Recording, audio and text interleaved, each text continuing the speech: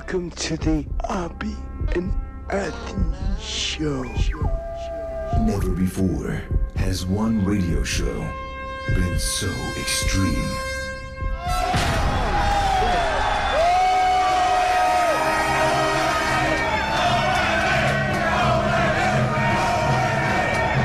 So vulgar. I'll fucking shove my face up a chick's ass in a second. Someone said we curse a lot, do we?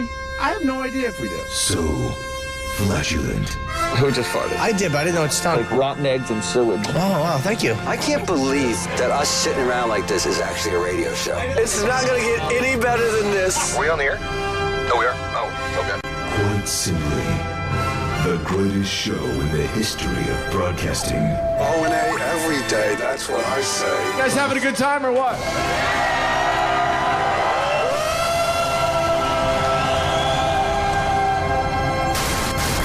Rules are destroyed, and conventions burn to the ground. Would you like to make some fucking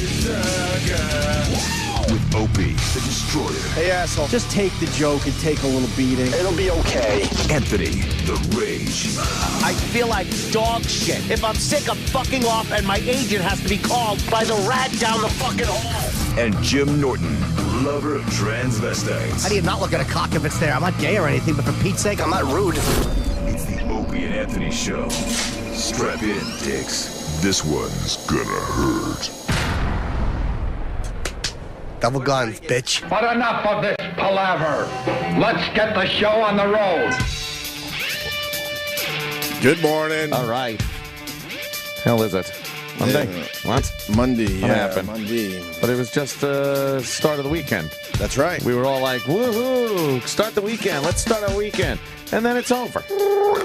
Doesn't seem fair. Really. Not fair. Not fair. Wow. Oh, boo. Look, man, they got to figure that Oscar shit out. Yeah? They got to figure it out. I was telling you before the show, it's really simple what you got to do. The first hour of the show is okay. In the middle hour and a half is horrendously It boring. sags. Horrendously fucking boring. And then they squeeze all the interesting awards in for the last, half hour to 40 minutes. Yeah, the big ones. You gotta give out all the major awards by 11 o'clock so everyone could go with their stupid local news, right? Yeah. But then you keep the Oscars going for whoever the fuck wants to continue watching, and throw all that The garbage shit. at the end. But no one's going to watch and they know Yeah, but it. who cares? As long as you get the audience until 11 is what I'm saying. Why extend it and make it so long? You see people, now that you got Twitter and social networking, you see everyone tapping out. You see, Yeah, that's true. good night. Well, that's it. See you tomorrow. Good night. You saw it. Yeah. The whole audience is just fading away because they don't want to wait till almost midnight on a Sunday to see who won Best Picture. I found out this morning. I couldn't wait. And I watched, I committed 3.5 hours to that nonsense. There was an article that said after 11 o'clock, they lose 100,000 viewers a minute. So why because everybody on the East Coast starts to tune out. So why not just give the big awards before 11, but the Oscars continue? So they can fucking continue, patting themselves on the back for another hour. Maybe because people out there. don't realize it's going to be last all the time. We know it because you're thinking about Everyone it. knows. People don't think. I think everyone it'll knows be at coming this up point. soon. It'll be soon. Nah, it's the biggest awards always last. People don't realize how long it's going to take to get to. They shove it all in at the end. It's just ridiculous. Yeah. Yeah, they spend like 9 o'clock to 10 o'clock was I don't know what, but I know I didn't miss anything when I watched The Walking Dead. But I know it was like a bunch of musical stuff and a bunch of like visual and technical awards. From 8:30 to 9:30, because it started at 8:30, it was cool. Yeah. You get to see everyone, get to see cleavage and shit, get to hear a few good jokes. Because then, like, Seth MacFarlane taps out. There's an hour there where he's barely the host anymore, too. Yeah, that is a weird thing with the hosting. Like, they just disappear for a while. Yeah, and then other people take over. That middle area is just a dead zone. Yeah. There's nothing going on there. You don't even know half the movies. There was a good sketch they did though with Which one? what's her name, the fat girl. Melissa McCarthy and Paul Rudd. Boy, was that a bomb. I couldn't really hear it. How bad was that? I couldn't really hear it because I was at the cellar. I could hear part of it. It was really, really Bad. bad. It fell. I missed that one. It fell flat. They that at the got to beginning? stop doing them. Yeah, they got to stop doing them. If actors can't pull it off, And this is what these guys do. Mm-hmm. You gotta stop having people because they're trying to do a scene where they're reading off the fucking cue. Oh yeah, You can't do it. It was really bad. They're never good. And even though Paul Rudd grew a beard, he's still Paul Rudd. He's just Paul Rudd in everything he does. Everything. No, that was really, really bad. So Argo won, I guess? I only found out a few minutes ago. Ergo, yeah. Even though I committed 3 hours, to over 3 hours to this thing. Even more, I did the red carpet shit. Oh. Yeah. Well. And then I didn't even see Quentin Tarantino win for writing. Yeah. I tapped out after Queen Latifah, that fucking monster. Holy fuck. What'd she do? That's a big bitch. Anyone that says Queen Latifah is sexy or fucking she was standing next to real, regular human beings. Right. She looked like a fucking monster. She's a big bitch. She's giant. Her tits, from nipple to nipple, have to be 5 feet apart. She is, she's got the good skin. She's got an okay face, but there's nothing she's special a monster. there. She's She's got a monster. nice smile, but that is she is big, man. And you put her next to girls. Right. Fuck, she looked like a beast. Who was up there? Renee Zellweger. Yeah. Is she a drunk? I don't know. She just got that like eyes half shut whenever she smiles. Look. Well, even when she's not smiling, the eyes are half shut. But I don't think. But that's not why I'm saying is she a drunk. She just presents herself in a strange way. But is she one of those weird actresses that are shy and can't watch themselves and they're awkward in their own skin? Yeah.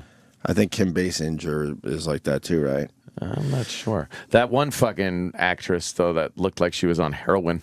Oh, Kristen Stewart. Yeah, that one. She's always like that. I love her. I love that look Why on do you her like face. her? She drives me crazy. She man. really looks fucking shot. She does though, but she just looks like she's really got a pretty mouth and a pretty smile. And she's dirty. You know, she likes that older. She is dirty. She likes that older director dick. Yeah, naughty. Look at her. She's fucking. I don't know. I don't know what her deal is. Oh, she's great. She's man. a bore. Why wasn't he there? That guy, her boyfriend. I don't know. Probably had something better to do. Maybe it's embarrassing for him. Right. No. Be in public with that fucking whore. So Argo won. So you got the Quentin Tarantino for the writing, and then you got Daniel Day-Lewis. Lincoln. I'm doing people a favor that tapped out. A little recap because they have to get up for fucking work. And then Daniel Day-Lewis, Best Actor, and then Jennifer Lawrence for Silver Lining Playbook. Yeah, for actress. All right. Mm-hmm. That's all the stuff I missed, but that was like 3 of the big awards right there. That's it. 3 or 4 of the big awards. Yeah. All squeezed in for the last 10 minutes. Yeah. What did you think of Seth MacFarlane? It was so easy for people to just fucking hate him on Twitter, but I thought he did good. Really, really good. I thought he did real well. Did people that hated him on Twitter? Haters. Oh yeah. Twitter haters. Yeah, you realize Twitter is just pretty much nonsense It's at just this a point. bastion Unfortunately, of hatred for people that are actually talented. He did a great job. He looked the part completely. He's got a great voice. Mm-hmm. And the jokes were, you're not going to hit every single one of them, but I think his jokes were funny. He was funny. They were fucking, beating on Hollywood, edgy and shit like that. Right. I liked it. I thought he did a great job. Yeah, I thought he did pretty good. Yeah. I thought William Shatner helped him out a lot, huh? I missed that too because although I that came piece in ran late. a little long, but it was an all right piece. Came in late for the Star Trek thing. You had William Shatner from the future telling him about his performance before his performance even really got underway. That's pretty funny. Yeah, it was all right, I guess. And then he had the boob song, which was pretty fucking funny. Very Family Guy-ish. Yeah. All his wacky songs. I missed the Yeah, but it's him, so he's so always it's going to be fine. known as. It's always going to be known as Family Guy-ish. Yeah, Family Guy, his guy. Family Guy. Family Guy gay. And what, people hated that one joke? What, Lincoln? The John Wilkes Booth joke. It's funny. Because he said the last actor to get, you forget that Wilkes Booth was an actor. So Yeah, it's like the last actor to get in his head was John Wilkes Booth. I thought it was a clever joke. Yeah. But I was watching Killing Lincoln on, I guess it was on the Nat Geo or History or something. I was watching. Yeah. Sorry to jump in.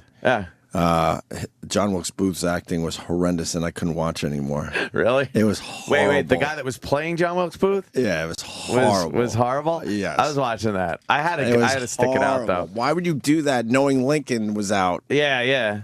I was watching it. I thought it was They pretty should have put good. that together, another year or two from now. Let people history. sort of forget about Lincoln a little bit. The thing is, though, I was trying to figure out, because they kept saying, like, everyone forgets or didn't know or whatever that John Wilkes Booth was a very popular actor at the time. Like, and I was like, okay, that's like equating, like, who? What actor George these Clooney. days is it that big? Like, would it be like if George Clooney tried to assassinate the president? Maybe. Or assassinated the president? Is that like who it would be, or would it be like someone from a reality show? A less popular actor. Like how big was John Wilkes Booth? Would it be De Niro, or would it be like fucking The Situation? It's a very good question. Yeah, I'm trying to figure it out. Was he a popular actor for the day because he killed Lincoln? Yeah, is your question? Yeah. Like, could you imagine, like you said, George Clooney's like, did you hear George Clooney fucking Would he assassinate them? Would he be considered a good actor if he never was involved with Lincoln? Right. Would he go down That's in the history question. as a Right. great actor? Who's a? I don't know how popular he was though. Name me one other actor from that era. I know, right? Who the fuck else are you going to get? Who was on stage that night for Our American Cousin? Oh. And then they showed, like, could you just put a guy at the door to Lincoln's box? It's like, how the fuck did he just walk in and blast his head off? That's where it all began. It's just stupid. No one thought that you need to protect anybody. Just put a guy at the door, for the love of Christ. I think that's where it all began right there. I think it is. When You're people right. said, you know what, we better have a guy at the door from now on. This president thing, people Right. seem to be a little pissed at him occasionally, and yeah. Otto has the funniest joke. This is the guy who shot Lincoln. It was the guy sitting behind him at the theater. He was 6'9" and wore a top hat. And then Otto does the guy. He goes, "Honey, I can't see the band. This cocksucker's got his hat on. I can't see the band. I can't see the band. He's got his hat on. This cocksucker. this cocksucker's got his hat on. That's great. What else? McFarlane did all right. Yeah. Definitely more than all right. The freaking the musical montage was just how gay was that? Well, I love Travolta because he's now saying, "Look at me, bitches! I'm gonna come walking out here looking really gay. I'm gonna sound gay, and I'm gonna fucking intro the musical portion of the show. Gay number. The gay number. I don't give a fuck Where what all you think. all the actors were just like, to watch. If I got to watch Wolverine fucking prancing around on the stage one more goddamn time at these award shows like a sissy fairy Mary. You know what? He's more that guy than Wolverine, though. I know. All right. It's hilarious. I think we all know that. He's more that guy prancing around like he did last night. Prancing. Than doing the fucking Wolverine. Yeah. What was up with Travolta's hair? Well, he was wearing the nice head of hair, not the Sharpied on, very thin cut. Yeah. He wasn't wearing velour head. Jesus. I didn't see this part, the musical portion. Oh, boy, did you miss something that was terrific. Did I miss something special? Oh, it was amazing. Very special. I fucking hate musicals. Yeah, man. I really just can't do it. It was so douchey. I tried to watch Les Mis. I got through 20 minutes. I told you I Yeah. like the opening song. The rest of it, I just thought stunk. It stunk. What was the and problem? Too much singing, right? Yeah, it's just I didn't care about it at all. Who's this dude? Oh, Anne Hathaway. I really am attracted to Anne Hathaway. Not surprised. Oh my God! What's wrong with you? I know she cut her hair for a movie, but I mean, other actresses have cut all their hair off and they still look sexy. You don't like her in Batman? She was really sexy. She looked great When I in told Aunt Batman. this morning, I'm like, she was really sexy in Batman, but that's not her. This is her. Can we hear She's- her singing? I haven't heard any. This was live last night? Yeah. Oh, this bullshit. And yet with you my world was starting. Oh, God. What is this now? One more day Oh, do I hate Broadway? God, this is the worst. Broadway sucks a big fat cock. Exactly. They all sing like songbirds, but who cares? What a life I might have known. I don't care about their plight ever. No. Oh, the king told me that my hat was stolen. My Go hat. fuck yourself. Oh, now the big number. The reason they all have plights is because they're walking through life singing. Yeah, Who exactly. the hell is that? And all the actors are out there. Where's Travolta? He introed this whole thing. Oh. He's like, I go grease lightning. Is that Russell And then Crowe? fucking Oh, Russell Crowe. You think he wants to be there singing? Borat Yes, came out. he fought for that role. And why is Borat? Borat's in Les Mis? Was he? Yeah. Why was Borat in Les Mis? Oh.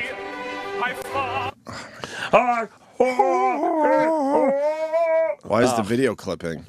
I don't know. Is it us or their website? Is their website getting Even the interwebs doesn't want to fucking hear this shit. Oh, what does she that's have to, that's just like Fight Club. She still looks like she's in Fight Club. Why does she always have to look like Fight Club? Looks You're like right. Fight Club. She's never changed her look. What's her Yeah. name? Helena Bonham Carter. Yeah, Helena Bonham Carter. The Fight Club broad. Boy, you look at fucking Russell Crowe and realize how long ago Gladiator was. Yeah. Oh, damn. Oh, he wanted this role badly. Why? I don't know. He really, really wanted this. You do this in high school. He fought for it. They didn't want him, and he had to. The auditions were grueling. Yeah, but then the one takeaway everybody had was that Russell Crowe can't sing.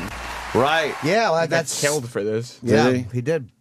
God, musicals. My God. I just can't. I can't get them. I wish I could get them. And then they do sound editing, and I mean, it was endless. Screen adaptation. Hey. Screen. What is that? I like Best Foreign Short Animation. I waited up all night for that one. That's just people that are lazy or don't have enough to make a full fucking film. Yeah. But we make believe it's like something big. Ugh. Yeah. Coke Logic could have won that. He's good at animation. He certainly And is. they're short. Oh, what happened to Clever. Sweetie? Kristen What? Stewart hurt her foot. I'd love to worship it. Oh, you didn't Would see her you? walk out? No, kiss her little tootsies. What happened? Aw. Yeah, she. You don't like her face? She's a very interesting. I don't know what it face. is about her. I think she's just too for me. she's too emo. She always has an expression like Bill Clinton on her face. She looks like Clinton. I don't know. I'm depressed. Yeah. I don't know. She fucking. Yeah. I then thought what- Jessica what's- Chastain got robbed for fucking Best Who? Actress Who? from Zero Dark 30. Oh, I thought she was by far the best. yeah. Did you see the old movie, the Amor? Anybody? What was it called? Amore. They kept showing Amore. the fucking old guy slapping the old lady. Yeah. Was Yeah. it like a Did you hear comedy? the audience? Like, oh. Man, none of them saw it. Shut up. Fucking smother her. And Chris Brown somewhere is going, that's right. That's what you do. Yeah, motherfucker. Shit. I think I'll watch that movie, though. No. Yeah. Amore or Amore? Amore. I'm going to go with Amore. Amore. What else? What else? What's her name there? Fucking The telecast was 3 hours and 35 minutes, if anyone cares. Jennifer Lawrence falling up the stairs. Oh, right, is pretty right. good. You always look for that in an Academy Award.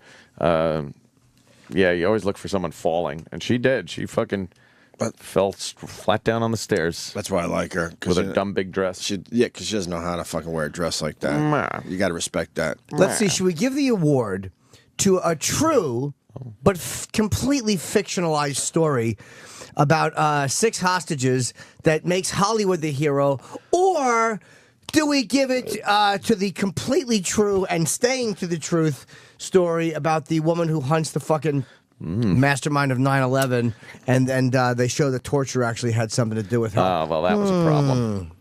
Come on. That was a problem. Even though Argo was really good, but it was like fantasy. them fucking putting together the pictures. Stop and it. She was didn't happen. She was definitely really good in Silver Lining Playbook, but that whole dance angle was just stupid. Oh, dude, it's terrible. I will for not that watch movie. that. Huh? I will not watch Silver Lining Why? Playbook. It just seems She's like really- a fucking. She did a nice job. She's really hot in it, though. Well, it's worth watching for that. Yeah? Yeah, and De Niro was. I can't watch De Niro. He was anymore. he was average at best. I am done with there was- De Niro. There was Can't nothing watch him. special with his performance. He wasn't up for anything, right? Yeah, best supporting. He was in the Sure. end. Oh no, not even close. And I didn't even see any of the movies. Who else was nominated for that? Christoph Waltz was really great in Django. He won. Yeah. Yeah, he won it. Yep. Who Philip else? Seymour Hoffman. I didn't for see that. The Master. The Master. I didn't see that. He was great, as you would expect him to be, Yeah. Yeah. Much better than De Niro in that movie. Yeah, I didn't think De Niro was terrible. I think he was great. He was just De Niro being De Niro. Yeah, he was all right. Did you see Babs? Well, we rated the singers before you got here, Sam Roberts. Yeah. And you got to give it to Shirley Bassey. No, why are you laughing? Finger. It's easy to fucking make old jokes, but that broad fucking kicked ass and made the young ones look a little stupid. What's last she night. sang? She sang Goldfinger at 70. I think they said 78. She sang it for the movie years ago. Why Right. did she in sing the it for this? 60s. They were doing a whole thing. Like, James Bond thing. yeah, it was a James Bond thing. She came out and belted this thing out. Did they get Connery there or no? I don't think so. No, I didn't it's see kind him. of a montage-y thing. Finger. Ah! He's the man. He's the man. The man with the Midas touch. A spider's touch. She did the original. It's Yeah. crazy. Such cold No auto-tuning. finger. Why is this clipping? It's the computer. Our bad computer? Yeah, it's this one. Figures. But don't. Wait, it's the computer we bitch about? Yeah, it's this. I was Of course watching. it is. The clips that you have in front of you are from the same website, and they don't clip. But I don't have the Goldfinger song. Of course You know it the is. Goldfinger song, huh? Now, I thought this was very odd also. Apparently, the orchestra was not even in the building. What are you talking about? I kind of got wind They didn't have room for the orchestra? that the orchestra was at the Capitol Records building. Is that what I heard? Wow. That's some technology right there. Because were they? They showed that what? What? I can't understand you. No, I wasn't listening at the time, but that's kind of what I thought. I could be wrong, but I didn't see an orchestra there. Is this the computer we They bitch showed about? the orchestra wasn't there. Okay. All right, but like why? Why wasn't the orchestra there? They needed the room. It's crazy. Orchestras take up a lot of space. Plus, the orchestra this year demanded to actually be in the front row seats playing, and they said that will just wreck the video for everyone else. I'll tell you why. Too much room, and they don't need them for a lot of things these days. It just seems like the orchestra is a kind of a part of, you would them think. in the orchestra pit. It's like sounds a thing. terrible. What? The way it's clipping like this is unlistenable. It's unlistenable with the clipping. Sam, It's unlistenable. listen to that note. How old is she? 78. 41. Oh, she, man. she destroyed. You can't tell from that clip because we have a bad computer we really should bring it up with the Radio Wizard so he can fix that. I think you brought it In up. all fairness, we've never brought this up before to him, so They have put we a can't new really one. we can't really bitch about it, right? They put a new one in. No, they took one of the shitty ones from somewhere else. They just move shitty That's what equipment they around. do. Like we were saying, we need a new computer here. So they went, okay, and then they take a broken one from somewhere else. Well, trade them. in all fairness, it is new to this room. See, That's what I meant. so technically they obeyed orders. I gotta say, Penn Sunday School podcast I did. They're all Wow. passing us by. Oh my God! It's a small studio. It's just Penn. It's in his Yeah. house, which Yeah. it looks like Penn's house. And fucking, you get in there. He's got like a little tech room with his guy, and then they walk you in, and you sit down, and there's Penn, and there's like 3 mics, and there's a little camera on each of you. Why cameras? Just has it. Why not? It's just, because we're in 2013. Yeah, because we're- everything should be and fucking everyone video. has a camera. Yeah. Every show it has a camera now. Every podcast. Not every show. Well, podcasts. Podcasts are the future. If we pick up our cell phones every once in a while, we could Yeah. film shit. Yeah, it's fucking embarrassing. I'm embarrassed every time I walk in and do a podcast at how much better their Yeah. fucking setup is than ours. Yeah, I did Rogan's podcast. An amazing Oh, Joe setup. is a fucking. It's like a 30 camera Amazing, shoot. amazing. The cameras. Not only does he have cameras, they're really state of the art, really nice cameras. And then I did Bob Kelly's recently, and his setup is pretty much as good as what we got. Yeah. And he's just starting out. Yep. All right. Yep. But at least fix our computer. Could you do that? Could they do that, Sam? I don't. We have a computer that clips, and we like to, go to that computer to play some stuff. Mars, are they going to blame you? No. They won't blame you on this one? We'll take our word for it. Shirley Bassey, whatever her name was, kicked ass last night. Yeah, you could count on her. And then the Jennifer Hudson came out. Yeah, I'm gonna give her third place last night. You got to give it to the old broad for the top spot. She wasn't better than Jennifer Hudson. Dude, you're so close-minded with your youth. Well, she was good. You're so close-minded with your youth. She It's was disgusting. good for a 78-year-old. No, she fucking was good for a singer. But she wasn't as good as Jennifer Hudson was. She blew Jennifer Hudson away. There's no way. Jennifer Hudson had a note that cracked. You didn't notice that? Jennifer Hudson was fantastic last night. No. What did Jennifer Hudson sing? I didn't hear No, her. Sam can't acknowledge that older people could actually be, talented and creative. Are you kidding me? It wasn't even close. Jennifer Hudson was better than. Give me Jennifer Hudson. You should play the. See, this is what CD. Sam didn't even put her on the fucking disc. She made no impact on my life. Sam is ageist. Huh? He's ageist. You're an ageist, man. Maybe. What do you think of that broad's performance? The old broad. It was good, but it didn't blow me away. Why? It just made very little impact. It sounded very. Well, it's supposed to sound like that. It's the I way know, she I mean, sang it it wasn't- back in the 60s. You didn't read his blog, Nerds to the Elderly?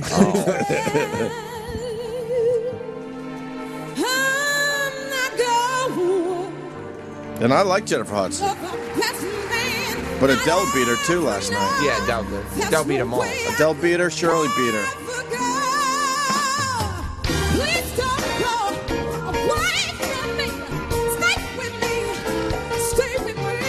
This is better than the old broad. Yeah.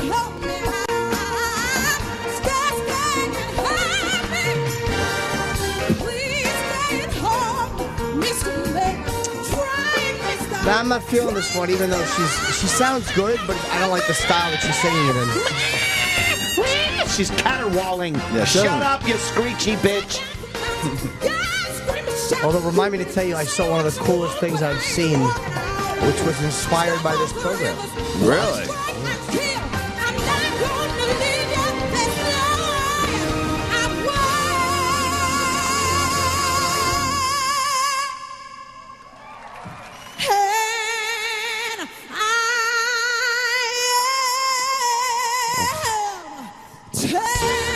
About had it with her. Oh, she's good, though, man.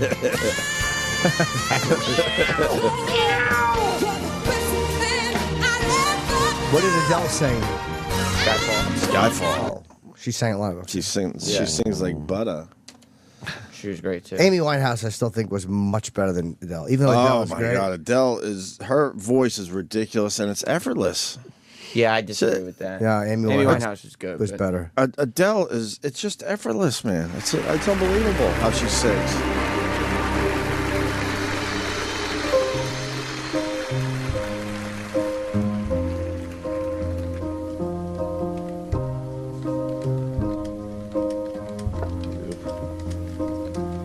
This is the end. Hold your breath and count to 10. Feel the earth move and then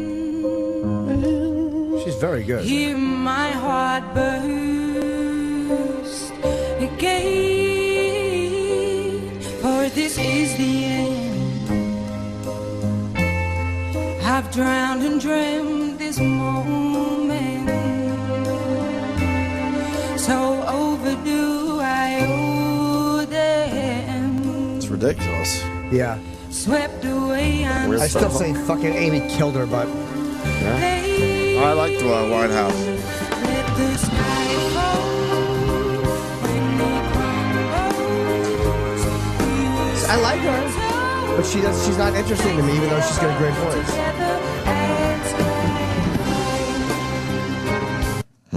She's really good. I mean, she's great, but she's not. Amy Winehouse. I like just sitting there, all fucking hungover, belting out tunes with that scratchy voice. I just thought it was better. But then Adele talks and you can't believe it's the same person. Why? What is it like? Hello. Yeah, we've done this bit. How you doing? Hello. You got her from the red carpet or something? I'm trying to remember where I heard her last night. She just wasn't gonna as say- bad when she was accepting her award. Do you ever apologize to anyone after stepping on their foot? If you want to listen to the old broad, I think it's not clipping in a different browser. Well, just the end. Give me the end when she fucking hits it out of the fucking park. See, Sam's still trying to fight for Jennifer Hudson. No, I won't give you.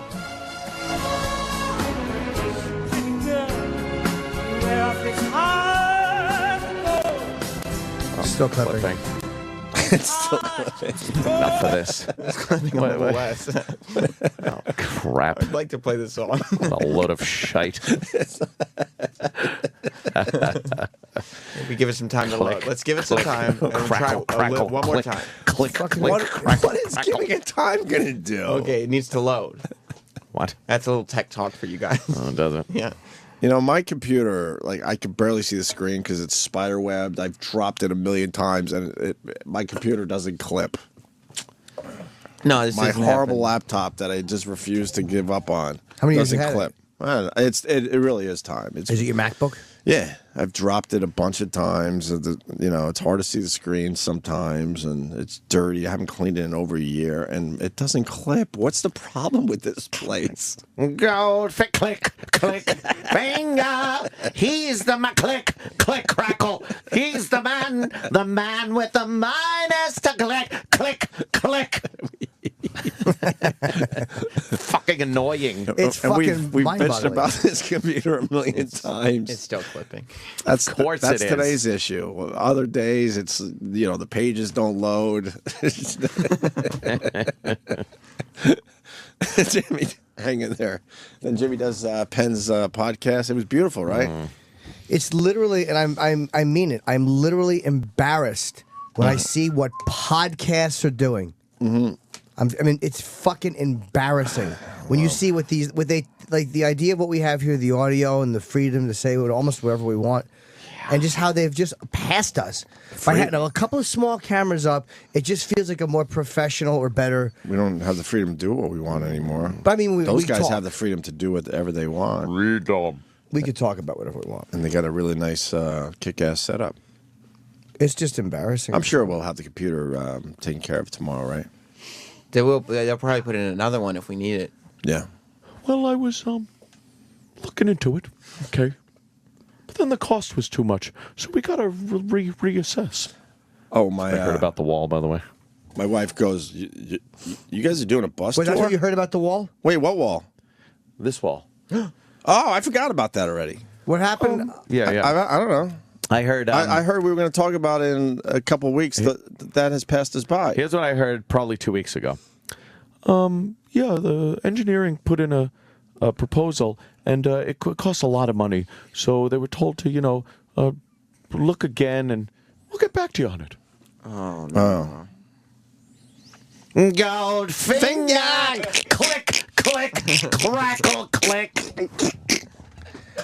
I forgot about the wall already. Yeah. They beat me down. I'm past that. Yes. When we sat down with Blatter and he goes, well, we'll have another discussion about it in 2 weeks. I'm like, what are we hate discussing? discussions. Are we moving the wall or not? How hard is this? Discussions. Why does everything have to be discussed? It's a simple thing. Are we moving the wall or not? Nope. No. And then Greenstein, I went to him and I said, look, we want the wall moved to right about, he goes, I could give you to right about here. I go, perfect. Look, we'd like the whole space behind us, but if you're willing to give us a little taste, that would certainly help us. He goes, all right, no problem. Consider it done. Consider it done. Consider it done. Well, is it? And what? That's their excuse this time? Too expensive? Yeah. Yeah. They have to rework the numbers. Really? Because engineering must have come in and said, all right, we're going to do this. Why is it not too expensive when they do a one and done like party/event and they fly in the original disco ball from Studio 54? Do you know what that Studio 54 party costs? Unbelievable millions of dollars. And everyone has forgotten about it. The only reason you know about it is because we're bringing it up. Everyone They had that this went to the one and Super done Bowl- amazing fucking party. Everyone that went to the Super Bowl, like, that's just a one and done. Right, so don't tell me how expensive it is. Yeah. These guys throw money around like it's nothing. They flew in the original moon doing coke thing that hung from the ceiling. Right. The moon and the spoon. Yeah, that needed its own fucking airplane. Yeah. You Holy can't fold mother that of shit up. God. No way. And here we are. Well, they, it costs a little too much, so they're gonna rework it again. Oh my God! What are they going to take a sawzall and make a hole that we have to crawl through? Mud. That's it. Mud. mud. Stuck in the mud. Oh. That's what it is. That's what it is. Yeah. Stuck in the mud. You can see the edge, and we just can't get there. I interrupted you. I apologize, but my wife goes, "Are you guys doing a bus tour?" I go, "Oh yeah, I didn't mention it to you because I just figured it would fall because it'll fall apart. It'll fall apart." Yeah. She goes, You didn't tell your family because she you goes, figured it's "Wait." not going to happen anyway? Yeah, she's cool and all, but she's like, "Wait, so you guys gonna be broadcast for over a week on the road?" I'm like, I didn't bring it up because it's like everything else over there. Yeah. There's a real conversation I had, by the way, because everything just falls apart, It'll falls through the fall cracks. apart. Everything falls That's through the why cracks. I didn't bring it up with you so we could start planning because I do have 2 little kids, so it would be important to get some coverage. But I'm like, You have You that know. little faith. no, and people it's all not excited on Twitter all weekend long, and I'm just reading these Oh, I tweets know. going, "I'll never meet you. I'm sorry." When is the Because they're like, "Well, if you're going to Exactly. Nashville, I'm driving 3 hours to meet you guys." I'm like, "Yeah, well, that ain't happening. I wouldn't put in for the days." Yeah. when do they say it's going to happen? Oh, it's that vague. Vagary, yeah, a lot of vagary. Sometime. And this is what's gonna. Mark my word on this, and I hate to play my hand. I wish I could just write this and put it in an envelope instead of say it on the air because they're going to be on to me. But mark my fuck. Should we do it? Oh my god. It don't matter. Oh my god. They're gonna go one or the other. What do you mean? That's gonna be their new thing. One or the other. Bus tour or move the wall. Oh god, you think they're gonna do that to us? They like doing that too. And by the way, the bus tour thing, as it sits now, what they're talking about is 2 buses that we're gonna travel with in tandem there, and go to various cities and stuff. Then obviously they're gonna cut it down to 1 bus. I ain't doing 1 bus. Then they're gonna cut it down to one of those party buses, right? To go to fucking Jersey. Right. Yeah, you guys want to do something at the Short Hills Mall in the parking lot? That's what it's gonna do. That's what it'll end up being. Yeah. And then when we say no, they'll be like, "Oh, there's another event that they turned down." But it's like, no, we wanted to do this. Click, click, click, click, click, click. Everybody pile into the wrapped SiriusXM SUV that does sticker stops and stuff. Exactly. Yeah. There it is. No, I told the wife. Yeah, I didn't bring it up because Yeah, don't worry about it. Why bring up something that's not going to happen? That's a real lack of faith because Yep. Oh, well, Oh, it's to not tell the people in your house that Look, this is happening means you don't think it's going to happen. We put the sign on the door years ago, Sam. Read it for everybody. It says, "Don't go home with hope." It's still there. Yeah. Certainly is. All right, well, so no wall moved. Maybe a bus tour. And an old And a computer. lot of clicks. And a lot of clicks today. Clicking. That's today's issues. Really? Yes. The wall's not moving. All in all. I don't know. I don't know. I don't know. I would love to know the other things they've done with their money around here. Yeah. I mean, Oprah's fucking buffet alone every time she comes here once a year. Yeah. They pay for a guy that we've never seen, Eminem, Yeah. Oh, he gets lots of money, I'm sure. for Shade 45. It's branding. How about you tell, Eminem to beat it? You got the Who Kid. He could fucking turn into the Who Kid fucking channel. Be just as popular. Why are you paying a guy not to show up? I don't get it. You think people would stop subscribing because it's not called Eminem's channel anymore? No. Oh boy. That's got to be. I would guess they're paying Eminem well over $1 million to not show up. A year? Yeah. Oh man. Yeah. Oh yeah. For that oh, name. Yeah. Fuck yeah. I think Slim Shady. easily $1 million for a guy that doesn't even show up. When they try to interview him, when they're even close to him, it's a hassle. And he just gets that check in the mail. Like, oh, what's this for? Oh, yeah. that He doesn't radio even thing. know Oh, he's part of What this. is that? Oh. Why do I have a check from Sirius? Yeah, his people made the deal. He doesn't even know he's part of this. I would bet money he doesn't know he's part of this. Wait, they didn't wait when he was in the when he was doing Yankee Stadium. They got him for a little bit, right? A couple minutes, I think. Yeah, but I think at a couple minutes. Did Jamie Foxx do anything for the Oscars from his? I mean, he might have. I don't know. Not from the Oscars. Jamie Foxx. I mean, no, but not from the Oscars. But I mean, I don't know what it is about him. I don't like him either, man. I don't like Jamie Foxx. I want to like him, but it's all. kind of difficult. I don't know what it is. I can't put my finger Apparently, on it. SiriusXM put out this memo thing or something because he was going to have some big interview with Trayvon Martin's family, Right. or some shit, and they're like, "Oh, tune into this. It's very important." Fuck you. Fuck Jamie Foxx. Fuck these guys for fucking kowtowing to this bullshit. How about we have fucking a wall moved? How about we have a fucking wall moved? I was wondering if I was going to get back to you. What? I got the press release and because dude, of course it gets back to me. Like I fucking give a flying fuck. That's nice language. If you know, the fuck. That's ridiculous.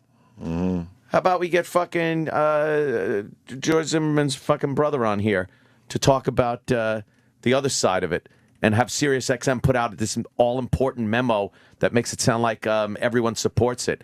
I don't support the idea of Jamie Foxx and Trayvon Martin's family deciding what a trial is supposed to decide anyway. Enough, douchebag. And Jamie Foxx is a self-important shithead. Fuck him. Fuck him. You're not a fucking musical fucking genius. Your acting is fucking average at best. You hear me now? I'm on it. I like that song. You know what I was watching last night, which was amazing, by the way? Your dick? No, I said amazing, not non-functioning and sick. I said sick, did he say? Jesus. What were you watching? I got it from here, watching the Pavarotti Simon Le Bon thing. And I just was talking to somebody about opera yesterday, so I'm like, fuck it, I'm going to watch a little Pavarotti.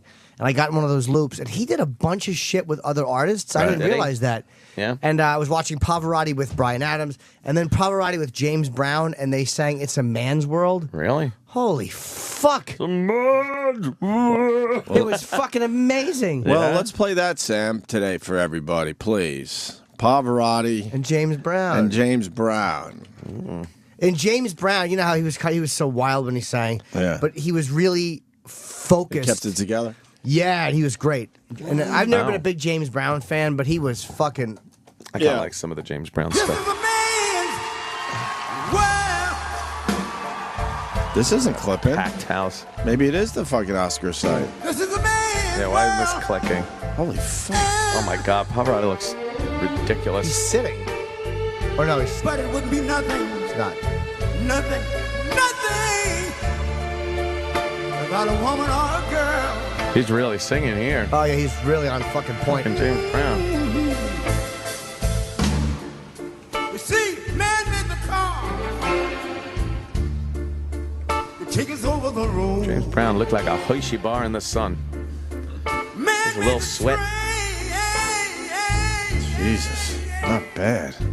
Carry the heavy load. Man made the electric lights. When does the fat man sing? When he wants to. He always takes the second verse. That's right. That's true. He like lets every other singer do their thing, and then he's like, "That's kind of cute." Yeah, that's And then- adorable. Watch this. Whoa! He basically tells these guys, give it your best, man. Try to take me out. James Brown is good though, man. Yeah, he's Yeah, kicking he it. sounds great right there. I like this song, too. Pavarotti. Oh, boy.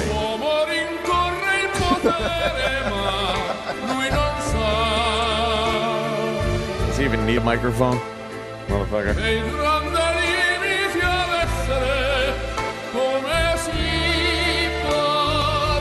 Jesus.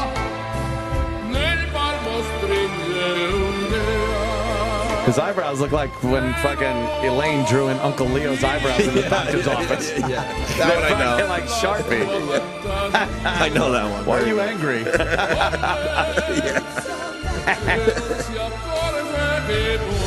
Fuck. Kidding me? And his range is amazing, like for opera.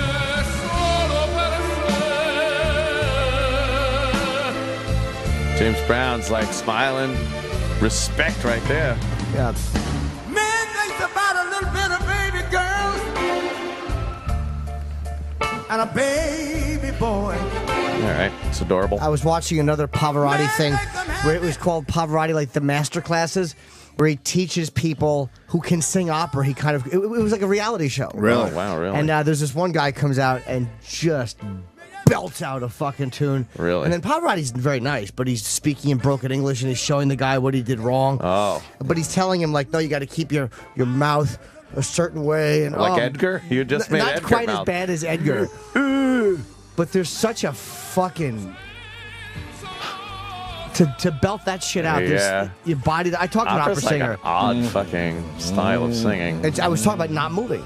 And Yeah. she said they don't move because like your tone and everything changes Wow. when you move. So you just stay steady and you do something with your lungs. That's why fat guys are good at it. Rock singers have to fucking like twist their necks around and fucking Yeah.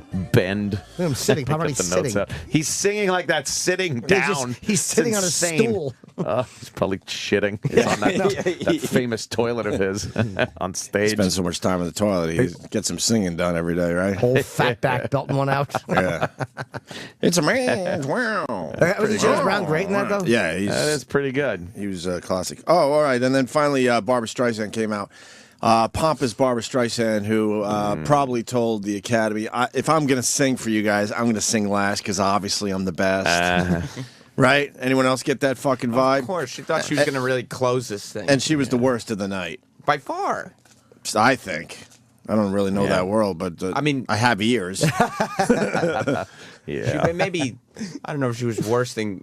Yeah, she's probably on like Catherine Zeta-Jones level. Wait, who do you think? No, I'm just talking about the high profile singing they did. The singing. Yeah, then she was definitely the worst. Definitely. Yeah, What'd she sing? She sang to that, that. How you say his name? Hamlish. Marvin Hamlish. Marvin Hamlish passed. The way we were. The way we were. So she came out and did that, but she had to talk. Why? Why was she talking all of a sudden? But look, I cut off most of the talking, but I kept on the Oh, you part did? where she organically goes from talking to Oh, singing. that was a douche chill. Oh, no. Marvin Yeah. left us way too soon. us. But I'll always have those wonderful, wonderful. Jimmy just throws the mic away. I know. What? That wasn't. I'll always have was those natural. wonderful, wonderful. Wonderful what? Wonderful what? Anyone? Oh, that reminded me of like Gervais in The Office. That Yeah, was that's awful. pretty bad, right? And it was like she was just speaking from the heart about her friend who passed away. Yeah. Uh-huh. Marvin left us way too soon. But I'll always have those wonderful, wonderful memories. Like the corner of my mind, missed what I call memories of the way we were. Got a pictures. It's the only way I sing of the song. left behind. Smile and gave to one another. That's all I think about with The this mom song. now. crying on the other end of the phone. Of course. Got a picture. That's how I expect the note to come in. I know, yes. Singing it right. John Lovett looking at the what's he doing? Smiles we left behind. Behind. Smiles we gave to one another. It's all right. It's Babs. But it was like The way we minutes after Adele and Jennifer Hudson and the Yeah. And the old broad. 007 Here old comes the broad. big- Can it be that it Oh, was Sam. You called her so old broad before I did. Or has time rewritten every line? If we had the chance to do it all. You know who looked good? I don't like the way she looks, and she's just frozen in time. Jane Fonda. Jane Fonda looked exactly like the Jane Fonda of like the 80s. Yeah, she's. Yeah, she kind of stopped aging, or she got like A Jane Fonda mask or a lot of work done. yeah, Jesus. yeah, yeah. Yeah, she's all right. I mean, I am not a big fan. I'm not fond of Hanoi Jane. Would you smell her ass? Ew. Well, after I she, didn't say you after had she to does lick one it of or those anything. Jane Fonda workouts. Only if it was on her fingers when I kissed her hand. I told you I'm not fond of Jane urinal fucking cakes I used to pee on at the White Rose Hamburger System in Edison, New Jersey, which Yeah? is by the best late night fucking burgers ever. Is in Really? Edison, New Jersey. Or it's at Highland Park, I don't know. But you'd piss, and it had the fucking Jane. I'm not fond of Jane. Nice. A urinal Yep. sticker. I'm not Hanoi Jane. fond of Jane. Love a good urinal sticker. She dressed in yellow, huh? Yeah. That's a weird color.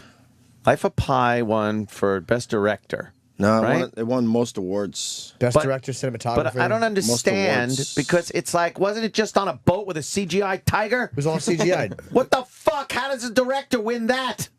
Yeah, and then That's pretty fucking stupid. And then Affleck there doesn't get even nominated. That's you're He kind got of nominated right. for Best Director? Nope. No. Even though won Best Picture and he lost his mind up there. Even though he had director beard. Do we too. have his? That's weird. His acceptance speech.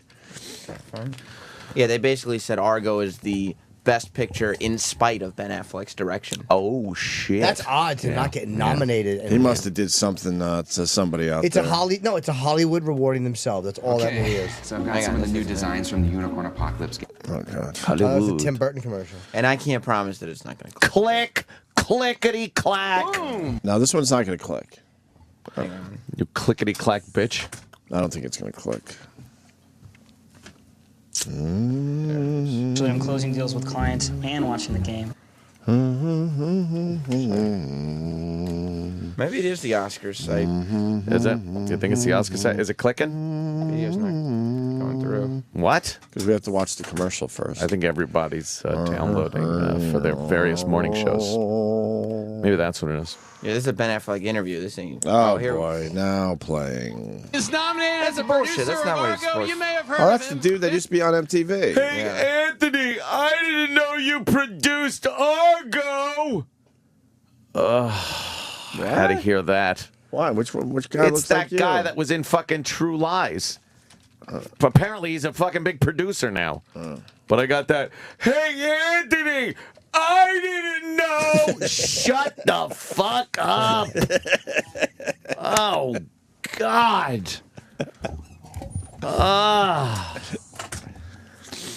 Fuck. Yeah, that guy. That guy is fucking. Yeah, he was in True Lies. Here we go. I want to thank them, and I want to thank what they taught me, which is that you have to work harder than you think you possibly can. You can't hold grudges. It's hard, but you can't hold grudges. Yeah, what else? And it doesn't matter how you get knocked down in life, because that's going to happen. All that matters is that you got to get up. Violet, Sam, and Sarah, I love you. Is he like losing it? Yeah, he's about to He cry. was fucking.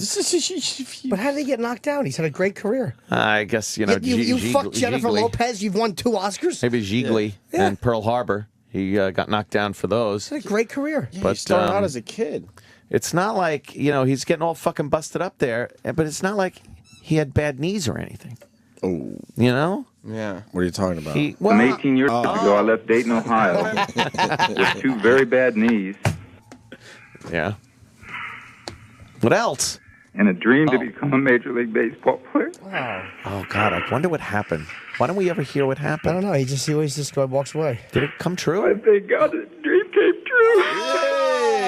All right, old good pissy for eye. you. Jesus Christ. E-Rock, what do you think of the Oscars? I saw that you were tweeting last night. Give us your I thoughts. fell asleep around 10:30. Oh. It was just too long. Yeah. Too boring. It's very boring. It's always boring. Every year we watch thinking it's going to be something, and it always is just there. That's what it is. Like, I don't know why people expect anything different. That's what it is. Oh, my God, he's got a flying nun outfit on. You didn't see this? I missed the whole beginning. This sketch was all right, man. Was it Sally Field was a good sport doing it. He should have goofed on her about Boniva. Yeah, but out of respect, I think I have to. Look, I got a bottle of wine and some Boniva. We'll have a great time. Oh, he did. Let's give it to Helen. They're not going to give it to Helen. Amy. I don't know who that is. Jackie. No. I'm not going to give it to you. Yeah. He's making out with Sally Field. He made a Boniva joke. That's yeah, pretty he good. did. Yeah. It was a good skit, I'm telling you. And then they took off in a Trans Am, Smokey and the Bandit style. Ah. Yeah. Oh, really? Yeah, they did all right. Funny. That he belted her in the cheek. It was definitely a funny bit, I thought. That Bert, he sure loved belting broads. I'll tell you one thing. When Bert said shut up, he meant shut up. Didn't have to tell him twice. It wasn't open That's for discussion? No, it certainly wasn't. Man. Shut the fuck up. Bert wanted to hear the TV. He wanted to hear the TV. End of discussion. Yeah. And Roland lost a bet with me. Roland, I don't know what he was thinking, but he guaranteed that Wolverine would win Best Actor. Oh, right. For Les Les Mis. Mis. He was insisting that Wolverine would beat Daniel Day-Lewis. Or as fucking John Travolta said, Les Miserables, George. The fuck was he trying to do? Daniel Day-Lewis won Best Actor for the third time. That's a record? Only time, yep. Nobody's ever done that. What about 3 Tom times. Hanks? Twice. Really? You Yeah, would... Philadelphia and Gump. Never again. He was nominated for... he was nominated a bunch of other Apollo times, 13. right? No, just once, I think. What for did Apollo. Danny Day-Lewis win for? He won There for Will Be this, My Left obviously. Foot. My Left Foot. There Will Be Blood in this. Yeah. There Will Be Blood. And this. And this. All different roles, too, man. I liked him in that fucking 5 Points movie there. What was that? Gangs of New York. Last of the Mohicans. That was good. Yeah. Gangs of New York. What do you guys think of the fucking good. tie they had last night? For sound editing, was it? Oh, look out. What was that? Tie. They had a tie. You can't figure out which sound was better? So stupid. No, it's a tie. If you're going to waste your time and do like a tie, make it on a category that counts so people will talk about it. Yeah, maybe if it was for Best Actor or something, you can't fuck around with it. But if it's a tie, then go, all right, look, we got 5 of us in the room. Let's just fucking pick one of Just these. do it alphabetically. No one else is going to give a fuck. What an inconvenient hat Lincoln had. That thing's just inconvenient. Yeah. Like when he walked into a room and had to take it off and put it somewhere. Right. It now dominates the room. His dumb hat. Everyone it's on has- a table or a fucking desk. It's his giant dumb hat. Did it drink coffee? He would stand in it. What do you? Yeah, he would stand in his hat and Oh. he would toboggan in his hat standing. But why- That's how he campaigned. Why did it take so long for them to figure out the hat? I don't know. The hat. The hat. Did other guys wear that type of hat, or was he the only one that wore that I hat? think they all. That's probably the look of That's the just day. dumb. I think he was the tail end of that hat. It wasn't. Was it? It was windy back then, Like right? that tall of a hat, because I know like they still had the top hat, but it was a lot shorter when like Kennedy wore it. Well, I'll tell you what it was. Is that hat with the big selling point for that hat was it will stop a bullet in its tracks. And that just kind of wrecked their marketing campaign. It's just a dumb hat to It's wear so ever. dumb. Like you can't put it anywhere without it just being, the center of attention. Why? Why would it? Why would you wear that? It's in there. It's a bucket. Yeah. And those are short. Those are short fucking hats compared to Lincoln's. But someone has to explain why that hat. And put it this way, Lincoln was a very tall guy anyway. And then you put that hat on him, he couldn't have been able to walk through doorways with that. How tall was he? 6'6", probably. Was he that tall? Yeah. He was a tall drink of water. When they shot him in the noggin there, when John Wilkes Booth shot him, they brought him to that boarding house across the street, and they had to put him diagonally in the That's bed. right. Because he couldn't fit on a fucking bed. Very tall gentleman. And someone on Twitter saying that Lincoln absolutely had a bodyguard that day. And the guy went for a drink. Well, yeah. He did have bodyguards, but, I mean, watch the one fucking door going to the box that he's in. For the love of Christ. What the fuck are you doing? One door into his box. That was your whole job. Yeah. And you went and got a drink? Yeah. How thirsty are you? Crazy. Yeah. What else about the Oscars? So we had the tie in Best Sound Editing. Oh, that was First time in 18 years? thrilling. That was that amazing Mark Wahlberg TED segment. That was fantastic, wasn't it? Huh? What? What? Huh? That didn't seem forced at all. What? I hate when they do those fucking What? like They came out and they were pre-tapes. kind of riffing on the audience and stuff. It was good. Pre-taped, obviously. Pre-taped, really? Yeah, you can't have a CGI thing come out and hop on a stool and start yapping. What do you mean? I thought it was just a It's midget. like when Beavis and Butthead would come out in the old days. You know, obviously they can't do that. They're not real. You don't like it? No. I didn't. And Mark Wahlberg's not being Mark Wahlberg. He's being like half the character. Who's from being the character? Ted, and Because you're he's like, talking to fucking Ted. It's a fake movie. It's fake. Can I see it? I didn't see it. It was good, Oh, yeah. Jimmy. I well, think yeah. you're going to like this So, one. Ted, how you clickety clack? You can't play the clips. Are you annoyed by the clicks? I hate the clickety clacks. Why? Because they're so annoying. Takes you right out of it. No, we'll find a clip that's not clicking. Just for you. Pinks. Just for you. Here it is. See, right here. Oh. Yeah, we got it. There we go. Ted presents Sound Awards at Oscars.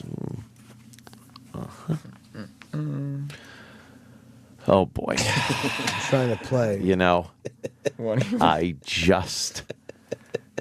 All right, we'll try. We'll find another version. Is that our site or is that our computer or the site? We can't keep blaming. Good is in every Blue Diamond almond. I love a Blue Diamond almond, to be very honest. I just like almonds. Smokehouse almonds, fucking. They gave me the worst shits, but they're amazing. Ugh.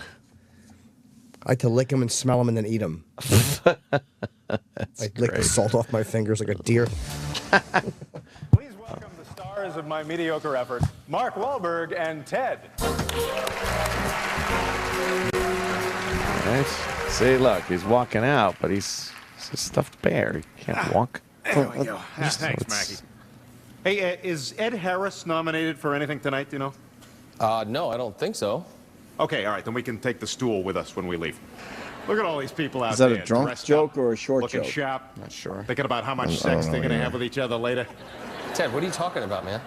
Look, all right, I'll come clean with it. I just want to be a part of it. Huh? Come on, you guys, please, just tell me where it's going to be. Look, Ted, no one knows what you're talking about, okay? Mark, the big post-Oscars Hollywood orgy. Please tell me where it is. Look, I think your imagination's gotten out of control, dude. Look, come on, you guys. I'm really good at sex, and I can Chip bring is loving sodas it. and snacks and soap and stuff. Please.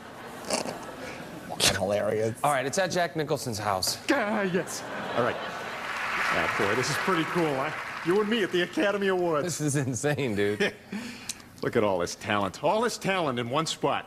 There's Daniel Day-Lewis. There's Alan Arkin. There's Joaquin Phoenix. And you know what's interesting? All those actors I just named are part Jewish. Oh, okay. What about you? You got a Berg on the end of your name. Are you Jewish? Am I Jewish? No, actually, I'm Catholic. Wrong answer. Try again. What? You want to work in this town or don't you? Fucking It's Jews. interesting, Mac, Oh because I am shit, Chip. Jewish.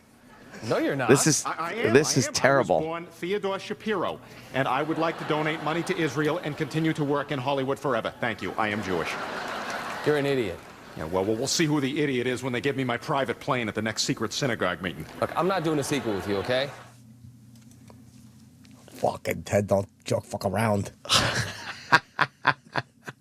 That was awful. That was really bad. Why? It can't be awful. It was in front of 1 billion people. Oh, That must be awful when a bit is it's just bombs. and you can't acknowledge Not it. the worst bit of the night. What was the worst bit Melissa of the night? McCarthy. Can you find that? I didn't saw see part of that it. I one. didn't hear the People whole are thing. talking, man. I didn't see that one. And I think Melissa McCarthy's hilarious. I really do. I like Paul Rudd too. I just didn't like. I don't like Paul Rudd. Yeah, I like Paul. I don't like him. Do you know him? No, we've met once, but I don't know. I don't think he's as they say, all that. Oh boy. Oh Jesus. Not a fan of Paul Rudd. Click or not fucking load. What do we get this time? All right, Paul Here we Rudd go. and Melissa McCarthy. No, bullshit. Here it what? Oh, it wasn't That was it? one of those bullshit ones where there's this Hate when screen it's the grab. bullshit one. Just get you to go to a website that Oh, that something else is happening. That's right. same one. Come here and look at our ad for Bisquick or whatever it is. Bisquick. Old lady who can't improv. Go ahead, come here and look at our thing for whatever. You don't know if we have that just yet. Well, we don't have Man. that bit. Not just yet. But everyone hated it, so it should Yeah, it's got to be somewhere. Well, we could take a break and figure it out. We don't. Maybe we won't even play it. I don't know. Who knows? Who the fuck knows, man? All right, I think that's it for Oscars. Uh-huh. For the Oscars. Yeah, that about covers the wonderful. He is Oscar. nominated as a What? producer of Argo. You may have heard of him. Ben Affleck. Oh, That's the same guy. from MTV. I remember him from MTV. Mm-hmm. Was Clooney? Clooney was involved with fucking Argo, right? Yeah, he was a producer. Producer also. He produced the Argo. Mm-hmm. He's with that piece of ass. Stacey Keebler. Keebler. He's with the Keebs. Yeah. She is fucking gorgeous. She was probably the hottest woman there. You think? Oh my God! Pick one that was let me hotter. let me see a picture of her. Kristen Stewart. Pick one that was hotter than Keebs. Is that what you call her? Yeah, man. Let's see. Let's see. Stacy Keebler. Let's see. Oh. Yeah, she looks pretty good. Yeah, she's fine. Yeah. That's what you wore last night, though. Yep. It's kind of sporty. Big elfin ears. She is Keebler elf. Yeah. Well, who was hotter? Legs for days. I don't know. Kristen Stewart. You know who ain't looking all that good? Jennifer Aniston. Beat you to it. No, I wasn't going to say her, but Jennifer Aniston's Botoxy right now. She's still Botox. She's all Botoxed out. She's Botoxy. She went too far with the stupid Botox. I was going to say, what's her name? Fuck, South African woman there. Oh, Betsy Turtledge? They're on. Yes, Charlize. I thought she looked amazing. What? Oh, I loved her I'm last not. night. I'm not a fan of the boy haircut. Oh, but she looked she's good. looked better. But they all say how she could pull it off because she has the perfect face and features. I'm not a fan of the boy haircut. Dude, I love You her. don't? She's, I like she's it on beautiful, boys. though. Yeah. She is beautiful, Oh, but God, is she fucking great. I wouldn't mind hugging and kissing her and watching the sun Really? come up. I don't know. That boy haircut's a little rough. I know. Why do I all of a sudden like say I liked her, I liked Anne Hathaway, and they both have short boy haircuts? Yes. I don't. Oh, no. boy. Uh-oh. She's hotter than the Keebs, I guess.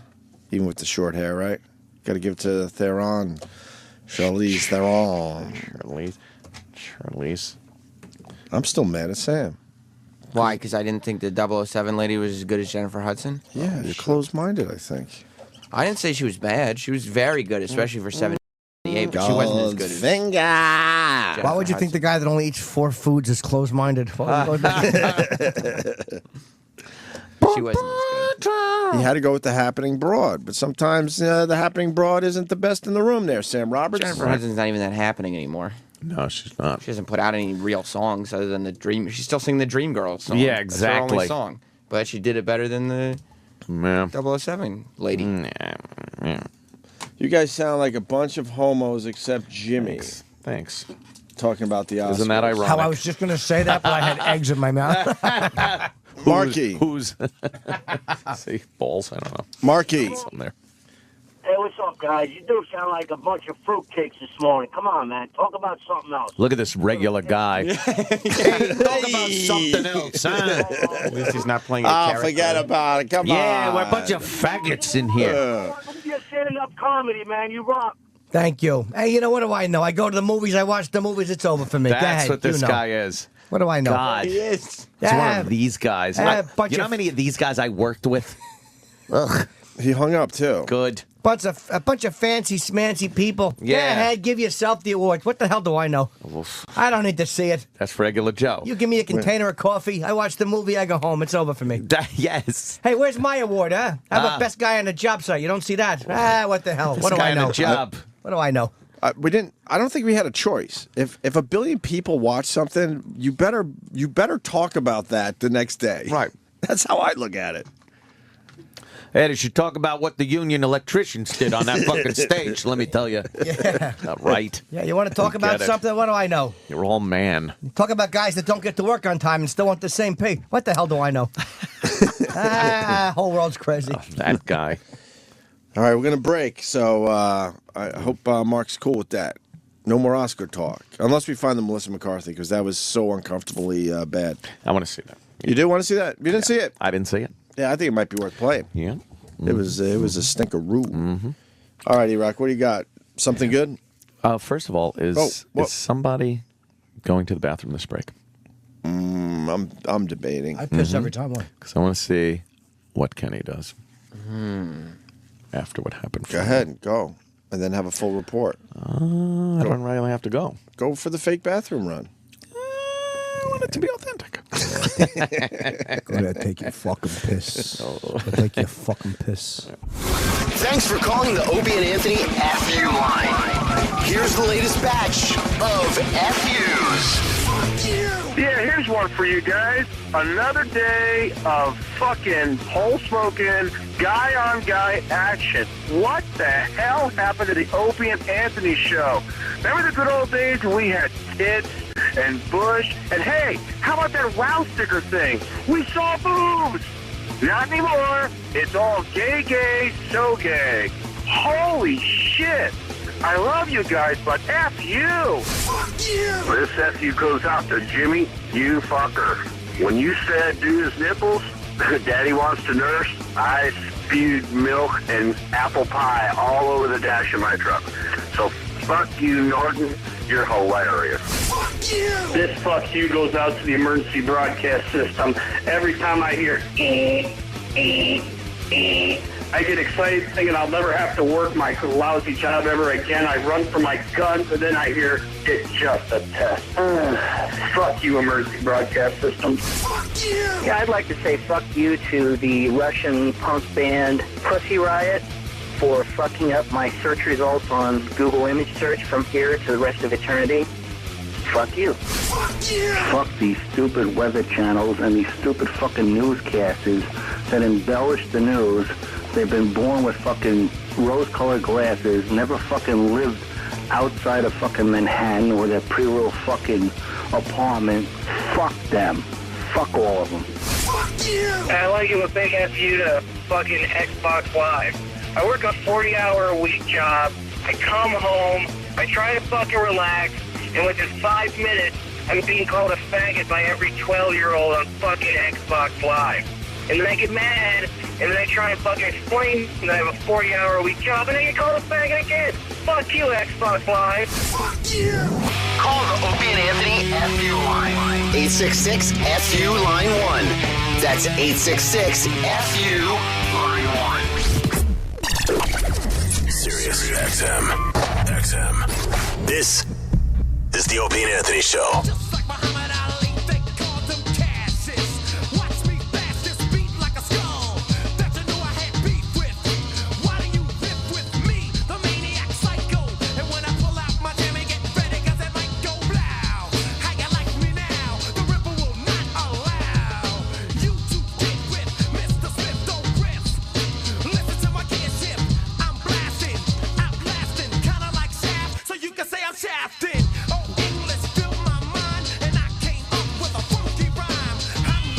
Why this today, E-Rock? Muhammad Ali became world champ 49 years ago. Oh, fuck. Clever E-Rock. Wow. And I saw that, and I didn't put the two together. That is clever. Yeah, Ali became Alrighty, champion 49 years ago. Sonny Liston, right? All right, I like that one. Muhammad Ali become champion. Look, I know we got fans of this person in studio, but is Chelsea Handler really only 38 years old? Uh-oh. Someone has to say this. I'll be the one. Is this a typo? No, I think I that's would swear accurate. she's 48. Really? There's no way Chelsea Handler's only 38 years old. You don't think? No. Can we look it up real fast? Anyone? What, you guys scared of Chelsea Handler? No, man. My friend. No. People are saying she's shaving some years. I don't know. She's got to be shaving some years. There's no way she's 38 years old. Or you think? It's her birthday today. It's her birthday? It's her birthday, yes. It's my birthday. Carrot Top, 46 today. Carrot Top. Yeah. Nice. What do you got on the Wikipedia for Chelsea Handler? Chelsea. Everything online is saying 1975. There's no way. Wow. All right. 75. Fair enough. What else is going on today? Go for her. You guys watched the Daytona 500? I didn't watch, but I heard Jimmy Johnson won. Yes. First time in a while, right?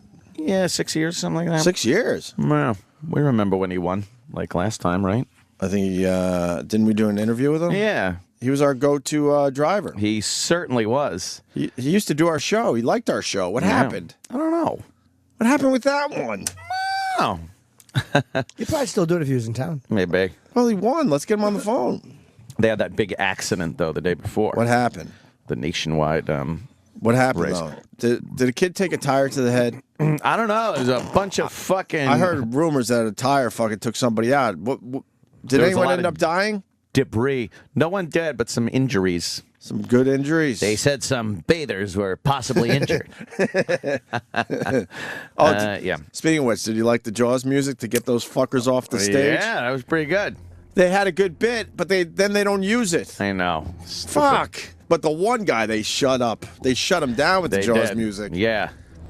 Yeah, it was pretty good. And then everyone feels sorry for the guy, but they're all told, look, this is what's going to happen. Yeah. You go more than I think it's a minute. We're starting the music, and we're gonna shut you down. Didn't the guy come out and get one of them though? Was there a black dude that came out and escorted someone off, or Really? were they together on the stage? I could be He was wrong. robbing him. I don't know. Did Richard Dreyfuss go, "What's this music"? Did he know what it was? 30 seconds was perfect. Yeah. Dun, dun, dun, dun, dun, dun, dun, dun, dun, dun. Ah! Those beaches will be open. It's the 4th of July. The dumb anchor suit. It really was that suit. a terrible suit for the mayor of a beach where sharks eating people to be wearing fucking anchors on it. His anchor suit. Where's our NASCAR people? NASCAR, yeah. Where's our NASCAR people? Fucking car went into pieces of the car went into the stands. It's amazing that they survive fence. most of those crashes. Did you see the one car? There was nothing left of it. Yeah, the whole They didn't even front know how was to gone. tow it off the track because Yeah, there was nothing no front left. There was nothing to hook it onto. Yeah. And the guy just kind of, took his time getting out. They saunter out of it. They do, right? Those cars now. You know they're panicking inside because in the end you're a human being, but they know in front of their other NASCAR drivers they got to be cool, and collective. So look at that shit, man. Yeah, that was pretty fucking brutal in the stands. Mm-hmm. Get that shit. Who the hell are they? Oh yeah, there it is. A little spin. Far as the Hits field the came wall, to the checkered goes flag, up. be forced into that safety fencing, and pieces of that car wind up on the grandstand side of the racetrack. Yep. Larson was. Wow. That happened to me one time when I was driving. Never did. Oh, yeah, it did. Wheels came off. I was like, fuck it, I want it anyway. Never did. Okay in the crash and flying from his car, but again, some 15 spectators were injured and transported to local hospitals. Very Drivers, injured. all, including winner Tony Stewart, reacting with concern after the race. Yeah, but the important thing is what's going on the front stretch right now. It's, this we've always known, and since racing was started, this is a dangerous sport. But it's really.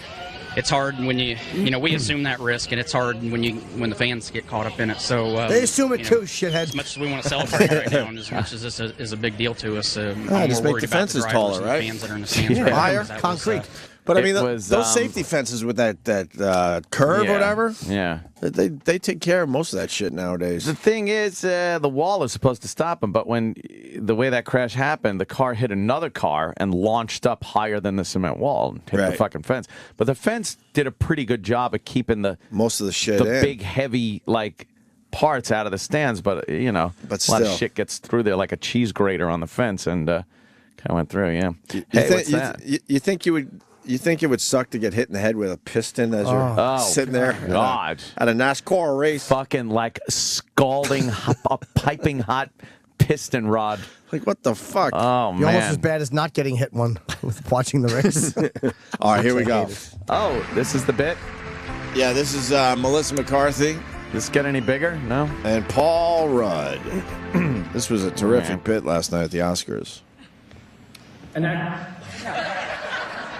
An actor's voice. An audible chameleon. From that lone voice, 1,000 characters can emerge. Emerge.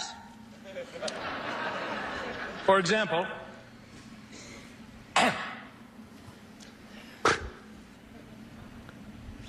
I'm a robot named Ping. I just want to learn how to swim. Wow. Wow. Thank you. Where's Paul Rudd? I don't know. Oof. Don't hurt me, Bear. I'm just an inner city mouse with a lisp.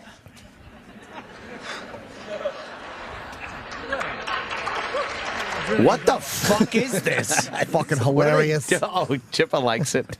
I don't know. So you begin a lot of animation work? No, I'm actually not. I changed an email, so I'm figuring it's it's Right. all gonna come Yeah. piling in when they figure it out and stuff. Yeah. You probably are. No. I am. How much longer? Oh, this is only like the beginning. No way. Oh, yeah, Come on. This is terrible. Maybe it could be a tower change. You never know. I mean, with all this Oh. technology, the phones. Here are the nominees for the best. Was that good? Wow. I don't know what it was. I don't understand it. Yeah. It was supposed to be, I guess. I think animation. For an animation. but- Animation's easy money in Hollywood, so they were using their time on the Terrible. stage to audition maybe for some animation projects. I think Oh. that's what they were doing, but I'm not really sure. Horrible. Terrible. You got me by the short and curlies. Yeah. I tell you, it's all Greek to me. I turn it off. I turn it right off. Yeah. I say, where's the ball game? What the hell do I know? You and your fancy dresses. Regular Joe. Give me a Carhartt jacket. That keeps you warm on the job site. You dress all fancy. What the hell do I know over here? You don't like regular Joe? No. I've worked with Regular Joe too many times. Regular Joes are idiots. He's an ass. Yes. Anthony. Yeah. Halle Berry. Yeah. What do you think? No. Sorry. It doesn't do anything for me. Now the boy haircut too. I know. Yeah. Boy haircuts are in Hollywood. No to Halle love Berry. Doing that. How about this one? Helen Hunt. Helen Hunt. Yuck. Yeah. I wish her first name was Kellen. Kellen Hunt? I know what you mean. Kellen Hunt. How about Nicole Kidman? No. I like part of her name. No. There was something else with the Daytona 500. What happened with our new pal, 50 Cent? Oh, yeah. What happened? What's wrong with Erin tried- Andrews? He tried kissing a white woman. Why wouldn't she have it? Because she's not into fucking having 50 Cent kiss her. What happened, though? What was the big deal? Well, he went in for the kiss on the cheek, and then she moved, and then she moved her head, and then he went in for like a kiss on the lip. She moved again, and then he kind of wrapped his head around for the other cheek, but you've never seen somebody avoid a kiss. It was literally just one of those awkward moments. Yeah. But, And the whole but who time... the fuck is she? Fuck that. She don't want 50 Cent kissing her. Plus, she didn't even want to talk to him. She was trying to find Danica Patrick or some chick. Yeah. Yeah, but it's 50 Cent. She probably doesn't even know who it is. Just some black guy trying to fucking sexually assault her. He loves blondes, 50 Cent. He was with Chelsea Handler. Well, Now he's trying to mac on Erin Andrews. Trying to mac. Let's see Little this. Medickin. Mm-hmm. She's trying to get some Medickin. See if we can talk to her. Of course, 50 Cent here. Well, hold up. Pause. Patrick, good to see you. What are you talking about? She didn't want to talk to him. She grabbed him over. No, keep watching. But she grabbed him over and said, and here we got 50 Cent. Yeah, talking to him doesn't mean fucking tongue kissing. Give up the puss for 50. There you go, Jimmy. You tell him. Let him jerk off looking at you through a keyhole. I didn't forget that story. She's looking for somebody, and then 50 just walks over to her. So her producer was obviously, hey, 50 Cent's there. All right, so talk to 50 Cent for a minute. Well, he makes it difficult because he rapes her cheek. Who's more popular, fucking him or her? I rest my case. Bit over. She's only famous because someone was peeping her nude body. Yeah. But no one wants to talk about that. That's why she got all those big-time gigs, Yeah. Sam. Sam. What the fuck? What the fuck's wrong with you? I'm obviously a 50 Cent fan. I think I've made that clear. But who is she? She's If she wasn't peeped, she would not be at Daytona 500. She wouldn't have been on that Dance with the Stars, I think she did, right? Yeah. That was all because someone looked at her nude body and she was upset by it. That's right. She- The only reason she got the big gigs. She is done being objectified. Ah. So you take a fucking kiss on the cheek for 50 Cent at this No, point. you don't She have got a to. kiss on the cheek is just polite. Yeah. She was forced into it. Exactly. Of course, 50 Cent here. I gotta go talk to Danica Patrick. Good to see you. What are you doing here? I'm enjoying myself. I'm enjoying all the festivities while we rolling. So. We're gonna go see. Slow-mo. They're doing a slow-mo. Oh, no. She's like, whoa. no. Oh, look at her. Pull her head back. No. Oh, God. That's a good slow-mo, though. That's funny. What, who has it? Deadspin? Deadspin. Deadspin has it. We'll put it on our Facebook page, E-Rock. She's racist. All right, it's going up on our Facebook page as well, Opie and Anthony. He was going for her cheek, and then she happened to turn into his face. Yeah. He wasn't going for the lips. He was just going for her cheek like, hello. Yeah. It was one of those, you're walking down the hallway and you don't know which way to move, and the other guy doesn't know which way to move, and it's all awkward for a couple seconds. That's what happened He there. should've That's shot all her. it was. And she wasn't blowing off 50 Cent. She was looking for Danica Patrick, then went, oh, we got 50 Cent, thinking she had time to do something with 50 Cent, but then someone obviously said, wait, we got her. You got to go now. So she's like, goodbye, 50. That's what this is about, obviously.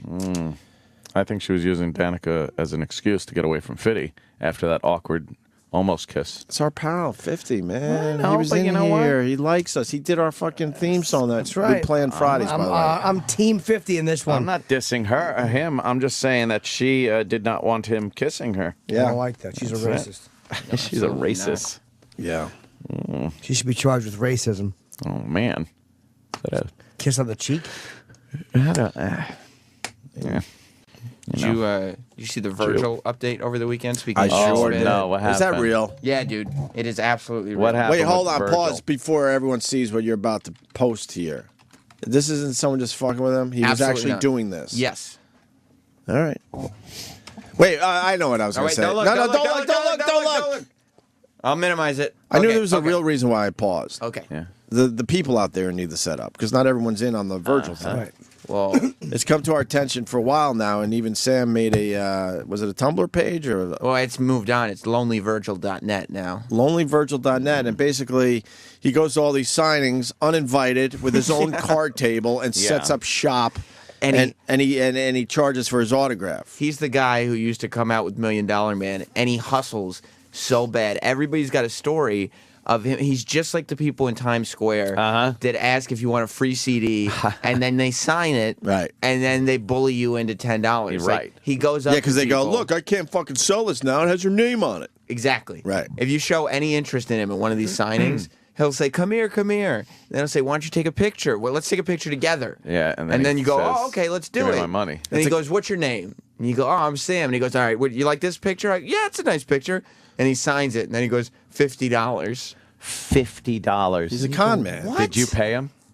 I gave him 40 once. You got bamboozled? But then I created a whole thing based on, Well, and then I true. followed him from convention to convention, humiliating him There's after equity that. in that. Can we see your website before we go on with the update? Well, yeah, but you have to shut your eyes for a second because the top photo is the update. Oh, obviously. you put it up there already. Oh, Okay. of course. I mean, All right. and, You don't know what this is about yet, Ed? No. Oh, my God. Not at all. Okay. And Deadspin has been covering this. Right. But they got their whole Virgil thing from me. You think? I know. They saw my blog. They saw Lonely Virgil, and then they started doing it. Yeah, and people have been Oh, sending man. you Lonely Virgil pictures from all over the place. You Right. got a picture of him here sleeping. Let's go through the pictures Okay. real fast. So this Real is in fast. Chicago. Yes. Where he's just at a convention. He's asleep because nobody's come over. And in the to him. background, you can tell it's a very busy convention, but not so much in front of Not his for table. Virgil. And there's, I guess, the $1 Million belt. Right. Is that the actual $1 Million belt, or did he have one made? It's a replica. If you remember the best $1 Million belt story. Oh, of course. I know exactly which one Wait, you're going to tell. let him tell it Well, himself. E-Rock actually got lucky. E-Rock?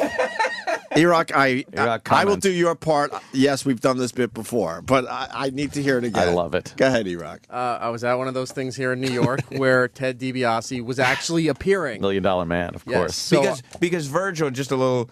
Virgil always walks around with a sign that says $1 Million Man Ted DiBiase and Virgil. And Virgil. But Ted DiBiase is rarely there with him. Right. This one that Eric went to, this was something that was billed as Ted DiBiase, no mention of Virgil. You think Ted DiBiase's had enough of Virgil fucking... Man. Virgil just shows Leech. up. I know Tip. promoters. He shows Pilot up. fish.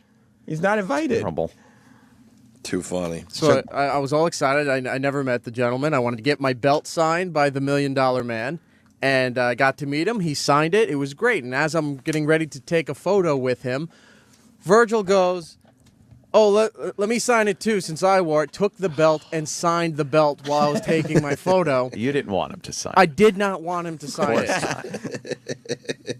Oh, God. It's forever ruined. And then, let me see. Well, is it really ruined, though? Yes. Okay, good. And then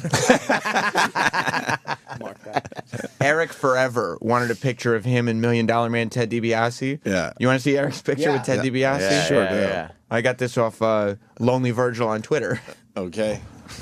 Oh, my God. Why is he there? And you can see how pissed off Eric is. And you can't. And you're leaning toward Ted. Toward Ted. Yeah, Yeah. because 'Cause Eric's- because I know what you're thinking here. You know, if I lean a little to the right, I think I can Photoshop Yeah, you're Virgil out of definitely this. leaning. But if you look at it, you can't crop Virgil out No. properly because there's a big black hand on the $1 Million title Yes. belt, and it's Virgil's. He's holding the belt that E-Rock's holding. He's holding it tight too, and Eric's trying to pull it away from him. So Virgil insists on signing the belt. He jumps into this photo. Did he charge you? He tried to, and I said I didn't ask for a photo with you. Ah. Why wouldn't you just E-Rock give him strikes back. Give him some cash. Well, I already paid in advance for Ted's photo and signature package, so I paid for it already. Signature package? Well, you pay for it first, and then they do anything. I just don't know this world. Do you want a picture with Ted alone? Yeah. Yeah. I wanted the photo. I paid for the photo and something signed by Ted DiBiase. Could you get another belt like that? I could. They're expensive. They cost like $500. Oh those my belts. God. He ruined a $500 fucking item? That he did. And he signed That's great. the belt that's like a fake gold, so you could think maybe you could buff it out or on the back, it's felt. So, and that's where what he signed. Oh, what a fucking But he was part of the whole thing. intrusive Nobody asshole. wants that. He wasn't part. I mean, it was a gimmick that didn't work. He wasn't part of anything. Yeah, because as soon as he was away from Ted and they gave him the belt, they fired him because nobody gave a shit. Superstar Virgil. They never made him into something else, Virgil? No. He was your favorite thing, Opie. What? He was a jobber. Jobber. Officially, he was a jobber. He was absolutely a jobber. Like the Brooklyn Brawler? Exactly like the Brooklyn Brawler. Wow. Yeah. I always thought Virgil was bigger than that. No. He's trying. How come trying. Ted doesn't show up to these things? Because he's got to get paid to show up to these things. Is he popular? Yeah, he's like very. a Hall of Fame legend, you know? He's very popular when he shows up. You pay for his travel and lodging and stuff. But Ted, people want if Ted DiBiase shows up, there's a line for him. Yeah. Oh, yeah. But what about Virgil? Do you have to pay for his lodging and his travel? He's not even invited.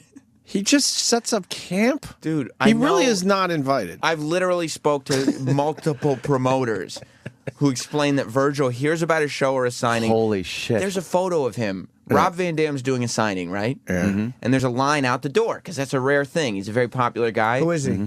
He's just a wrestler. He wrestles for all the companies. So Virgil sets up a table outside the sports memorabilia store that Rob Van Dam is inside, and he tries to hustle people that are online waiting for Rob Van Dam. Oh, What my a God, prick. that's embarrassing. Yeah. All right, so here's him in Chicago. Yep. Scroll up. This was my original photo. Yeah. That was at a Sinomania wrestling show. How come there's no one there to meet him? Nobody wanted to. No It was a one. wrestling show. There were only wrestling fans there. And they still didn't go to just to kill time and go in front of him for a little bit? There's not even any muddy footprints near him. There is nobody. my That God. floor is That's a clean. white floor. Pristine. Yes. All right, so we scroll up a little. This is in Orlando. Virgil, wrestling superstar. He's got a big No banner one's that he- there. He sets up the big banner? Yeah. Yeah. Wow. This was the Motor City Comic Con in Detroit. These lonely Again. pictures. No one there. Look how shiny the floor is. So Yep. shiny. Not a scuff mark to be had between Lonely Virgil. the camera and Virgil. Lonely Do you Virgil. think he knows about this site? I don't know. It's been weird. Weird people have picked up. You know Mark Lamont Hill, that Fox News commentator, the black guy who's always on? Yes. He randomly tweeted that he saw the blog one day. I don't know. Weird people have been seeing the Oh, I blog. like. He used to be on Red Eye a lot, right? Yeah. He works at Columbia or something. It's a good concept, man. This is Calgary, Hilarious. Alberta, Canada. All right, he's got to have people in front of him. Yeah. Look how long the fucking walkway is to his lonely table. And there's no one. No one. But maybe he gets there really early. No, Maybe you're bamboozling everybody. I can't tell you how many Virgil sightings I've seen myself. All right, This keep is going. not a bluff. Okay, this is Detroit. There's a line, but that's for the table next to him. Oh, the Oh, table no. next to him. Really? How embarrassing is that when there's a line for the table next to you? And nobody for you. And as you can see here in this photo, Virgil's enjoying some popcorn. All right. Is there a line when Snooker shows up? Yes. Okay, brother. Yeah, there's a line when Snooker shows up. He gets a line. Yeah. Who has the longest line? Like Bob Backlund, of course, probably has the longest. But who would have No, this? Bob Backlund doesn't have the longest line. Who has the second? Who has a really long line? The Warrior. Ultimate Warrior. Hulk Hogan. Warrior. And those guys charge $100, $150 for a photo Yeah. and an autograph. Really? Yeah. Crazy. Here's New York City Comic Con. Okay, There's a lot of hustle and bustle, right? but they've cleared away for Virgil. They're just walking back and forth in front of him. This poor guy. Fuck him. Really? Ruined fucking E-Rock's I'm belt. so happy he ruined his belt. Yes. This is WonderCon in Anaheim. Must the way E-Rock's gun is done. I didn't mean that. I boy. apologize. Wow. I'm sorry, Eric. WonderCon in Anaheim. Oh my God. There's no one near him. I took that photo. That was not a bluff. Okay. And then Oh, this is Niagara Falls. I thought this would be the All new right, one. that should be good. Niagara Falls. Not much going up on in Niagara Falls. Again. Oh, Jesus. It's all just Virgil in different shirts. Hoping. Yeah. With pristine floors in front of him. No one. And we got a Virgil story on the line, by the way. Okay, here is the update. All right, wait. All Let's right. go to the Virgil story first. Damn it. Because we got to end with Sam's update. Let's say hi to Nick in Boston. Nick, Oh, what's going on? Welcome aboard. what's up, buddy? So I went to World of Wheels back in 2008. Virgil standing there in the middle of the Coliseum going around. Me and my girl walk by. He goes, "Yo, honey, you want a picture with a superstar?" Grabs her tit, and ruins the picture. Grabs her tit. Oh, yeah, it's in the picture. Send the picture to me. Yeah. On Twitter, @NotSam. Yeah, Sam can put it on his blog. Need that. Yeah, dude, All right, yeah, I'll find it. I'll send it. All I've right, told good. this story before, but at the Thank you, Anaheim Nick. thing in WonderCon, I watched him humiliate a guy in front of his girlfriend and get Really? $80 out of him. Because he's doing his whole hustle, and they're in front of his table, and he's just an old wrestling fan. So he goes, "Oh, these are cool pictures," because Virgil sells pictures of him with other wrestlers in it. So people want to look at the photos, and once you're looking at them, you're finished. Oh, no. So he starts looking at the photos, and he goes, "What's your name? You like this one?" And the guy goes, "Yeah, I'm Mike." And he signs the photo. He does his Oh, deal. man. Then he asks his girlfriend, "What about you, honey? What's your name?" And she signs one for the girlfriend. He goes, "Honey," he goes, "How about I get a picture with your girlfriend here? Why don't you take a picture with me and your girlfriend?" Oh, my God. He goes, "Okay." He takes a photo. Virgil goes, "You too, buddy. You get in here too." Oh, He goes, what a cock. "Okay."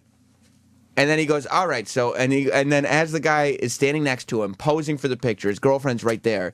Virgil just whispers to him, "All right, so since you both did it, I'll cut you a deal. It's $80." And $80, but the guy has to give it to him because his girlfriend's right there, and he doesn't want to look like a schmuck. I'd look like a schmuck. You walk away. You look like a schmuck giving the $80. But he was nervous. Yeah, I understand that. So Yeah. he didn't want to try to haggle him, and his girlfriend be like, There ain't no haggle, just going, fuck you. Yeah, that's where you don't Walking look away. like The an fact asshole. that he got his girlfriend to go to this thing was a victory for this Yeah, guy. that's true. She's probably like, "All right, I'll go." I stood there the whole time watching this go down. He Yeah. handed Virgil $80 in cash. You need videos on this blog. It's the possibilities are limitless. All right. Yes. Let's. So here's your update. All right, Farley. where's I the apologize, updated but photo? We He was haven't talked actually- about Virgil in a while. He was in town this weekend signing. Whoa. Yep. I unfortunately did not get to see him. I did look. Oh. I promise you. I did not get to see him, but somebody else did. Uh-huh. And they snapped this photo of Virgil What? at the Grand Central Station subway. Yeah. It's not even, Virgil- he's not at signings anymore. Virgil is in a subway station. Oh, my God. With a sign that says Virgil WWE Superstar and a bag of glossy 8x10s. Oh, my God. Is this his bit? He maybe he knows that the internet's going to talk about this. Right. But either way, if this is his bit, so be it. But he was he's in the subway, Dude. selling photos in the subway. How many people would you even... The Grand Central Next- Station subway. Next to the guy who drums with no arms. Right. Yeah, yeah. And the guy who sells deodorant and says it's for homeless people. It's Virgil selling 8x10s. Look at the little sign that says Virgil WWE Superstar. And what's there? Like a. He's got those are his 8x10s that he sells. One has him with Andre and Ted DiBiase, and the other one has another bunch of guys. Oh my God. He's just in the subway like any panhandler. That's all it is. Holy shit. Maybe he's smart though. Maybe he knows this will go viral. No, he's got a problem. This is sort of going viral. Should this I whole hate? thing. I find myself hating him, and I don't want to. Yeah? Yeah. He does. I mean, he absolutely is heartless when he hustles. He's just Yeah, trying yeah, to. yeah. He's trying to hustle people out of money. But life's gotten that bad for him? He's been doing this for years and years and years. How is he when you interview him? He won't do interviews. He charges. I've got up to charges him for at so many everything. conventions, saying whenever you want, because I badly want to talk to him at a convention. Sure. And whenever you want, I go to his table multiple times. It's like, and he comes up with these numbers: $50, $100, whatever it is. And he goes, "Can't do it right now. I'm making money." He said that to me once. Making money. You say, where? Where are the people? That's why I stood there and watched him and click taking another picture. Good. LonelyVirgil.net, son. Man. Making What if you money walk right up now. to the table and go, "Can I take a picture of you?" He'll charge you. Would he get mad? What if you Yes. just take it with your camera and walk away? You got to be stealth. because you also need as much floor as you can. That's true. gotta You want a lot of floor in there. E-Rock, comment. I got to see him at New York Comic Con, right? And there was nobody around him for a while. I was sending Sam photos of this, right? And then I started texting Sam about what he started to do when, like, adults were at other tables and their kids would wander, like, to the next table or 2 tables over where Virgil was. He'd sneak him behind the curtain and put his fingers in there, Heine. No, Uncle Paul. They would I thought this was a good story. They'd look at the belt and the photos that he had out there. He'd start talking to the kids and asking what their names were, start signing stuff Oh, my already. God. And then tell the parents. So when the parent realizes the kid's over there and they would come over, he said, well, they came over and you got to pay me now because I signed the thing to your kid. I laugh at him. This is a picture of him in the yellow sweatsuit. Yeah. That's outside somebody else's signing. Yeah. Oh, my God. And he just shows up in his yellow sweatsuit and yells at the people waiting in the line for somebody else. It's like a hyena. And tries to get them to buy stuff from him. Yeah, he's a vulture. That's why he's Lonely Virgil. Lonely Virgil. That net. Ted DiBiase must just be like, oh, my God. Give me the I'm fuck away from embarrassed. this guy. Fucking embarrassed that I'm even attached to this Do you guy. think Ted's got to be polite when Virgil shows up? Hey, we doing a signing today? He's like, right. Now I completely believe that picture. That one where he's just on a road. That's not in a photoshopped. parking lot. That's really a real. Why isn't that on your blog? It is. Look at the tag on it. Yeah. Oh, it is. Okay. Yeah. When I first saw that picture, I was like, because he's in the middle of a road in a parking lot, and it says Ted DiBiase and Virgil, WWE superstar. It's spelled Ted DiBiase. It's spelled wrong. Yeah. It's That really is wrong. spelled wrong. Yeah, it's D-B-I before A. Oh God. Oh my God. And after seeing after seeing him in the subway now, I totally believe he would do that. Yeah. But he won't do interviews. What a dumb motherfucker to not do interviews. What an idiot. Charges. No one's going to pay to talk to you. No, he's about an idiot. He has no business sense. We shot like a goofy video of Chip at Comic-Con sitting at one of the tables before people arrived. Uh-huh. It looked exactly like this photo of Virgil at Comic-Con while people are there. That was Photoshop, though. I had fucking people. It was a video. Oh, is that it? Photoshop. You can't All Photoshop right. a video. Well, all right, there you go. There's your update, though. I love it. He was in the subway. Good for him. Setting up a signing.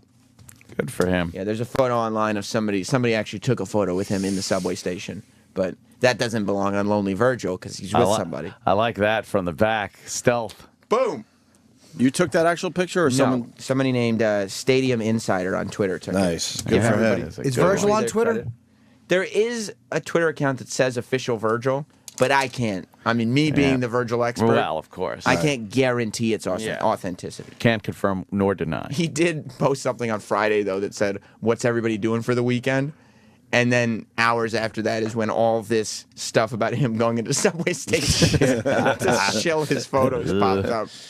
All right, very good. There's your Virgil update. We got something about Larry King after the break, huh? Oh, my. You got to hear this question. Ooh, that's a great tease right If there. you want, I have Chris I'm Jericho there. talking about Virgil if you want to play that going to break. Really? You had it. Yeah. Well, I'm not mad. Oh, you're making a face like you ruined my tease. No, I guess what I would say is why wouldn't we play it during the whole Virgil segment? Yeah. Because you just ended it and went right to the Larry King thing to end the show. So I mean, to go to break. So Did Chris Jericho talk about Virgil on our show? yes, we asked him. See, all right, I don't Was it remember him this. or Edge? No, it was Chris Jericho. How long ago was this? March of last year. How long is the clip I meant? 110. 110. All right, yeah, let's play it. We might not go to break. We might have to comment about this. Here. Do you have any Virgil stories?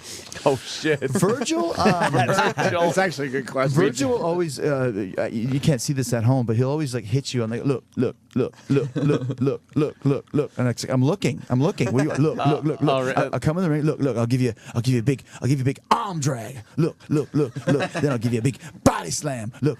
And it's like I'm looking at you, and there's no such thing as a big arm drag. It's like the most basic of maneuvers. But Virgil actually, what he does is if there's like autograph signing conventions. Yeah, no, that's why we're asking me now. Yeah, he we're would all just, about like, you get invited to do a convention. You show up. He just brings his own table, like a picnic table, sets it up in the corner, and just starts signing autographs. That's just what But he the does. problem is he's not signing autographs because we got a whole montage of pictures of him sitting by The himself. best thing is, and I laugh with DiBiase's son all the time. He has this sign that says "The $1 Million Man, Ted DiBiase, and Virgil." Yeah. but DiBiase's not there. No, and had no intention of being there. We laugh at this constantly.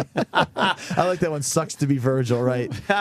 There's Virgil. Look. I'm signing autographs. Look. There's I'm no looking. one ever I'm in fucking front of him. looking right at you. Stop hitting me. That is exactly how he talks. Oh God, what a piece of shit. He is. He's really about is. a piece of He's shit. about a piece of shit. So you're saying we got to hear this Larry King thing?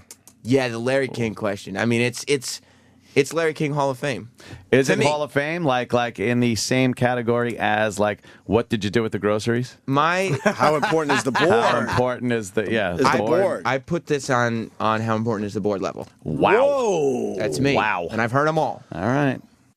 The Opie and Anthony Channel Who taught you how to do this stuff? You, all right? I learned it by watching you. on Sirius XM. Coming up this week on At the Movies with Norton and Voss. The guys review the latest Liam Neeson thriller, Taken 2. It was awful. It was great. It stunk. It was fucking great A how he terrible just beat story. everybody up. I loved it. Yeah, it was predictable garbage. Don't be scared of him. You loved it. It was terrible. It was a terrible movie. I love Liam Neeson. I think he's amazing. Her big dad, stepdad have pony. And then at the end, he brings the fucking big singer. I saved her life.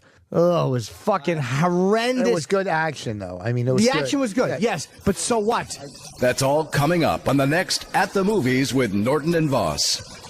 On the next American War Stories. Battleground, Iraq.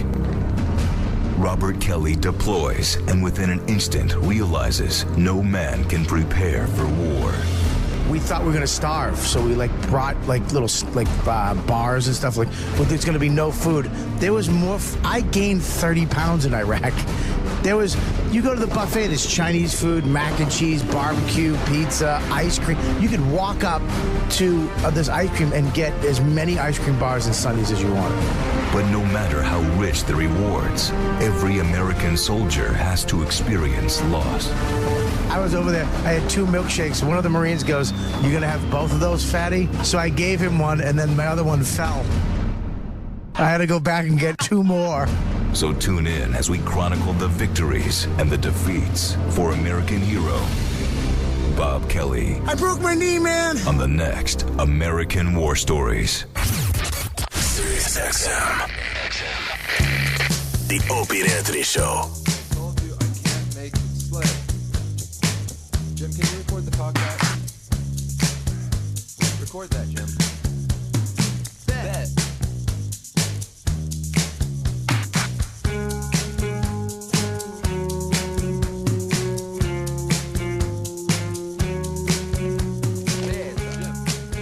I saw the Will Ferrell lookalike guy yesterday at the Museum of Natural History in New York.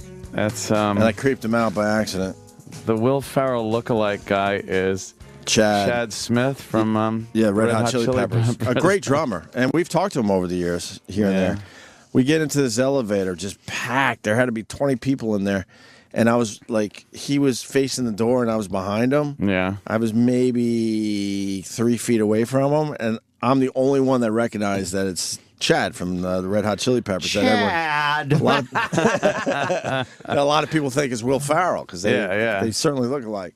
And my brother was face to face with him near the elevator door. So my brother was probably 2 feet in front of his face, staring right at him, but doesn't know who he is. So I decided to I couldn't help myself. So, the elevator's all quiet, and I just go, big fan. And then he thought that's kind of creepy. But what made it even creepier, he didn't know where it came from and thought my brother, who was right in front of him, was saying it. Yeah. And just started staring at him awkwardly, like, what the fuck? And then he couldn't get out of the elevator quick enough. I was telling Aunt during the break, though, I go to the museum a lot. When you have people coming into New York, you got things to do. It's in the area. It's I something got the to do. kids, you know. Right. And, Do they like it, the kids? Oh God, I like it. Yeah. I see Pretty those. cool. I see those dinosaurs every fucking time, and it's awe inspiring every time. I'm It is never pretty I'm never fucking bored cool. of it. Yeah. I still love that shit. As a kid. You should go. I probably should. I would like that. I think the last time I went was fucking like 10 years ago or something. Yeah. I reckon. Those dinosaurs are a lot older now. You're 60,582,010 today. Happy birthday. Yeah, you can't wrap your head around it. That you're looking at stuff that's millions of years old. Wasn't the Jurassic era alone? How long did dinosaurs run around and fuck everything up for? Over 2 million at this point. Long. 2 million? No. For the like the T-Rexes and stuff. I think. What was 60 million years? Yeah, they were like around for a long fucking Wasn't the Jurassic They had a era good run. Yeah. But they started going away about 2 million years ago, right? Oh, Am I wrong? I don't know. Longer. Who knows Can we their look that up? history? I know. I'm so embarrassed. I think the over it. dinosaurs started going away about 2 million years ago. 65 million years Was that how long the was how long they were on Earth. all dinosaurs or Jurassic? That's a long fucking time. I guess all dinosaurs. So 65. why didn't the environment change for that long? Yeah. Meteor? Meteorite? That's what they Asteroid? say. Which one? Which one is the That one that hits the asteroid. Earth? Asteroid, then it's a meteor, then it's a Hemorrhoid. meteorite. 65 million. I think dinosaurs were. I think they died out a lot longer ago than 2 million years, right? Yeah. Yeah. So what's the?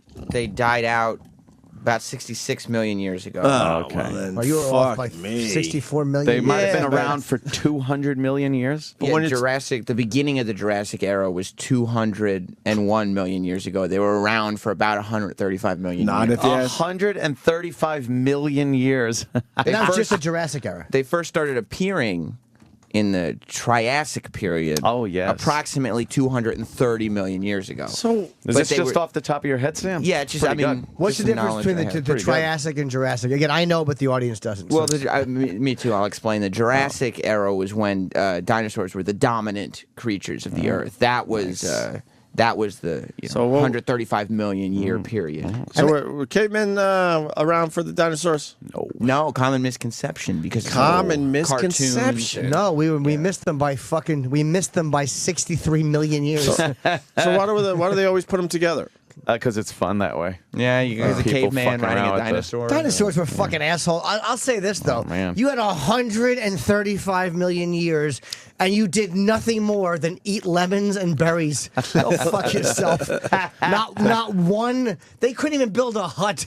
That is odd. There was no fucking like Zero development. Yeah, they Do you didn't. think anything got develop or better? advance. In that 100, and- what is No. it, 35 million years? You don't think anything got a little better? Yeah, but Where it they would figured take- some shit out? Looks silly to have them like driving a car. Why? Yeah, but how Dinosaur about driving a one car. thing that keeps the rain off you in 135 million years? That is a long time for no fucking evolution whatsoever. what like any douchebags. kind of Doesn't that make you think a little bit? Like, what the fuck? wow. How is Earth able to have one thing like that for 135 million years, and then all of a sudden it just it speeds up after that? And we've only been around for a few thousand. thousand years, really, in our form now. Right. 200,000, right? Yeah. By the way, I gotta talk to the other people out there. Dinosaurs died off 2,000 years ago? What is it? Oh, right. 5,000 years ago. There were 5,000? dinosaurs and Last yeah. dinosaur died off in 1931, I think. Yeah, was hit by a Yeah. bus. Right? That's about right. Yeah. Yeah, if you're God-fearing person. Yeah, sure, because the Bible just can't explain that type of timeline. Right. So they change it. They go, no, Christ was there riding around. He used to raise them. He was. Pterodactyls. Like Did he the really? Velociraptor. Stupid. Yeah. And then someone's calling bullshit on the meteorite killing dinosaurs. Well, what happened? What changed that the dinosaurs went away? They say the meteor. Fucking asteroid. Who's calling bullshit? Let's hear what they say. Sure. Let's go to James. I believe the meteor, by the way. James in Tennessee. Hi, James. Hey, I'm going to call bullshit on the meteorite killing dinosaurs because we just recently had a meteorite hit Russia. Didn't do shit. Small one. Oh, Nobody my died. God. No fallout. Come on. Are you serious? Come on now. Yeah. That was a small. You are really giving Tennessee a bad name. It was a little tiny fucking thing that came through the atmosphere. He watches the news reports on Russia and goes, well, that about proves it. Then, Yeah, doesn't yeah. it?" That showed it. They're talking about the entire Gulf of Mexico was made from a meteor hitting. Oh, really? Yeah. Like that whole thing is a crater. All right. Well, the dinosaurs that populated the entire world. Why was it that affected the other side of the world? It did affect the other side of the world. Because it kicks up so much debris and dust that it blots out the sun, and the temperature changes. And all the vegetation dies. Yeah. And these things. The dinosaurs are cold-blooded anyway. They don't need to, But they do need sun. They do need to eat, and they do need some sun, and the temperature difference would get you. It's like talking to a child. Yeah. Don't tell me. Well, all right. Yeah. Thank you, sir. Great. Okay. The great state of Tennessee, made to look like a bunch of dolts from that one man. That's weird, though. Someone just wrote on Twitter that they ruled for what did we say, 200 million? Yeah. They were around for 200 million. They ruled for about 135 I think million. they still fucking ruled. I think they ruled for that other 65 million. They had that too. Yeah. They had a 65 million year transitional period where things might have got a little shady here and there, but they still ruled, I do believe. Is that the difference between them and us? Like this, they died 65 million years ago, so it took that long for the atmosphere to clear and for us to plop up out of the goop, out of basically Earth cum. We stood up out of Earth cum and just shook it off. No, we were put here by aliens. You think? Yeah, they seeded this fucking planet. I find that easier to believe than the fact that there was a god who looked like me, or like fucking Edgar Winter last night winning his fucking his sound award. I find that much easier to believe. I'm starting to feel we came here from somewhere else. We seeded this planet for whatever reason. Well, it just doesn't make sense, the whole thing. If you think about cosmic goop, then we kind of did come from somewhere else. Well, it's all Earth. cosmic goop, and then but the cosmic goop over here is a little more advanced. So those people said, let's take our cosmic goop. It's a little more advanced. We don't want to wait how long it's going to take to fucking seed planet Earth. So we'll take our goop and put it there. Oh, it's like Prometheus. Yeah, man, I like that shit. Scary. It's a giant terrarium. They're just fucking seeing what happens under different conditions. Like, let's see what happens when we put life here. And our time scale is much different than theirs, of course. It's So just they're weird. billions of years. Something just went off kilter. It's so fucking strange. I always go back to the point, like, we're not like anything else on this earth. The rest of the shit on this earth kind of is similar and work together. And then we are ridiculously more advanced than anything. And we always go back to what is the second most intelligent thing here. And you have to go with a dolphin or something who hasn't even figured out how to Hasn't figured out anything. a cell phone or Dummies. anything yet. Yeah, how about making a boat, you cunt? Right, do something if you're the second most intelligent. Well, how about a tuna net warning system for you and your fucking... That's the thing that always has creeped me out. Like there's a ridiculous drop off between us and the second most intelligent thing. That's why it's embarrassing to get eaten by a lion. So explain It's like, that. Ah, fuck, man. I'm so much smarter than this thing, and it's ripping me to pieces. But it's disappointing. But how do they explain that? Through just GWAD? Yeah, I don't know. GWAD. The word GWAD? GWAD. I don't think it's as simple as that. Yeah. Something is fucked up out there.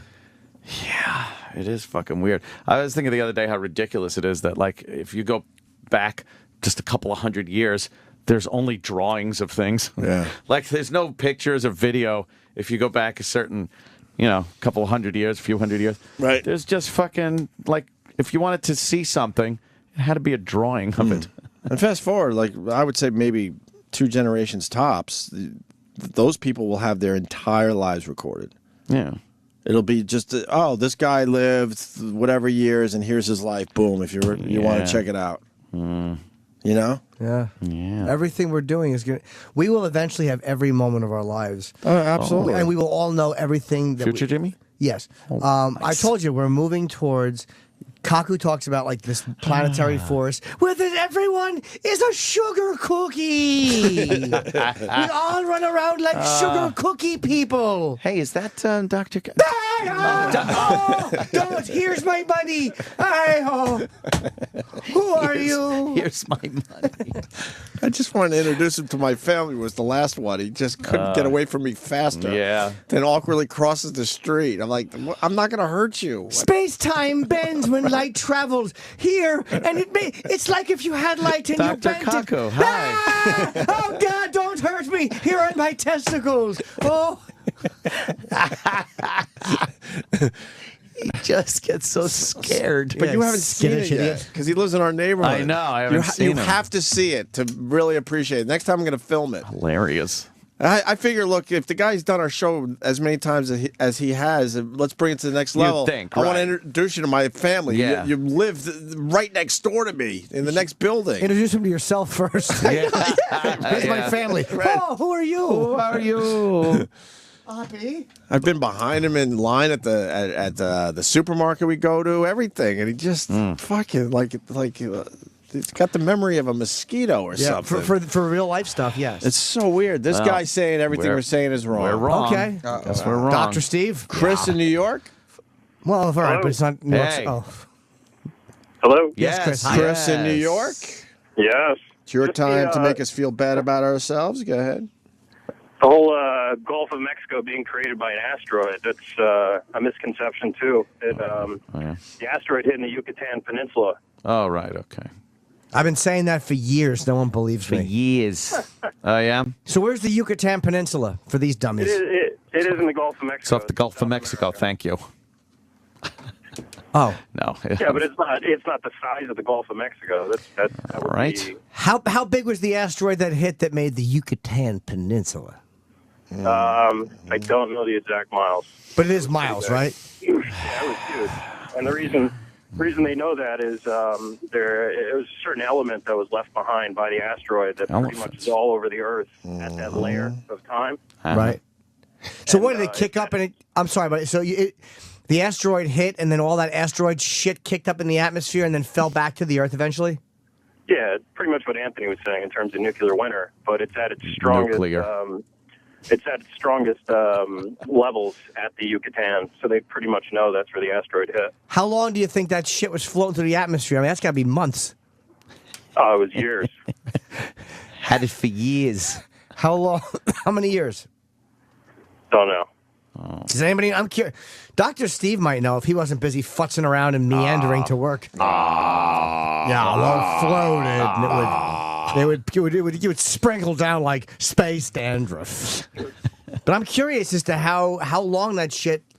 I'm gonna guess 50,000 years. Oh man, probably longer. Probably, yeah. Maybe longer. 2 million. All right. What the fuck do I know? I'm just a queer. Crazy. Chris, thank you. Didn't it rain for 1 million years or something? What? It can't rain for a million years. No, it did. That's how the water came. I saw a special on the Earth. And I just got to laugh at that. I'm sorry. I laughed at your knowledge. It might have even been. It just sounds ridiculous that it rained for 1 million years. What caused the rain? That would be a pain in the ass. Oh my God! Umbrella sales went through the roof, Craig. Wear your rubbers. It was. raining. That's how the ocean. Would you like it if it rained for 1 million years? Oh, it'd feel like Seattle or something. Take us out. Oh, Jesus. You know, after after 2 weeks, you'd be really annoyed, and you still have pretty much still 1 million years. A million years. Yeah, a couple of weeks. 99,000. Right. Yeah, a couple of weeks as far as 1 million years ago. It's still pretty much have the million, and you're fed up. Yeah. Let's go to this Bible guy. We got to get the Bible people involved here. Josh in Queens. Josh. Hey, boys, how you doing? Hi, Josh. Hi. Hey, I'm not going to be one of those modern guys who says that it's got to be 7 days with the Bible, but for a dumb little Hebrew slave prince writing that book, Moses, he got the order accurate at least. How's that? That's something to say. What do you mean? All of a sudden it's dark, and now all of a sudden it's light. The earth shows up. Then there's plants. Then there's fish and birds. Then there's animals, beasts, and then man shows up. So, Yeah, he kind of explained evolution. Yeah. Good for him. Yeah. Right. well, Yeah. for a guy who's living 10,000 years ago and has no clue, that's pretty accurate. It's pretty good. I think most people could have figured that out. Yeah. Well, not I don't think they were that dumb. Not people were stomping mud to turn into bricks. That's pretty advanced. Yeah, so he You're was. the plumber. Try to make bricks without straw. A pipe bursts in your house, and you have Jerry the plumber come over, and he's going to explain quantum physics and mechanics to you. We also know how wide the asteroid was. It was 6.7 inches wide. That's pretty big. Oh, see, that's not that wide. Pretty big. Anything else, Josh? No, I had something about chocolate rain for 100 million years, but it's ill time now. So All right. Why? That would have killed. Yeah, I think it would have done. I should open with that dinosaur sucking each other's wieners under a palm tree. All right. All right. Bye, sweeter. Let's say hi to the one, the only, Dr. Steve. Hey, Dr. Steve, did you watch the Oscars? It's all about Oscar talk today. Oh, I watched Walking Dead. Oh. And then watched the 5-minute recap on the Today Show, and that seemed like plenty. Yeah, you really don't need to see all the details. Well, the Twitter haters went after me because I was watching the Oscars instead of the Islanders. Oh, really? There you go. Cares about To each his own, that's what I Huh? always say. cares about the Islanders at this point. I'm trying to get into it a little bit, but You it's should a little abandon tough. hockey because they were pricks. Yeah, I'm not all in. I'm not back in. Yeah. Yet. But then again, I have a shitty team. If I had a good team, maybe I'd be maybe. back in. Not that they're shitty. They're doing it. Oh, whatever. Who gives a fuck? They are under 500, though. Yeah, Dr. Steve, what do you got in this whole dinosaur thing, God, Yeah, and the, it raining for 1 million years straight? If you're looking for the crater in the Yucatan Peninsula, just Google Chicxulub. It's C-H-I-C. Chicks with What's lube? that? C-H-I-C-X-U-L-U-B, I think. Hold on. And that crater is felt to be the crater of the asteroid that hit the Earth that just, took out the dinosaurs. Now, He spelled it wrong, but I the, found it. the element that guy was talking about that was spread across the whole Earth is called iridium. And it sure did. It got rid of him. I like it. If you go anywhere on Earth and go down to that level at 65 million years ago, you will find a layer of iridium there. It completely blankets the Earth. Now, let me ask you, how far down would you have to go, and how thick is the layer? Well, it depends. So out in Arizona, the layer is up close because of erosion and stuff, because there's dinosaur bones right at the top. Oh. If you go to China or something where they haven't had as much, you may have to go down lower. But geologists are able to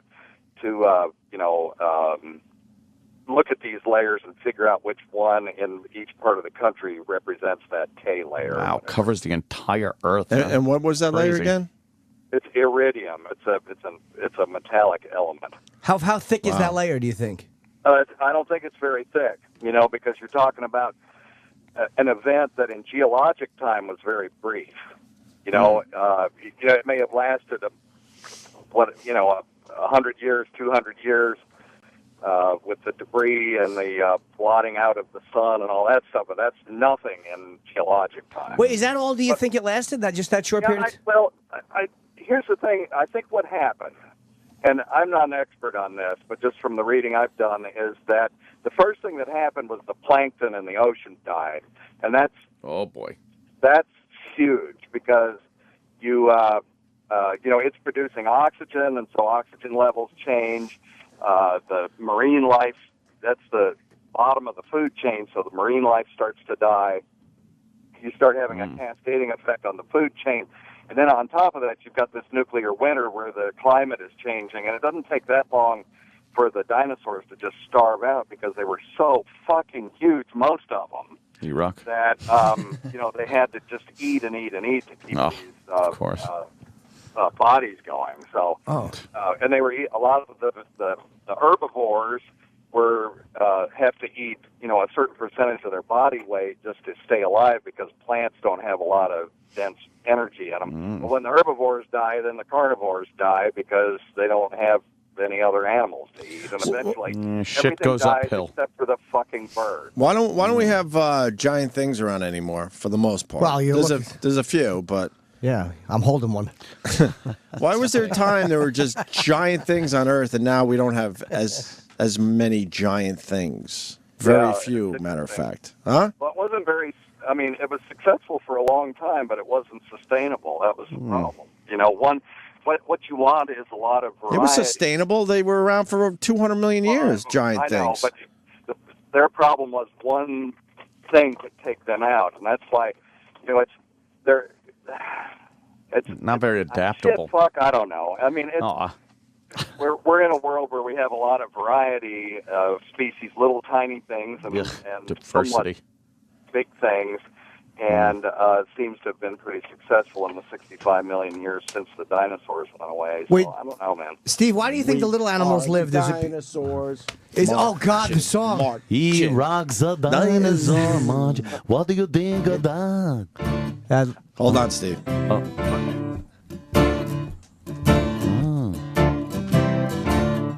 He rocks the size of a dinosaur. Dinosaur. I don't like this one. God damn it. You weren't listening again. T-Rock, fucking T-Rex arms. No, we want the he rocks a dinosaur, Margie. You herbivore. You really He weren't rocks a listening. dinosaur. What do you think of dinosaurs? I was humming this as I'm walking through it's the great. museum yesterday. Jesus, E-Rock. This is the part where you guys call E-Rock stupid for playing the wrong E-Rock is fat song. Well, he did. But And then it's he's like- accurate. and he's trying to defend himself saying I was listening. No. You weren't listening. Because we were doing the accent and everything. Dinosaur. Yeah, you're futzing around. Do you have the other one? I'm looking for it. That's the one I have. He was looking at his $1 million belt. What were you doing? What were you doing in there? Bikini pics? Virgil? Comment? No comment. I was listening to you. No comment. All right, anyway, back to Dr. Steve. Steve? Now, I kind of misspoke, too. The largest animal that's ever lived on the Earth is the blue whale, and it's alive today. So Yeah, No, it's I- running our board. Oh, Jesus. But was it around back then? no, because they're blue whales are mammals, and so they do all. You ever see It needed the money. You ever see the video of the blue whale? Yeah. Holy fuck! I made one. And they got one. They got one in the museum, replica. Yeah. To show you how fucking big these things are, ridiculous. Hanging up I saw a beached whale, a beached blue whale one time. I just walked up and slapped it and said, "Who's Mr. Big Shot now?" Huh? And I drank Evian in front of it. That's so cruel, Jimmy. So mean. There's the blue whale in the museum right there. Yeah. Look how big that thing Where's is. the song? Holy That's when they fuck, were man. installing it. Yeah, I guess that. What year did they install the blue whale in the museum? That looks like 19... That the blue whale in the museum in natural history was Yeah. 1958. No, No, I'm not that was believing the that worst at all. acting That ever. was bad. All right, well, look it up and you'll see I'm right. And then we'll see who's acting. Travis running down the hall. Cool. Oh. Travis Hopefully running it's down the because hall. he has bad news medically. What do you got, Travis? Huh? Oh, of course. Oh, nice. Oh, he just showed you up, All E-Rock. right. Thanks, Travis. He just showed you up. Nice. Enjoy yours. E-Rock is a dinosaur marching, marching. E-Rock is a dinosaur. How did he get so fat? E-Rock is a dinosaur marching, marching. Wake up, little piggy boy, and fucking take us out. That's the one, E-Rock. I know. How did he get so bad? Why does he talk like that? I don't know. Yeah, That's my favorite, I think. After That is a good one. when it was all said and done. Dinosaur. Blue whale installed? Yes. 1969. No way. 1969. That's Didn't it, look huh? like 69. 1969. Maybe that was when they All they right. started the process before, but 1969 is when it was installed. Wow. And it was based on a blue whale that was found beached in South America in 1925. Jimmy was fucking smacking. That's right. What year did we stop living in black and white? That's pretty fucking 69, good 70, question, right? No. We've only had color for what, since 1970? No, because they did this moon landing footage in color. Wizard of Oz, I guess. 60. Oh, God, yeah. No, that was a fluke, though. They just found it. Yeah, it They was were like Nas, they I were guess, experimenting yeah. with shit. Yeah. Yeah. There was a fluke. I would say the 60s. No, but you're right. The fucking wait, the Wizard of Oz, is that colorized or was it always color? No, it was color. No, yeah, it was always color. But that you think they were like, oh, how do we do this? I don't remember how. Well, I don't remember how we did it. Well, if it was so terrific, why did they keep it to themselves? Why weren't other films made in color? Gone with the Wind. Those fucks. That's Fuck right. those I remember people. having a color TV when I was 5, so that would be around 1960, 61. Rich kid. Fucking A. Yeah. Yeah, you're a rich one. Braggart. Huh? Color TV. We didn't get a color TV until 1967. You never had a colored Well, neighbor. It was stupid because there was only one fucking show that was in color, and it was Disney, as I recall. Oh, the As I wonderful recall. world of Disney. As I recall. What about What about Mutual of Omaha's Wild Kingdom? That might have been in color at some point. Then they did the switch the whole NBC Peacock just came out just to celebrate that they were broadcasting in color. The following broadcast is brought to you in living color on NBC. Yeah. Steve, you got anything else on the dinosaur thing? Such a big fucking whale. Hey, they were maybe developing an intelligent dinosaur before they got killed, though. The paleontologists, it's just a sort of a crackpot paleontology theory, but the velociraptors were getting bigger brains before they got wiped out. And if they had been allowed to go on, maybe there would have been finally a hut-building dinosaur. We saw Jurassic Park. All three of them. I think we know that the Velociraptor was very smart. Who gives a turkey? Where Spielberg got that from. Oh, based in fact? Yeah, based in relatively educated conjecture. Well, that place would have been great if fucking stupid Newman hadn't screwed the whole thing up. And what? How annoying. And what was the deal where they figured out that they actually walked on the 2 feet instead of the 4, or the 4 feet instead of the 2? Didn't they have to adjust that recently? Oh, the T-Rex, they had to... That was they had recently. him standing up like Godzilla. Right. And then they had to make it where his tail balanced out the rest of his body, and, They made it a little adjustment, but that was only recently, right? Within the last few years? Yeah. Yeah. I think Jurassic Park actually pushed that through. It was after Jurassic Park, and people were like, "Why is it running like that? Like a big dog?" How did it become the bird? I know skeletally the T-Rex is now a bird. How did that happen? That is a theory.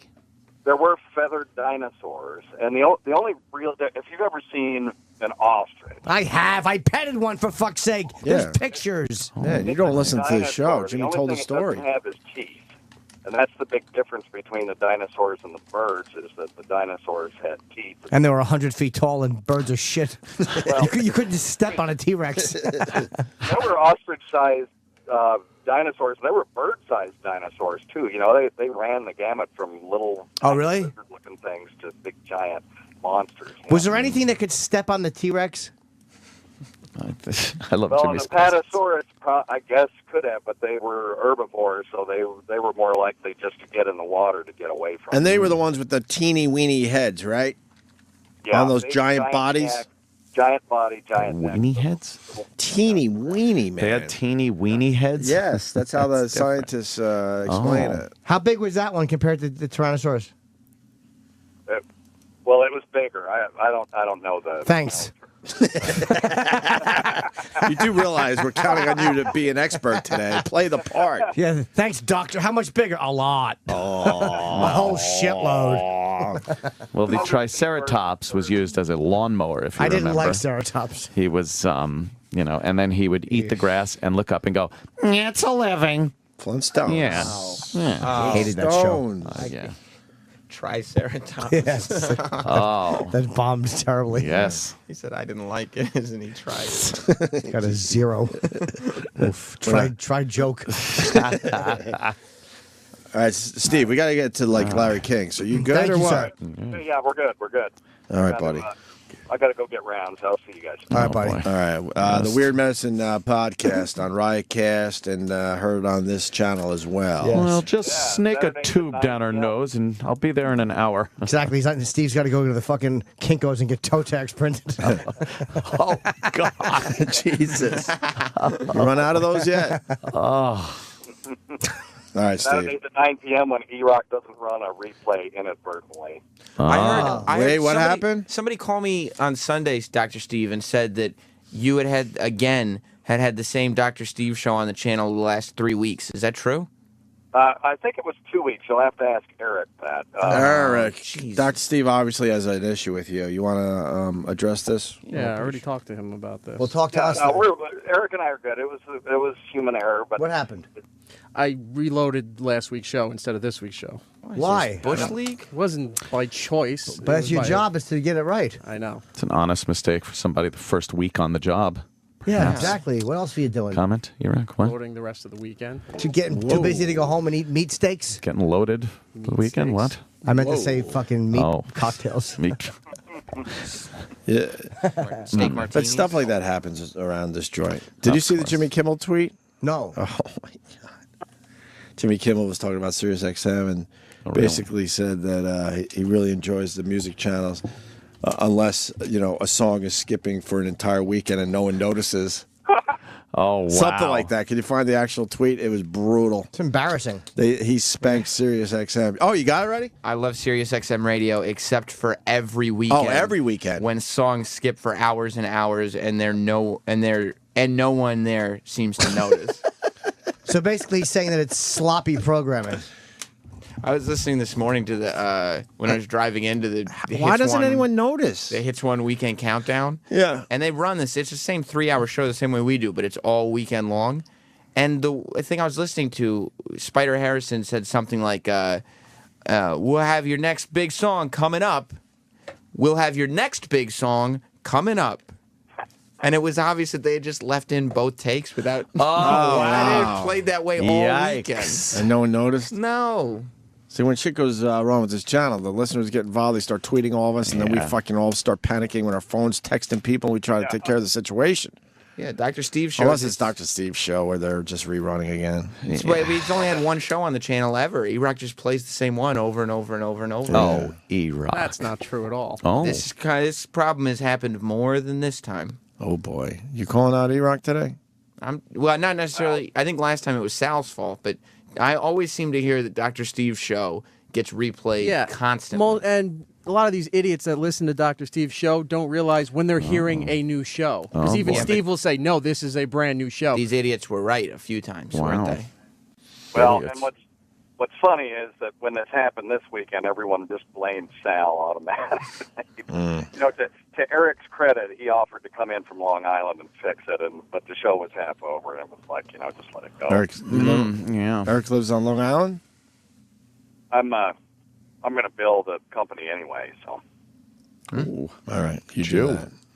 Shouldn't have said Good luck getting the money. I probably shouldn't have said that, but anyway. Yeah. All right. Yeah. All right. I want to hear this Larry King Bye, thing. Dr. Steve. Thanks, Dr. Steve. Thanks, Steve. We're going to do that after the break, certainly. Oh, man. Yes, we are. Nice.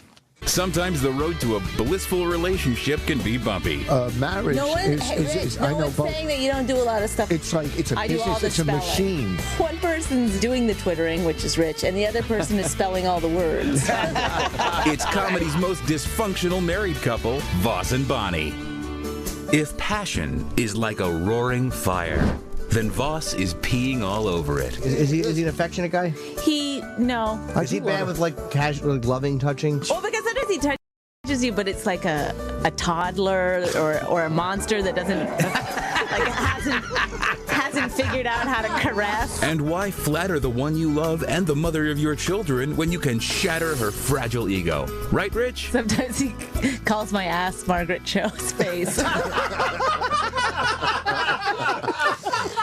Wow, Rich! So if you think your relationship is doomed, look at Voss and Bonnie and rest a little easier knowing it could be a lot worse. I remember now what a dick he is. One time I was blowing him quite well, by the way, and he farted. That's the best thing I've ever heard. I do not hold that in. Sirius XM. You're listening to Opie and Anthony.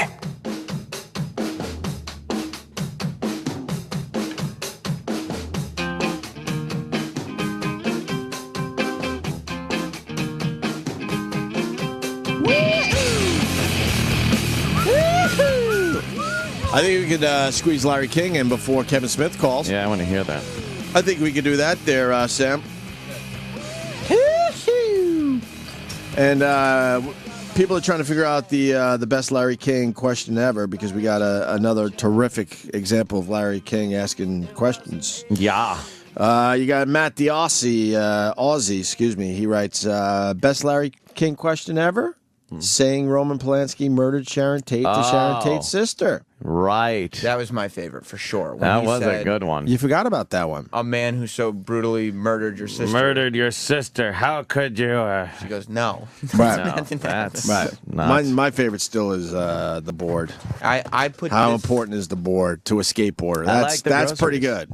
I like the groceries. The groceries is pretty good too. Yeah. Good at the groceries. One was raped in a car, and he was wondering what happened to the groceries. What happened to the groceries? What happened to the groceries? You know what? That might have to be the number one. That is a good one. Rough. What's the new one? Such a dumb. We got right here. Oh, Let's good. hear it. I think I put it on the level of how important is the board. This one? I think so. Wow. All right. So Larry King is doing an internet show right now, Yeah, I think it's on Hulu. but it's doing well. Yeah, He's getting still big guests. He's still getting big guests, interviewing people. You could do a show on the internet that goes right to Hulu, right? Oh, that makes sense. That's what he's doing. Yeah. Is he doing it for Hulu? Yes. Oh.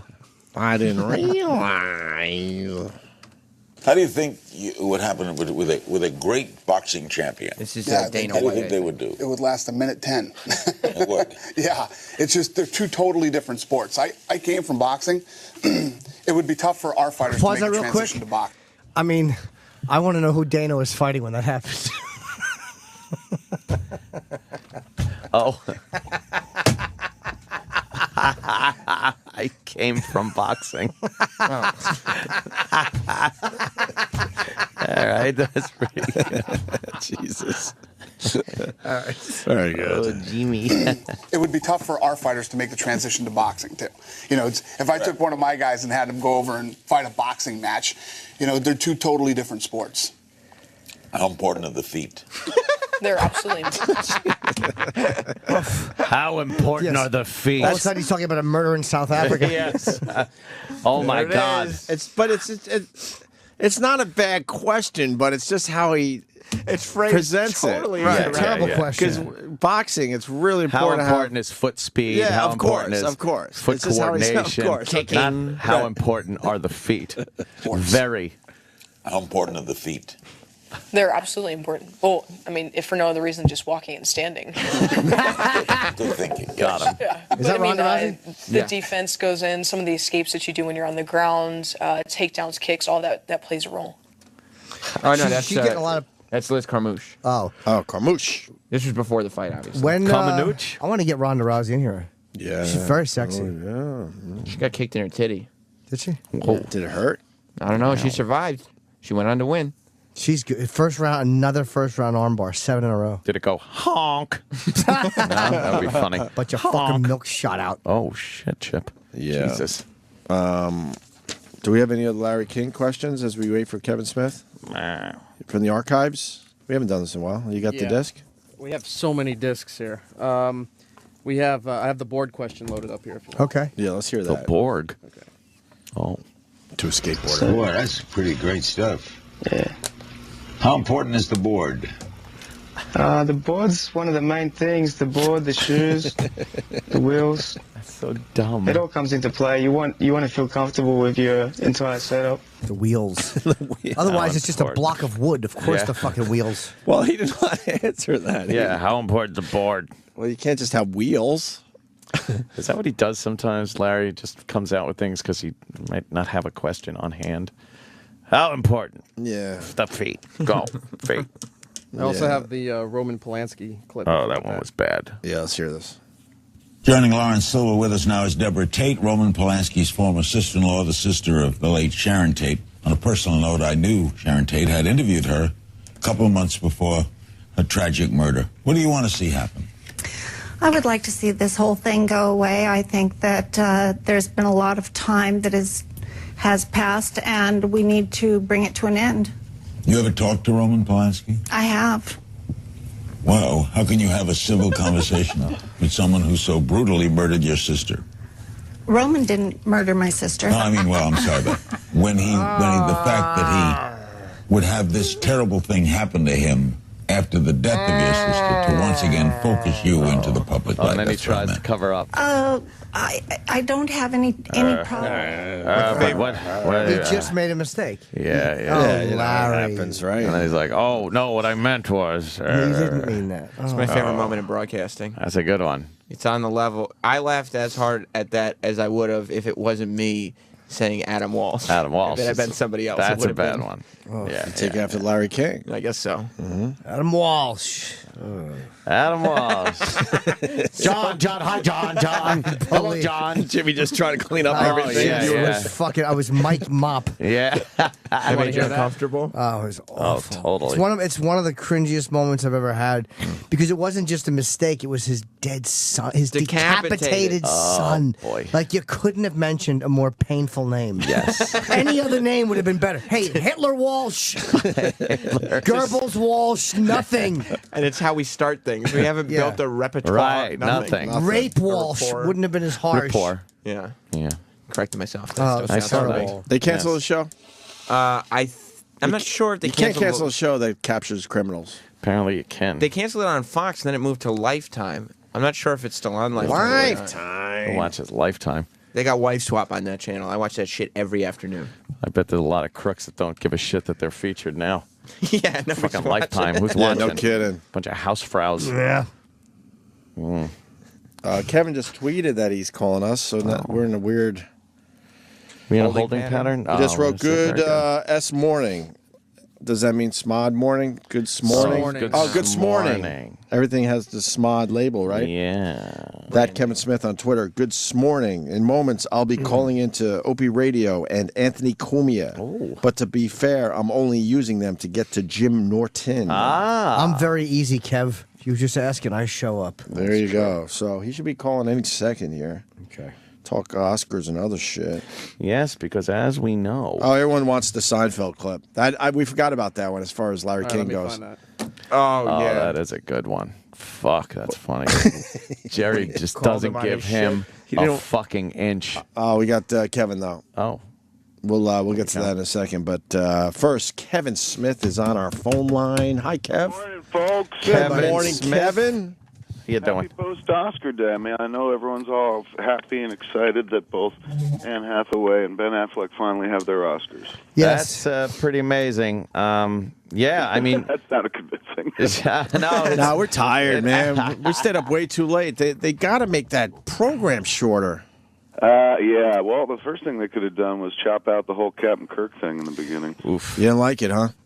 It was fine, but it just went on. A little too long. Yeah. But hands down, the best joke of the night to me, and one that still makes me chuckle, is the Sound of Music joke. I thought that was hysterical. What was the joke? Oh, I thought that was great, too. Missed that one. There was a joke where, he was introducing Christopher Plummer. Yep. And he's like, Christopher Plummer played Captain Von Trapp in the Sound of Music. And he's like, and now the Von Trapp family singers. And they cut to some doors that didn't open. And then they cut back to McFarlane on stage. He's like, the Von Trapp family singers. And they cut back to the door, and nobody's there. And then finally, like, a dude in a Nazi costume runs in. He's like, they are gone! That was fantastic. And then they never touch again. And then he goes, and that was that joke. Yeah. That was fantastic. So that made me laugh so hard. Probably the hardest I've ever laughed in an Oscar ceremony. Ooh. And then the second most enjoyable aspect of the evening was Daniel Day-Lewis, who was so serious all the time. Yes. He gets up, and he's like a pretty funny, charming And guy. he's being funny and shit. Yeah, I thought that was cool. Kevin, what did you think? Like, I liked Argo, and I know you and Ben are very I close. saw your stream, sir. You were very like, what? But it wasn't like fuck Argo. I did think it was a great movie. I liked you. I think you summed it up best when you said, like, if they were giving away an award for the third best movie of the year, then Argo should have won. That's what your tweet. I loved it. Of course, a friend of mine made it. But I'll be honest with you, my favorite movie of the year was Life of Pi. I didn't see that. I thought it was beautiful. It's crazy beautiful. It's one of those movies that even if you're... Are we allowed to curse? I forget where are we? Yeah, let's do this. Even if you're one of them pessimistic assholes, by the end of the movie, it finds, like, the child in you. Like, the guy sums up the movie best when he's just like... He tells a story, and then there's another story that you hear by the end of the movie that's probably the more real version of the story. But the guy goes, now, you've heard both stories. Which do you prefer? And then the guy says, well, the one that was this. I don't want to spoil it, but the one with all the animals and stuff. And then the guy says, like, and so it is with God. It's a really powerful flick. The CG work was phenomenal. You're talking about, like, pretty much one actor alone with a bunch of CG. And Rhythm and Hughes, the effects house that created all the tiger, all the animal stuff and whatnot, all the whale jumping over the boat, all the amazing things you see in the movie, just filed for bankruptcy recently. Wow. Why? Really? That guy, the guy who won the award last night for I think it was for effects or visual effects. I forget what he won exactly for, but he was trying to give a shout out to Rhythm and Hughes. He might have been the DP who won for Life of Pi. I can't remember, but he was trying to give a shout out to Rhythm and Hughes and talk about, hey man, the VFX houses are hurting right now, and they just kind of played them off. I thought that the playoff music was funny. They used Jaws. Yeah. But like, if you're not doing a long opening dance sequence or a long singing sequence, that guy could have said his 2 bits. I mean, these cats working their whole lives to get to the moment. Well, maybe not. Presumably, they're not working their whole lives to get to this moment. But this is a big moment for you. You win an Oscar. You want to be able to stand up there and say whatever you want, even though half the time they're like, I'm so excited, I forget who to thank. But here's a guy who's prepossessed, and he's like, look, I would like to talk about something that affects all of us in this industry. Like, turn up the music. Get him off. Did you think? Hey, did you like Zero Dark 30, Kevin?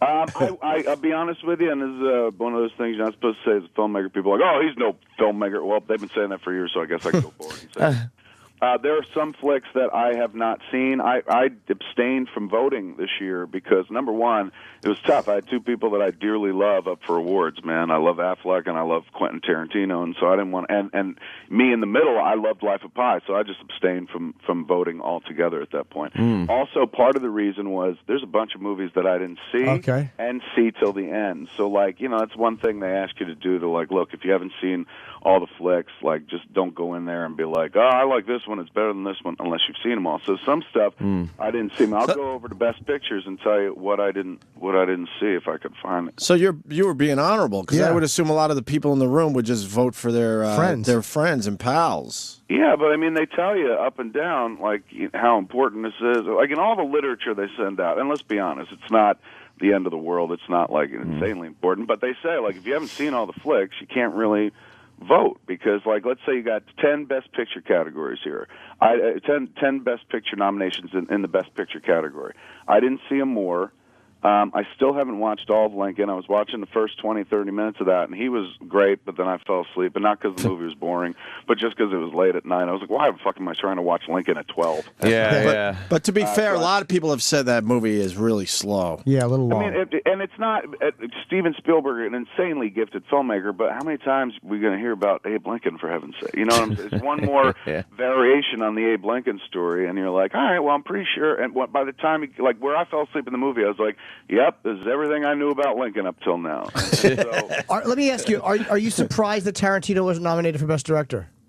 No, because I think with that flick it would have been tough. He was already catching some heat for using the N-word and stuff like that. I think most cats think of him as a writer first and foremost. I think he thinks of himself as a writer first and foremost.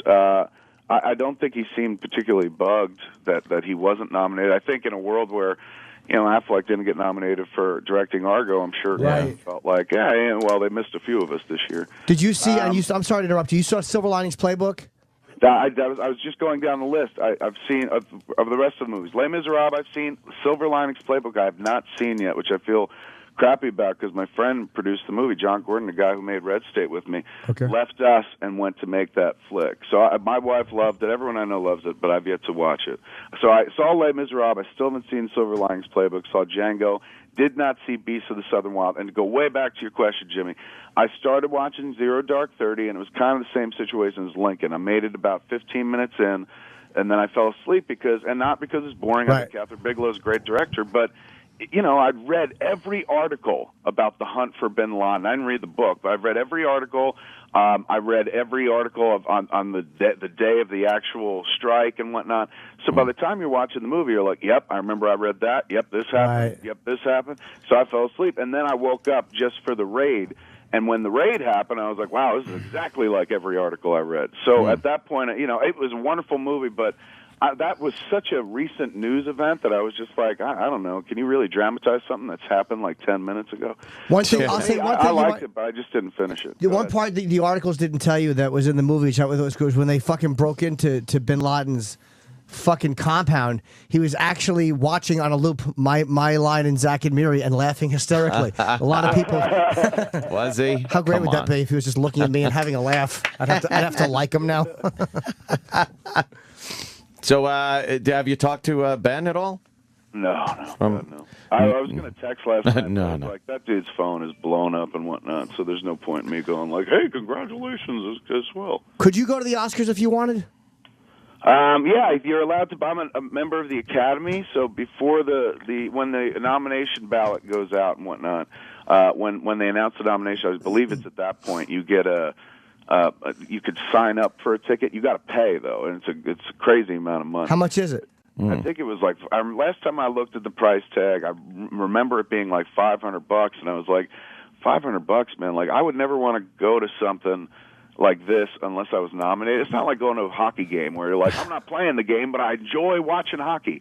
Like I'm not playing this game, and I don't enjoy watching the award aspect of it. It's fine, but like it's not really what it's all about and whatnot. Like for example, last night I think it took an hour or more into that ceremony before anybody who got up to the podium to accept their award brought up art, and it was the dude who made the short documentary subject about she was a street musician or singer, and now she was homeless. She's an artist. You're all artists. We do this for art.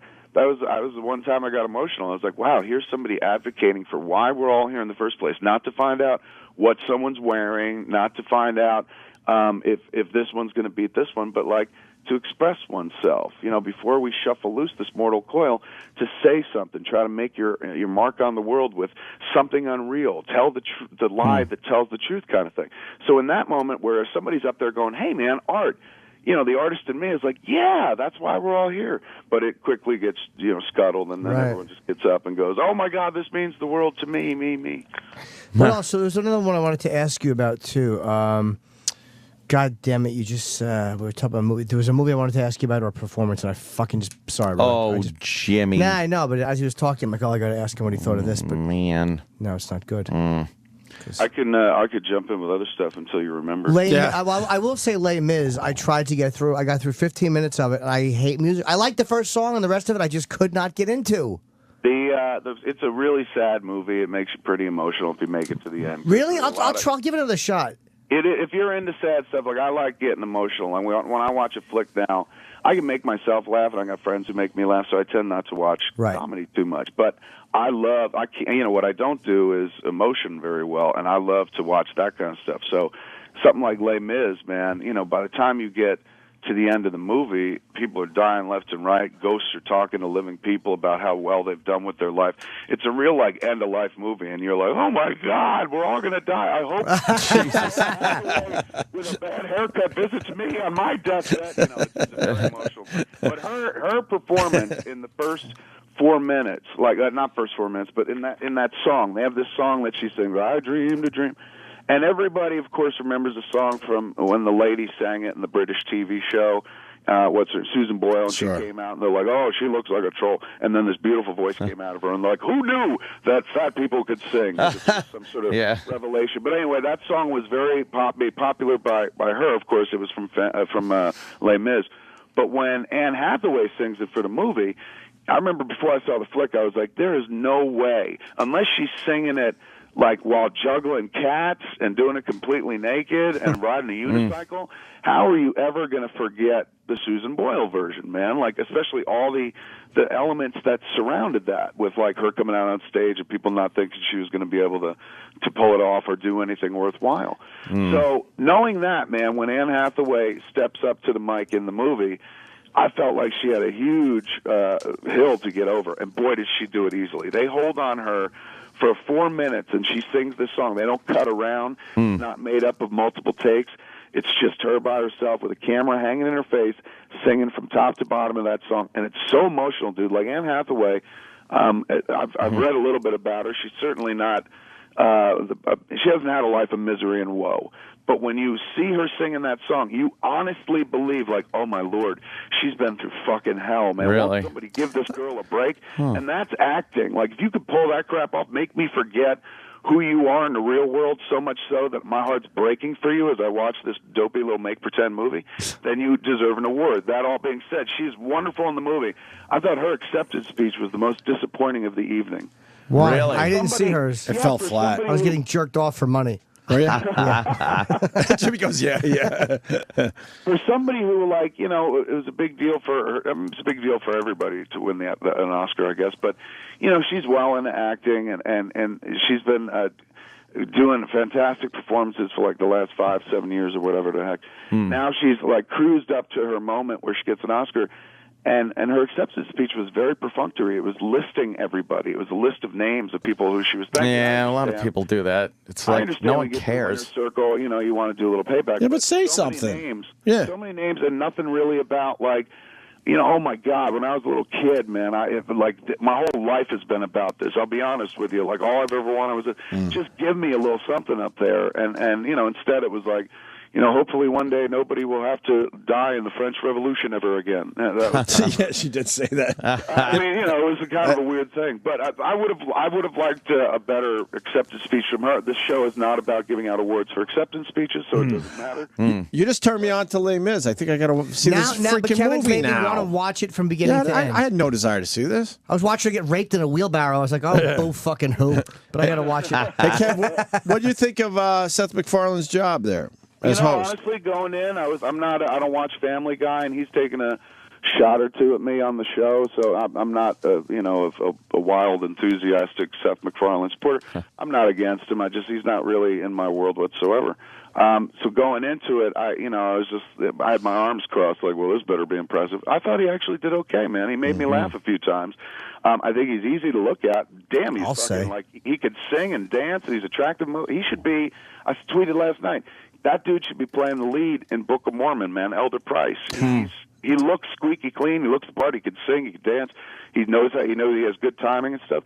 I was pleased. I mean, I wouldn't say like, oh man, I want to see him do it every year, but I thought he acquitted himself admirably. I thought the moments that like I liked, it felt like he brought. I've never seen them do like, you know, that Sound of Music type joke in the middle of the show. So that felt like something he and his writers might have brought. But when all things said and done, yeah, I thought he did totally fine. I mean, it was very Seth heavy in the first 45 minutes with the song and whatnot, and the song was pretty much how bad he sucked at the Oscars or whatever, or the bit with Captain Kirk rather. The song was more about boobs. But everything else, I thought, like when he came to the mic, you know, he did it. I thought he did it well. I don't know how else to say it. Like he had a perfect amount of snark.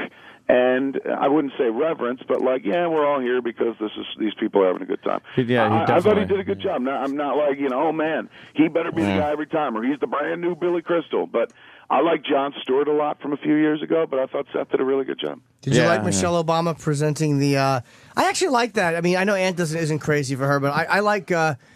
I like her a lot. I mean, I think they're a good first family. I mean, politics aside or whatever, but I enjoyed her. I thought she was... I agree, and she's coming off of like a real big week of being on that video with Jimmy Fallon for Mom Dancing. Yes. So she's like riding a real heavy wave right now, real high wave of popularity, and then all of a sudden she pops up on this. I thought... It was almost like, okay, poor Ben Affleck a couple years ago started getting kicked in the balls because he dated somebody and it got too public and everybody got pissed off. And so for a while, his career was hurting, man, and he made reference to it when he won the award and stuff. So for him to have not only a fairy tale ending where, you know, the guy who everyone's like, he was in that fucking stupid Jersey Girl movie. Fuck him in the ass. For that dude to like get up there and win an Academy Award and stuff, that's a fairy tale ending. The fact that it was given to him by the White House, come on, man. That's like that doesn't get more fairy tale than that. That's pretty damn special. So I'm sure he's feeling like after a few years of people being like, oh, fuck him. Now, you know, boy, you don't get more back than that. So and also a lot of people are like, oh, he didn't get nominated for the Best Director award. I honestly think that probably helped his case a great deal. It made a lot of people go like, hey, he should have been nominated. I'm certainly not saying that's why Argo won, but it certainly created a bunch of sympathy. How rare is that, Kev? Like didn't it used to be the director and picture, you just got both. That was the way it was. I mean, it didn't happen with Scorsese, obviously, but... Generally, they line up pretty well, but when the Academy jumped their awards to Best Picture awards from 10 nominations from 5 to 10, but didn't jump all the rest of the awards, suddenly you've got a huge discrepancy. There's going to be 10 Best Picture nominations, but only 5 Best Directors. Now, this is certainly not the first time it's ever happened. Even in a year when it used to be 5 Best Pictures and 5 Best Directors, there have been plenty of times where directors didn't get nominated. Bruce Beresford didn't get nominated for Driving Miss Daisy. And that movie wound up winning Best Picture. So it's kind of a similar situation. But actors, it's strange because actors who become directors generally get love shot all over them, man. Like Robert Redford made the jump and for Ordinary People, and he got awards. Kevin Costner, he got awards. Mel Gibson, he got awards. So it looked like for Ben, man, it was kind of going to be an easy layup. But when he didn't get the director nod, suddenly people were like, oh, no. But I honestly think that might have helped. The Golden Globes were not too long after. And the Globes organization, they're not like the Academy has an accountancy firm of Price Waterhouse that counts all the ballots and the votes like that. And everybody who's a member sends in their vote. And if you're a member of a branch, like I'm a member of the director's branch, you vote for Best Picture and Best Director. That's who you get to nominate. And then when they release all the nominations, you get to vote for everything. So the Golden Globes, that's an organization that's a closed organization run by the Hollywood Foreign Press. And so the Hollywood Foreign Press is like an organization looks like, I've been in front of them a few times, looks like about 100 people, maybe less, generally on the older side and whatnot, and they write for publications that are overseas that you've never seen or heard about. So this organization doesn't have like, hey, all our members voted. Their voting body is made up of those journalists, those people who write for the Hollywood Foreign Press. So when they vote for their awards, the Golden Globes, it's not like, hey, man, we send our numbers to the accountant, and the accountant sends them all back and tells us exactly who wins. They just pick. So Ben kind of got dissed for his Best Director nod a couple weeks before the Golden Globes happened, and then he won Best Director at the Golden Globes. So they can change horses in midstream. But again, wait, Kevin, hold on, jump in. Do you have when you're meeting this Hollywood Foreign Press?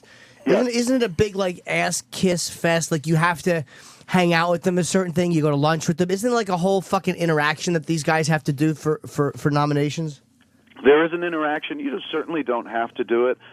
When I worked with Miramax and the Weinstein Company for years, they, of course, they excel at awards and whatnot. So I had to do it a few times during that. What you do is it's a press conference. You show the movie, and you sit down in some hotel ballroom with about 50 of the Hollywood Foreign Press or something like that. And they're very familiar faces. If you've done it once or twice, you'll see the same people over and over and whatnot. So you sit down, and they ask you questions. It's a Q&A type situation or a press conference kind of situation. You chit-chat with them, and then you go. There have been some people in the past, like Sharon Stone back in the day, would send them all monogram pens and stuff like that, very expensive payola-type things, and then they got rid of that. They were like, you can't give gifts during awards season. Right. But you don't have to. It's not like jump through these hoops with these people. But if you want to win a Golden Globe, that's definitely part of it. I mean more of an unspoken rule, like not one that will be written down, but one where we all kind of know, you know what I mean? Like one of those things. Nudge. Sure, and that's the only organization that you can really do it with. Like the Academy, there's nobody you can buddy up with because it's all votes from the membership. So you'd have to buddy up with everybody in the membership to sway your vote. With the Golden Globe people, there's a certain amount of them, and I guess if you ingratiate yourself with them, they probably remember you more fondly than the people that don't. Hey, Kev, could you settle something for me, please? Fire away, brother. Who was the best singer of the night? Okay. We've been discussing this morning, and I'm not talking about the musical montage. Okay, so wait. So tell me who my options are. Is that you got the Jennifer Hudson, you got the Adele, you got the Barbara, the Babs, and you got that Shirley. The older lady, Bassey. Thank you. Yes, and you got Bassey. Who was the best of the night? Let me see.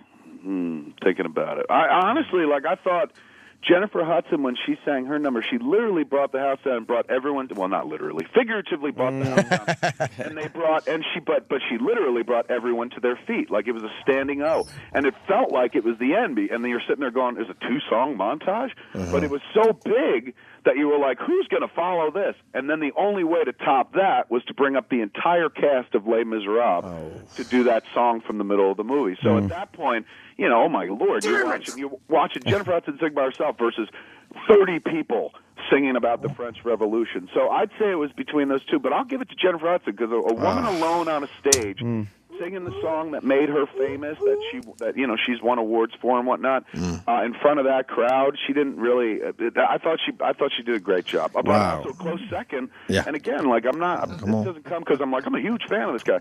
But I was blown away at what a good singer Seth MacFarlane was. I just got faced. I said the Goldfinger broad. What? Shirley Bassey? Yeah, man, she's 78 years old. She belted it out. That was cool. Yeah, I mean, you have no idea. I mean, we've been kind of battling this back and forth all morning, and Sam said Hudson, I said the Goldfinger broad. Absolutely great for her because, as you pointed out, man, I lost so bad. Older. But at the same time, I've heard that song a zillion times, and it's a wonderful song, but it's not that difficult to sing. She did good the for an other old song lady. is really difficult, and you got to get way Christina Aguilera with it at the end, where you're that kind of stuff. Yeah. Got to sting a little I bit. hear you. Well, very good, Kevin. Anything else about the Oscars? I don't know. I think mean, you covered I'm trying to think. It looks like it felt honestly like this year everybody. They spread shared the wealth, if you will, or spread it around evenly. Nothing really. Everybody who was up for something walked away with a little something. Even Lincoln wound up walking away with Daniel Day-Lewis takes the top acting award, and Steven Spielberg doesn't get director, but that goes to Ang Lee. So Life of Pi gets a little love, gets a little love for score, gets a little love for cinematography.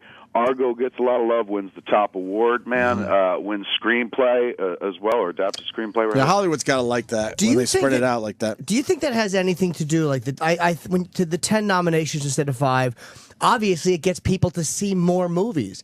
So because nobody gives a fuck who's nominated for Best Director. Nominated for Best Picture, people go, hey, let's go see it. It's nominated for an Oscar. I wonder if spreading it out like that is an unspoken, I'm not saying nothing can sweep, but hey, man, if you spread it out, everything can now say, with Oscar winning, Oscar for best, and you want to see movies that have Oscar attached to them. So maybe it just gets everybody a little bit more money. I mean, and again, in the sea of Hollywood stuff, you know what I mean? Like, absolutely. I mean, sure, more awards spread around is probably better for the business in general, because it means, like, if it's one flick that's getting all the awards, once you see it, you're done. But if it's like, hey, there's 10 movies that are getting really talked about, each one won awards, then you're more inclined to check them all out. There you go. But honestly, when it comes to that, and I'm certainly not an apple polisher for the Academy, though I do. Yes, you are, apple polisher.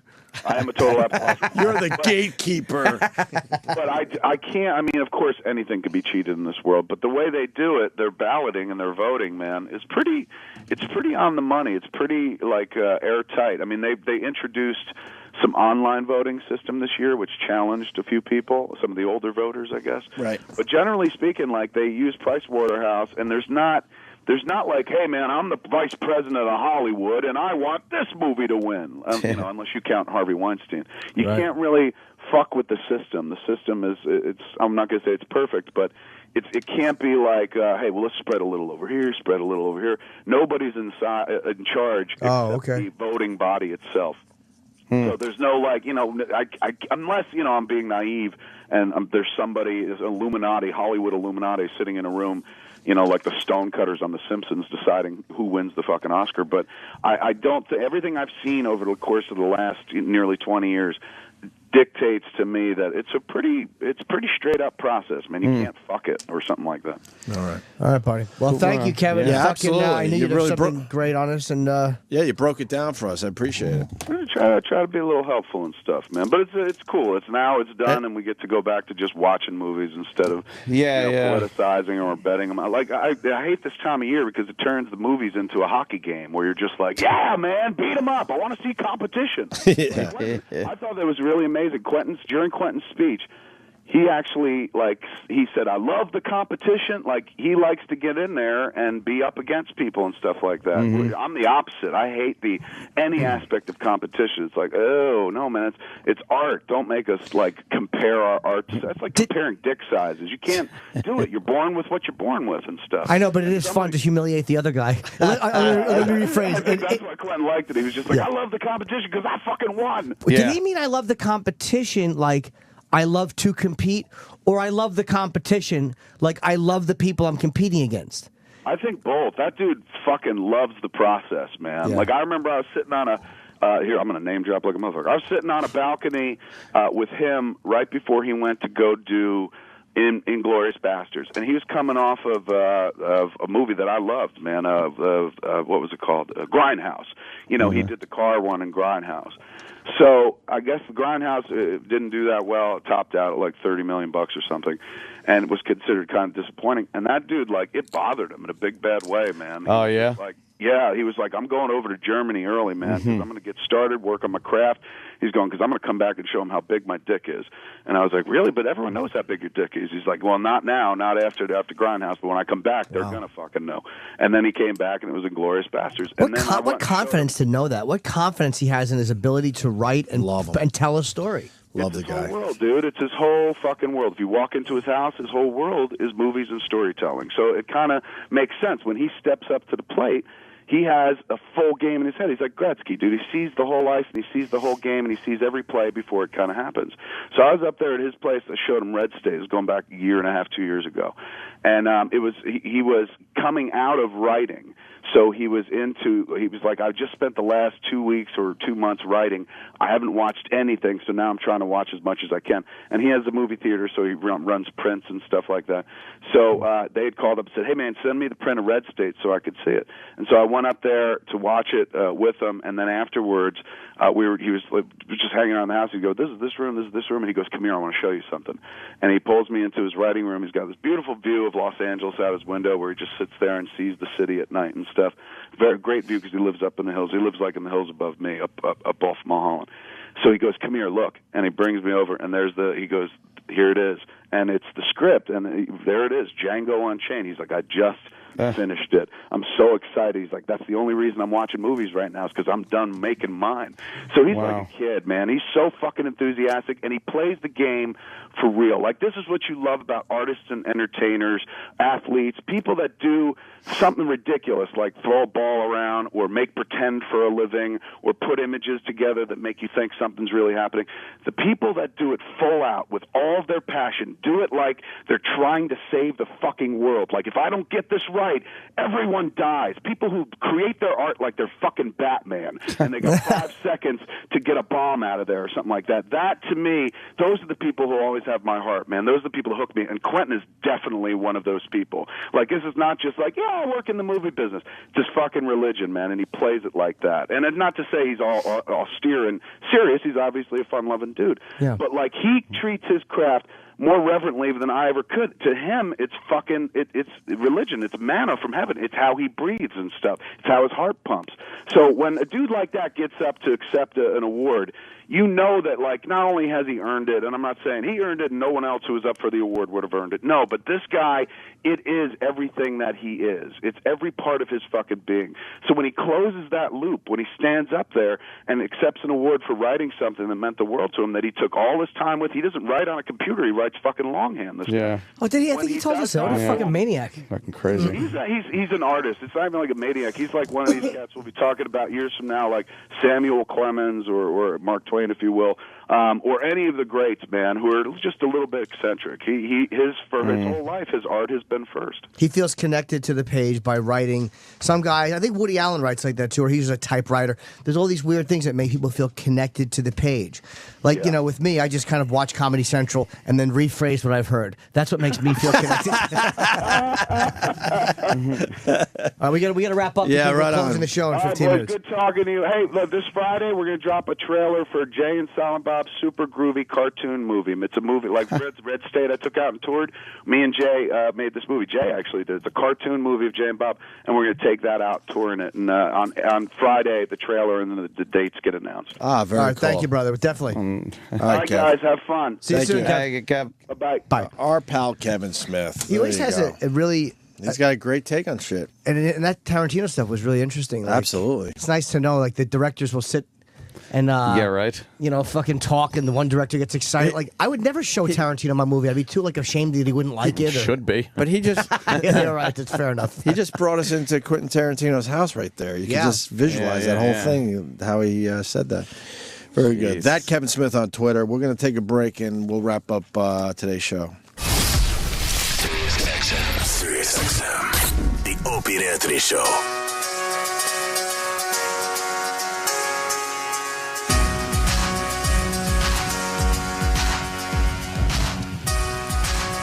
I want to thank Kevin Smith for calling in. Breaking it down for us. What happened with James Franco? Is there a big deal how he did the Daytona 500 start? First of all, why? I want to comment on the Kevin Smith interview. Mm-hmm. Yeah, what's up? You think that maybe you guys were liking the lady because she was old and I was the one who was looking at it open-mindedly now? No. Me and Kevin Smith are both Just because he ageist. agrees with you doesn't mean that's what happened. You said I was ageist.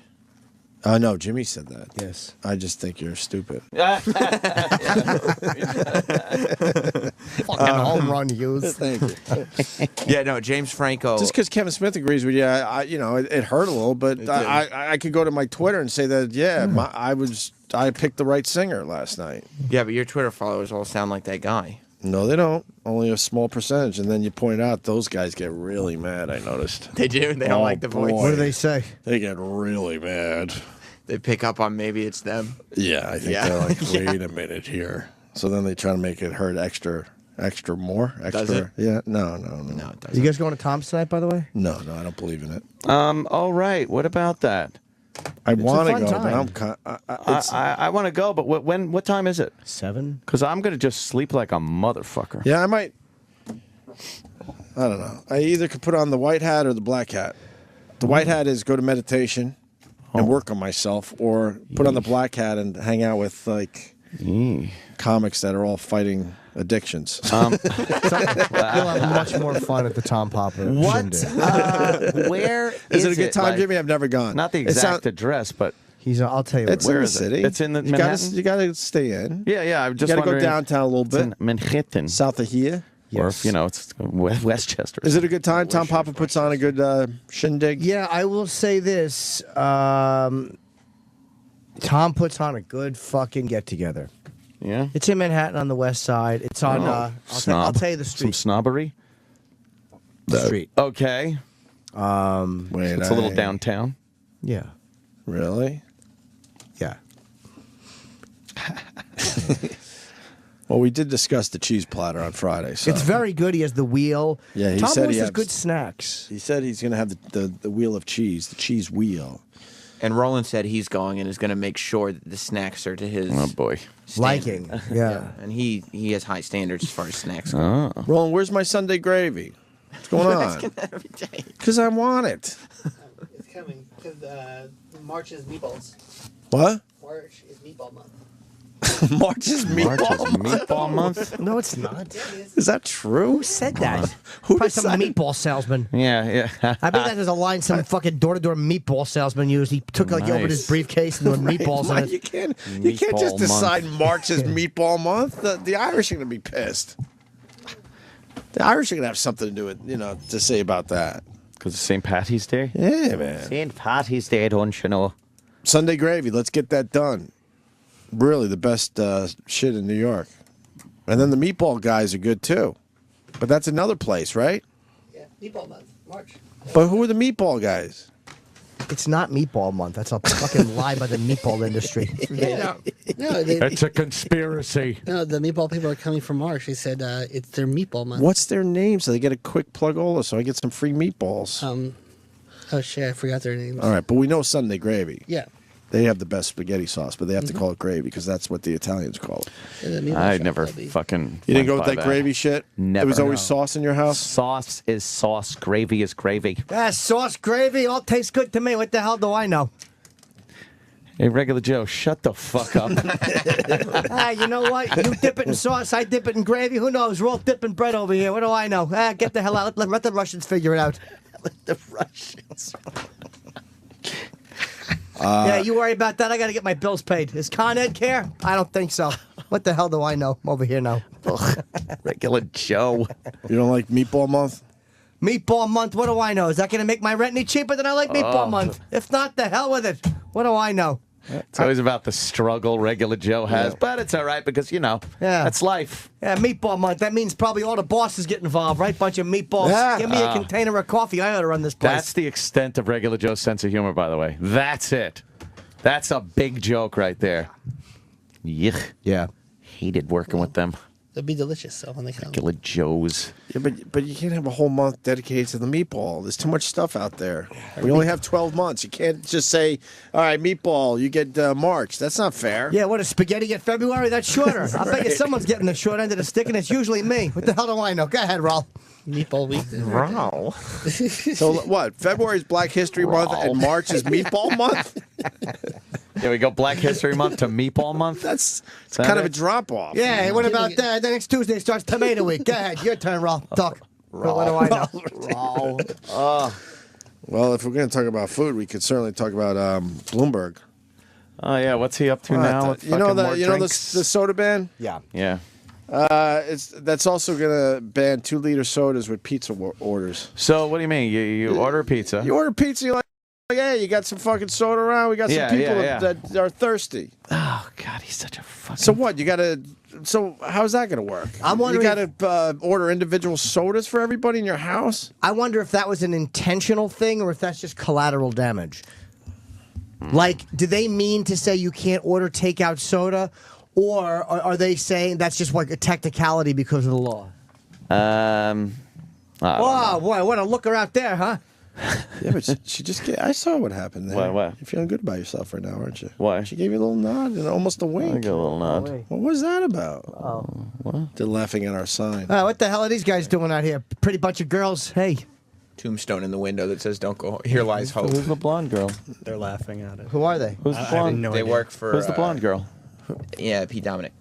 What? Really? Yeah. The blonde girl? What did she do for Pete Dominic? I don't know, but she was his intern a while back. Ask her if she wants to move to a much bigger radio show. Where are you going to send her? On Fez. Kenny's got some Lovely. news. She was very cute. It's a human resources tour taking new employees on a tour. Oh, thank God. I was so close to saying who are the broads. Wow, that would be bad. That would be an hour meeting. in Human HR. Resources? Which one's Human Resources? Yeah, which one is the... Got nice stems on her. The dark-haired one with the glasses was the human Oh, resources. she looks fun. Yeah, they bring them around, and they bring them down to security to get their ID cards. Oh, my God, really? It's like a hell of a day. We've never met the HR people. Well, they pointed to this, or they said, this little area is what you don't want. You want to avoid like Yes. an exploded septic tank. Yeah. I want to ask the Human Resources people, are they telling you to avoid us? Yeah. Are you guys telling them to avoid You us? think Human Resources is glad that they bring new employees around and they stop at a window to look at a tombstone that says Sirius XM, here lies hope? Yeah. Now, that's not true, and they've been talking about very that. hopeful here. We have a lot of hope here, Shut it. especially if you're being harassed. Harassed. Oh, I hate when people say harassed. It makes me sick to my stomach. Say it like we all do. Human Resources, as opposed to what, the furniture? What the hell do I know, Greg? They don't like harass because it sounds like harass. And that's more fucking harassment. You think that's where that came from? I bet. I bet you're right. But they don't like harass. Because it's harass. Harass. And that's Harris. Harris. Yeah, but then harassment, then you're like, well, what did Harris say? Andrew had a joke about that back in the day. Did he? Yeah. Harass meant I should fuck it. But Dice did it in joke form. Yeah. It was funny. It was very funny. Did anyone ever hear from Dice, by the way, after that gay day? Nope. No. The last gay day? Didn't even say goodbye. He went out. He didn't come back. I understand why he didn't come back, but how... I do, too. He didn't even say goodbye. Yeah, went out for a ciggy. Who the hell knows? He's like a father running out on his kids. It was really bad. Just going out for a cigarette, Junior. Or a mom. Goodbye. Oh, sorry, Trav. Oh, it's all right. Oh, he's just going out for some fucking kugel. I'm going to go out and have a kugel. I'll be back in 30 years. Poor I feel guilty every time I tease poor it's Travis. terrible. You should. That's No, funny. I'm going to continue to do so. Oh, good. But I feel guilty. I hope so. Oh, It's been 11 years. I'm over it. Yeah. Salespeople now. Oh, good. Sales weasels. Salespeople. There's a show we'll never sell. Yeah, Yes. You could just That's ignore it. this area. Yeah. Just get fucking, if you could sell some kind of a dick cream, maybe we could get a dick Yes. cream on the show. Yes, sir. Boston is, I believe, Sold out, right? That's very, awesome. very quickly, Oh, both man. shows. Very cool. That's So nice. there might be 20 tickets left. I don't know. Greg Brady looking motherfucker. And I'm Jesus. this weekend in the Poconos at Poconuts, Friday, Saturday only. Poconuts. Working on my new hour. Oh. They just hired John Daly? I knew Travis would get that one. Oh, he's got a big Holy orange shirt. Fuck. John That's a Daly dead and- ringer for John Daly. John Daly and Greg Brady. Yeah, throw a mustache on him. That's John Daly. Holy fuck. Hey, can we get John Daly on the show? Roland? I'm sure we could. I love him. He's got like we truck should stop have. pizza. I don't think we should have him on that much. Daily. Oh, Jesus. I think we should go home. Oh, boy. I don't know what was work. What was work? Jimmy. I was a Freudian slip. Of course, you don't know work. Never did a hard day's work in your life. Oh, God. Am I right or wrong, Trav? Regular Joe. Wrong, I guess. I hope for a job site accident. The nail gun. Plenty of them. You know what? Oh. You don't work union, you get job site accidents. Good point, Ed. What the hell do I know? All right, so we People learned. hate regular Joe. Oh, they do. He's an ass. What a dullard. We learned about the meatballs. March is Meatball Month. Hey, Roland, what do you think of the Oscars? You're a movie guy. Oh, yeah, Roland. Yeah, let's wrap up our Oscar coverage Enough of with your something from you. clipboard. You owe somebody lunch, huh? Oh. I do. Who was the best singer last night? I love Adele. Yeah. Yeah. Can't Yeah, go she's wrong great. with the Adele choice. to be I honest said with Adele you. was the best. Yeah, and then I love Jennifer Lawrence too, and Anne Hathaway. I loved Les Mis. It was a good movie. I wish Really? I want to Why see was it Les again. Mis good? It's like a Les musical Miserables. sad chick flick. Well, you know what? All right. That's a good He's review. not wrong. Yeah, because she goes. That should be, that should be a slug line for the What movie about- poster after the re-release. What about Silver Linings Playbook? I haven't seen that one. That's the only one I haven't seen yet. What about Argo? What was that about? I didn't know it was a true story. I was like, Wasn't. If you watch the movie. Somebody twittered something funny about it was about a boring movie about 6 Americans standing in a line. Like that really Yes. is what Argo That's was pretty about. much what it is. Yeah. Yeah. yeah, just, They had a great plan if they needed it. They didn't. Yeah, That's pretty basically, much the what guy happened. created it was. I'll say it again. Thanks to my manager for pointing out, it was Hollywood rewarding the contribution of Hollywood. Exactly. What was Argo about to you, Roland? just people talking politics and fires were on the streets and shooting people and stuff. Very good. That's exactly right. See that. What about Lincoln? That was too long for me. Yeah. But then you don't even see him get shot, though. You just see him laying in bed, and they Well, go, he never got shot. That's why you didn't see him get Yeah. shot. That doesn't exist. Shoot that piece of shit. But he was laying in bed. He's like, Lincoln's dead. I'm like, that's it. 3 hours? That's it. Why wouldn't they show him getting shot? What's Just what's an that artistic about? choice because it's been done so many times, and they misled you. You're in the theater and somebody yells, so you see the kid's reaction instead. In Lincoln, they go to the theater, and you hear like somebody's on the stage, so you think he's about to be killed, Spoiler alert. but it's really somebody making the announcement that he's been shot in another theater. Yeah, Oh, really? yeah. How many plays are going on in one night? Oh, it was fucking well. They crazy. were on what they called Play Square, where it was a Oh. bunch of plays happening. It was long, too long. Oh, I do believe. Yes, it was Our American Cousin. But then there was another play that was going on down the street. Yeah. That must have been the one. Yeah. Should have gone to that. What about Yeah, you should have went to that one. what about one more? Life of Pi. I didn't see that. It looked too confusing. You live it. I do. Jesus. Yeah. There's a bunch of animals and people in water. I'm like, whatever. I want to see it, but it's so annoying knowing it was CGI. Like, not that it's I guess a lot of movies are, but I want to see the fucking kid petting a real tiger It's for people. all But CGI. know how long they would have to wait around to get a whale to jump over the boat? Fair, that's a good point. Probably would have taken quite a while. Throwing fish up in the air for weeks. Yeah. Just trying I know. everything. We can't get this even goddamn get- whale out of the we can't- water. We can't even get one to go to break on time. Eric Nagel.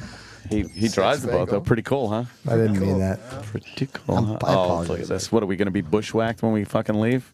Can I do line of the day? Oh, yeah, whack the Get rest out of us, here too. with- Oh, we have Get us our do we have pubes. what? How many lines of the day? 3 runners up. Holy fuck! For real? Funny show. Well, if you want to go to a meeting, I can just No, go you down do. to one. Fair enough. Point made. Sam will do line of the day, but it Okay. is brought to you by Mask Sexual Flavors, the new way to foreplay. Available in 4 tantalizing flavors. These oral gel strips will be the spark to light your bedroom flame. Wow. Visit sexualflavors.com to purchase or find a retailer near you. We'll see you tomorrow. Sirius XM. And now, the Opie and Anthony Show continues. This is After O&A Live. Here's your host, Sam Roberts. It's really fucking annoying replay promo. Yeah, it is. That's way worse. Any of the commercials that ever get complained about that are on the channel are all better than that replay promo. How long is it? It's just shy of a minute. Why would it be that long? Just, I guess, to fill time. What do we need to fill time for? Sometimes we got to fill time in between breaks. So we made a longer one. I mean, all that does is make me say, you know what, I enjoyed the show today, and I was going to listen to the replay to check out what I didn't hear, and now I'm not going to. In case that promo gets replayed on the replay. I need to avoid that at all costs. Because I just feel like a minute of my life was robbed from me. Like, I feel like I underwent a rape for 60 seconds. Oh, you have very shallow skin. Yeah. It affects me, E-Rock. These things affect me a lot. It's invasive. You understand that radio is a medium that seeps into your life? And when you have something like that on, it invades your life. It's an invasive thing. It's a minute long, and he's just saying replay over and over again. Tell him to knock it off. Like Hits 1. I'm tired of hearing about it. Yeah, that's what it sounds like. We were making fun of Hits 1. Coming up next. It's coming up next. Right, because Spider Harrison on the Weekend Countdown, I heard it. It must have played all weekend. He left all of his takes. They left all of his takes in the one shot. So he said coming up next like 4 times in a row. And I was like, this is supposed to be Hits 1. It's supposed to be quick. But then I put my headphones on, and I thought you were doubling up the brakes or something. I was about to yell at you because I was like, this can't possibly be a real thing that's going on. They just keep saying replay over and over again. Well, it's after Opie and Anthony. Yeah, I'm glad we got to the bottom of that. It's just a horrible, horrible replay promo. It's after Opie and Anthony live. We got early callers. 302, you're on the air. Hello, Sammy. What's up, buddy? Man, this Hollywood primetime Sammy Sweetheart, the F. and Roberts professional broadcast. This is Larry. Yes, of course it is. Of course it is. I really am kind of chagrined. I perhaps have been calling your openers ham and eggers, and when I realized, in hindsight, the level of security they required to protect the precious Kumia wingwag, that perhaps they're that much bigger a deal than I was making out, and I perhaps owe them an apology. Well, I got to tell you, I think they will accept that. But to my eyes, there was no bathroom escorts today. The place was secured well as it always was, but they were able to get by like your average Joes. Do we have line of the day to play today? Yes, I just have it loaded. Okay, 3 runners up, right? Yes. All right, let's hear the first runner up for line of the day. Is that hat with the big selling point for that hat was it will stop a bullet in its tracks, and that just kind of wrecked their marketing campaign. That was Lincoln, of course. We were talking about how horrible his hat was. And I guess that would defeat the purpose of that marketing campaign. Let's hear the next one. It's forever ruined. And then, let me see. Well, is it really ruined, though? Yes. Okay, good. And then that, of course, was our in-depth Virgil analysis. It's been a long time since we had a Virgil update on the show. For those of you that missed it, I don't know if you want to post it on the Facebook, but the photo... It's up there. Oh, you did? Yeah, right when we were talking about it, I put up lonelyvirgil.net. Yeah, lonelyvirgil.net has all the Virgil photos that we discussed today. You know, we've told the stories of him before and how he shows up at these conventions and he's never got a line. Now, Virgil is in a subway station in Grand Central here in New York City, and he's just setting up a sign in a subway station charging people for photos with him. Can I tell you, while we were doing the Virgil bit, I was honestly thinking, I'm like, you know, if he really does get wind of lonelyvirgil.net yeah, and that thing starts blowing up, yeah, it's not beneath him to try to seek you out and say you owe him money for using his name. Right. And then you have to tell him you don't own the Virgil name, Vince McMahon does. Right. I don't owe you a dime. I don't know. Plus, I haven't made. There's no money to be made off of this. It's just an exercise in humiliating you. Well, just give me $20. Yeah, $20 then, boss. $20. You like Virgil, right? Check you it like out. Virgil. Check it out. $20. Yeah. Look. Just $20, and you could post anything you want on that website. $5. One of the descriptions of meeting him said that he charges about $30 for an autograph, but you can usually talk him down to $5. I don't know, because he loves to double speak when you're trying to do that. He'll start saying $20, and then you're signing, and the whole whirlwind's going on. All of a sudden, it's $40. Right, because, yeah, as you're negotiating, the price goes down, and then it goes up real quick, higher than it was before. It's amazing. It's amazing to see. If you ever see Virgil, first of all, take a picture of him by himself and tweet it to me, and then go to negotiate with him. Go haggle with him, just as an exercise. The other thing, too, was at New York Comic Con, his table wasn't anywhere near where the bigger, older wrestlers were. Mm-hmm. And over in that section was Tito Santana, Greg the Hammer Valentine, and Brutus Beefcake. Mm-hmm. Yeah, you had to pay to take your photos and get your stuff signed. But anytime there was an interview, they dropped everything and they would do the interview. Virgil for won't TV do it. or whatever. Yeah, he charges for everything, and no one wants to talk to him. No, except me. And I keep going up to him, making money, boss. You come back later. I'm making money right now, boss. I'm making money. You're not making any money. There's no one at your table. I made a whole website about how you're not making any money. You're not making money. Well, you owe me $20 for that. $20 for the website. And the other thing is, I now know how like small businesses feel. Like I know how a mom and pop record company feels when Best Buy comes to town and just destroys their store. Because Deadspin, which is a hilarious and massive sports blog, Deadspin, like a few months ago, maybe over the summer, started talking about Virgil. And when Deadspin started talking about it, they go, we found this great Lonely Virgil website. And it's got all these pictures of Virgil, and he's so pathetic, and blah, blah, blah. And they write this whole thing, and they say it's based on the blog that I started. Now, they've taken the concept and ran with it to the point that everybody associates it with them. They stopped crediting the original blog a long time ago. You don't see any more Lonely Virgil plugs on Deadspin anymore. And they just go with it. They go, yeah, send us all your Virgil stories. Send us all your stories about wrestlers, and we'll just post them. Never mind the fact that what about me? What about my little website that could? Why don't you confront them then? Because what am I going to do? They're the machine. They're the machine. I'm just Sam Roberts.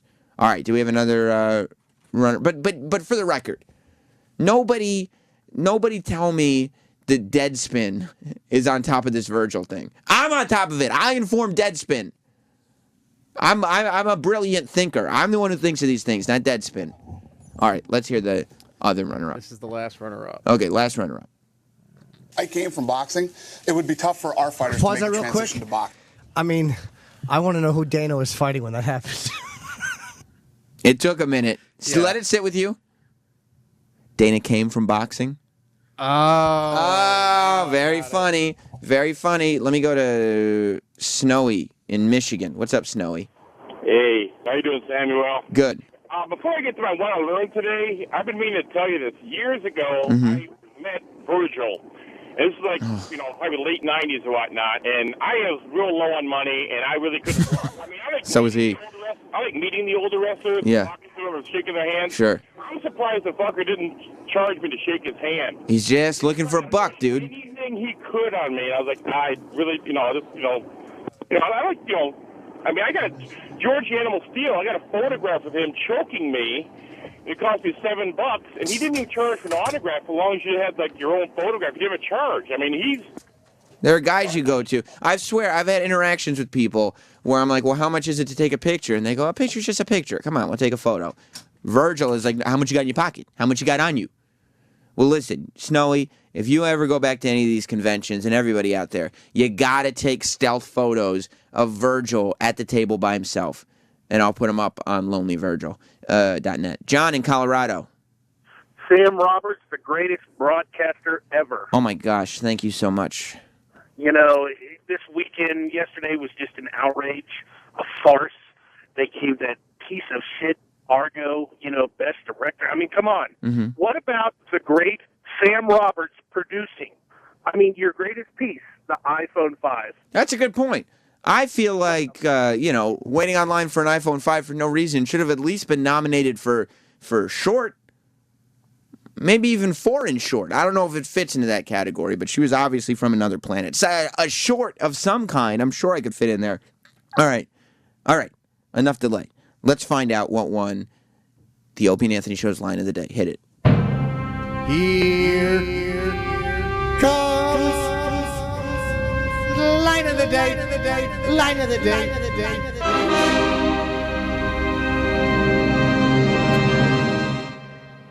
It's like if you had light and you Dr. bent it. Kaku, hi. Ah! Oh, God, don't hurt me. Here are my testicles. Oh, hey, what's the hullabaloo? Dr. Kaku and his testicles. He does. He gets love that bit. He gets so nervous. And it's funny because, like, Opie says, because they all, Dr. Kaku. He's the Asian guy who's the physicist. He's been in here a bunch of times and he calls in. He used to call in anyway. He's all about string theory and dumbing down these theories. Opie lives near him, and he's said that he's seen him so many times, and now Dr. Kaku won't even acknowledge Opie anymore, just because he's afraid of people. We've only been nice to him on the show. How come he hasn't been on in a while? I don't know. We can't even get him on the phone anymore. He won't answer the call. He does, and he won't return voicemails? Nope, emails, nothing. We have his info, but he doesn't come on anymore. I guess you got to be out of your mind if, like, you care that much. Like, you're that deep into physics, and you shouldn't know how things work as well as he does. Some things you just have to take for granted that they just exist as they are. Let me go to Jason. Jason in Detroit, you're on After Opie and Anthony live. Hey, Sam. I used to be an independent wrestler back in Detroit in the mid. What was your name? 90s. Just Big Jason Fuller. That's Probably why. Never heard of me. Yeah, that's why you didn't make it, because that's a terrible name. Oh, I'm sorry. It should have been like, William the Refrigerator Perry or something like that. I could have done that, but it was already taken. Oh. Anyway, long story short, I was working a show with Virgil and actually the Bushwhackers, and well, I was still a fan, at heart, because that's why we get into it. Of course. And I got my photos taken with the Bushwhackers because I asked them in the back politely, and they said, "Okay, no problem." And you're working on a show with these guys, so you think they're like, oh yeah, he's one of the boys, whatever. Exactly. I mean, I wasn't, the main event, but I wasn't a curtain jerker either. And I go up to Virgil, and I, politely ask him, and he's like, meet me at the table, and whatever.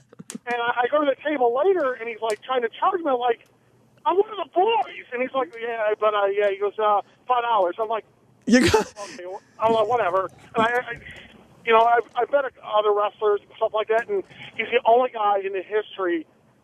You're sitting there, you're looking at Virgil, and you're saying, Virgil, we're in the same business. I only make $15 to work on this show. You're going to charge me to take a photo with you. $5, buddy, $5.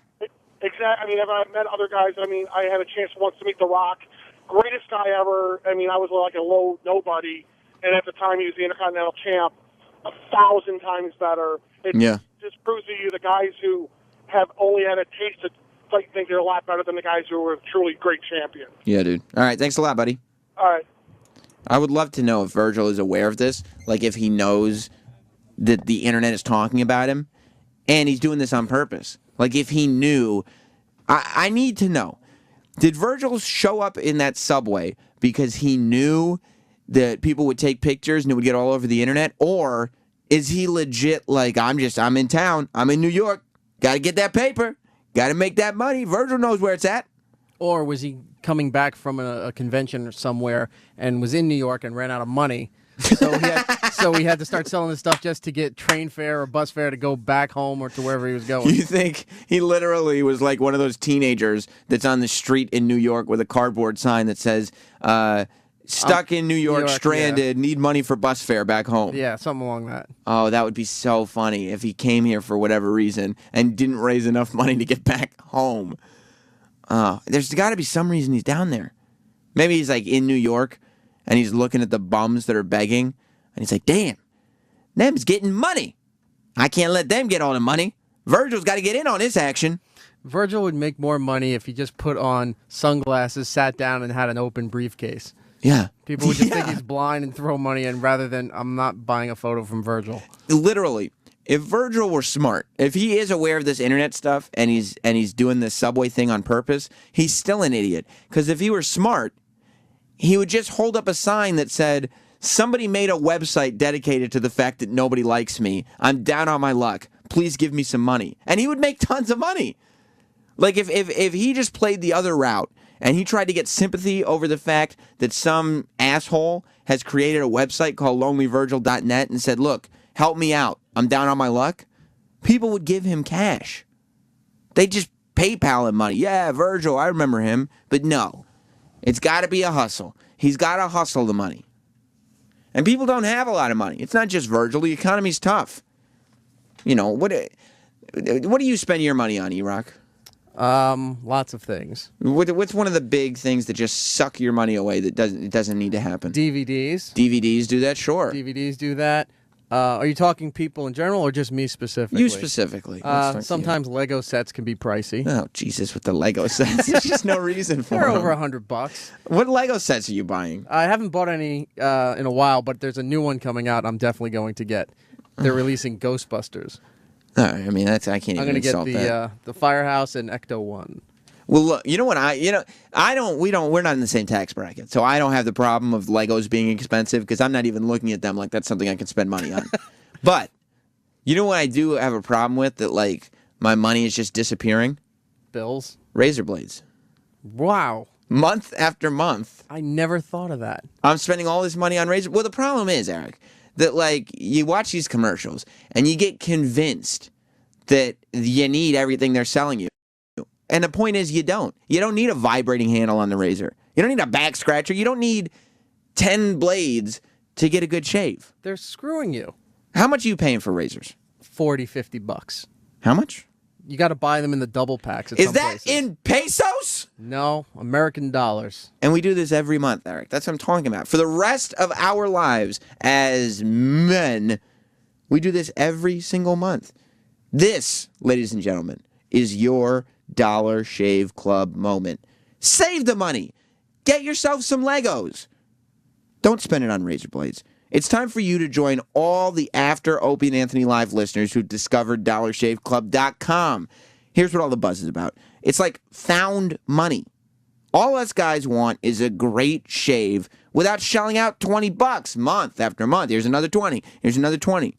If you're in E-Rock's case, he was saying he spends $50 a month on razors. That's because he's got so much more area to cover that the blades go out quicker. You'll never have that problem. Dollar Shave Club is genius. You'd be crazy not to do it.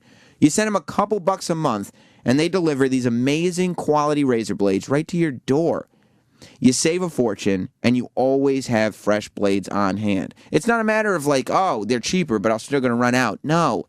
They send you enough, and then they replenish before you've even used all the blades. They literally give you a plethora of blades. They send them right to your door. You save a fortune. It's great. No more zombieing out your face with old blades because you can't afford or forgot to buy new ones. Join the rest of the After Opie and Anthony Live listeners. Get a great shave and keep your cash at DollarShaveClub.com. DollarShaveClub.com. That's DollarShaveClub.com. I've been wasting my money. Yeah. You know how much more Legos you could be buying? I know. Now you could get Slimer, too. It comes with it. Of course it comes with it. That was a dumb thing for me to bring up. I would also like to say that I would like to thank Kevin Smith.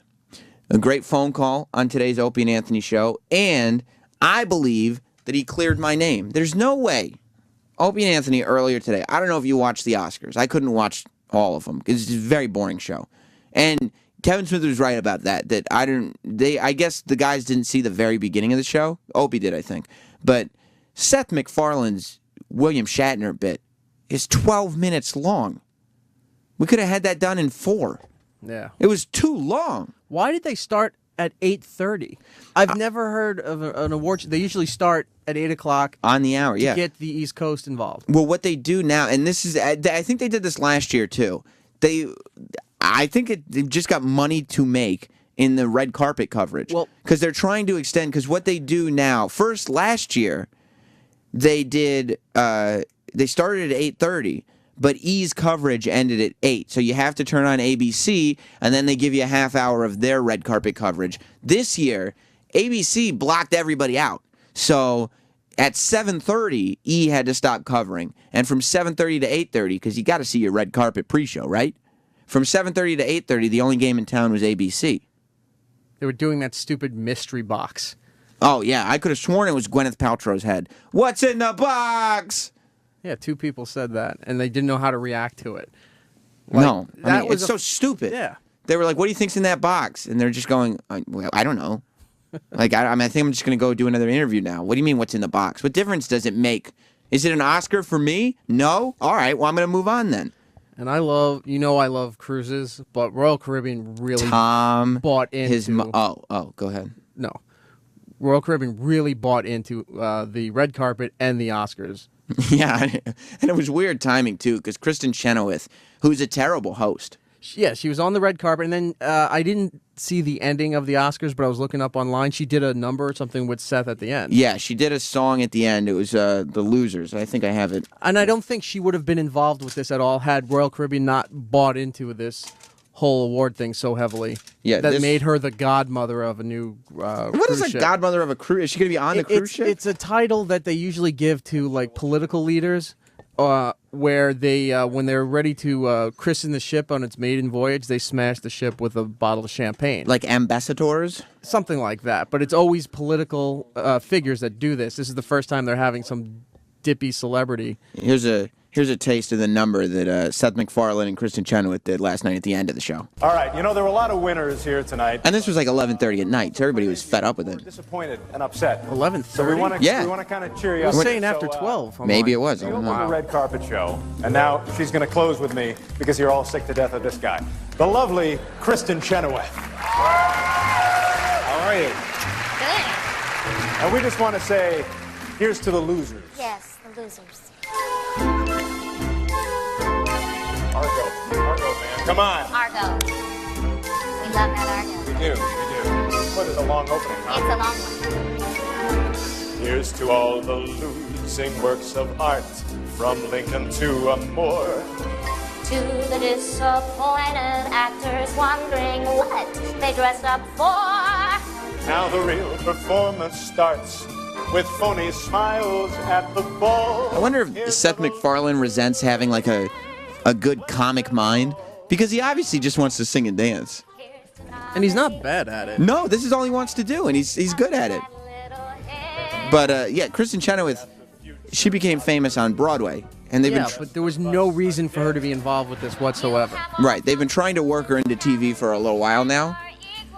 And I mean, I guess she could be a movie star, but she's just not a good host. She was terrible interviewing people on the red carpet. She looked very strange. She's very intense. She always has like a vein in her forehead, ready to burst.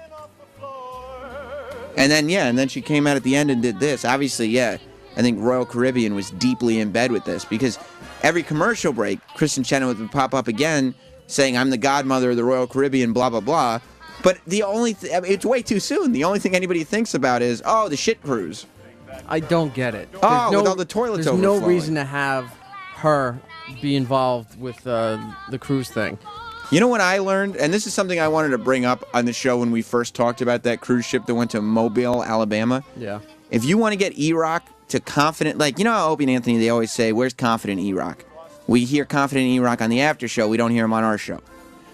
If you want to get confident E-Rock and you want to get him to be wordy and talking a lot, you bring up cruises for any reason and you have an opinion. You have a strong opinion. You don't need a celebrity endorsement. Is that right on your cruises?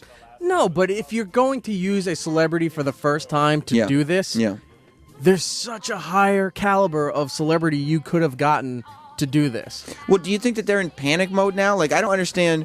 Why wait 2 weeks after the big shit cruise story to get your name? Like, wouldn't it be smarter if right now they just tried to lay low for a little bit? Yeah, but because of Carnival's big fuck up, the whole industry gets looked at as like, I'm never taking a cruise, doesn't matter what cruise line. And you don't like that. So Royal Caribbean, no, if anything, I want to go on one now because most people don't want to go on it and it'll be a lot cheaper to go. Plus, you want to save the cruise industry. Yes. I mean, you're a guy who you endorse the cruise industry in a big, big way. I do. Troy is going on a Royal Caribbean cruise like next week. I heard. Good for him. It's insane. It is. Although I was hanging out with him over the weekend, and I talked to his girlfriend, and she's right. She's obviously an optimist. She said, I think that because we're going now, they'll have all their shit together. Well, Royal Caribbean always did have all their shit together. No, they didn't. Remember, it was all their shit all over the boat.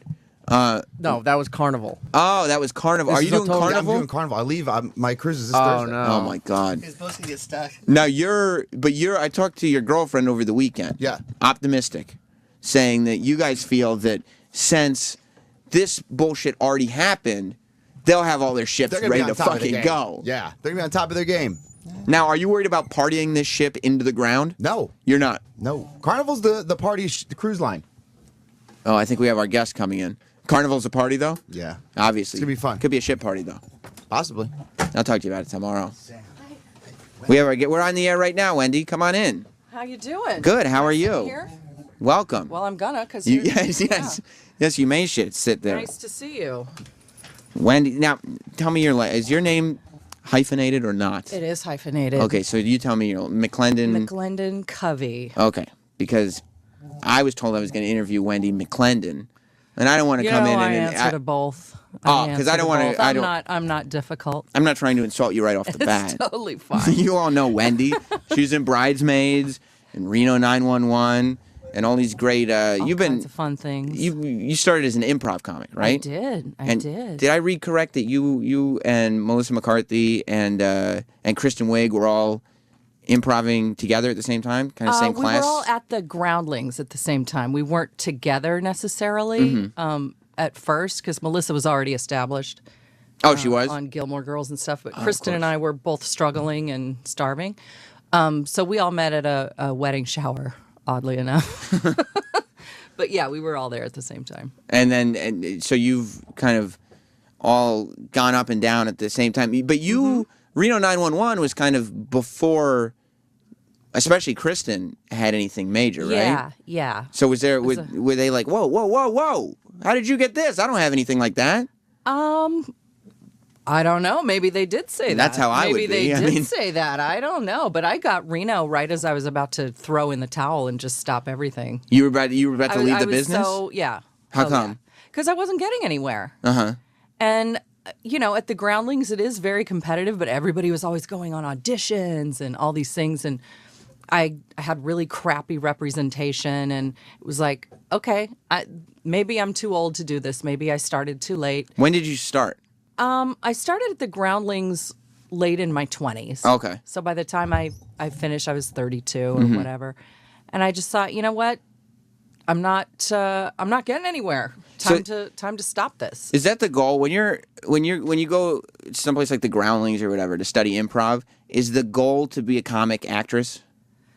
Because like when you do stand up, the goal is kind of just like even if you don't act, you could still be a stand up.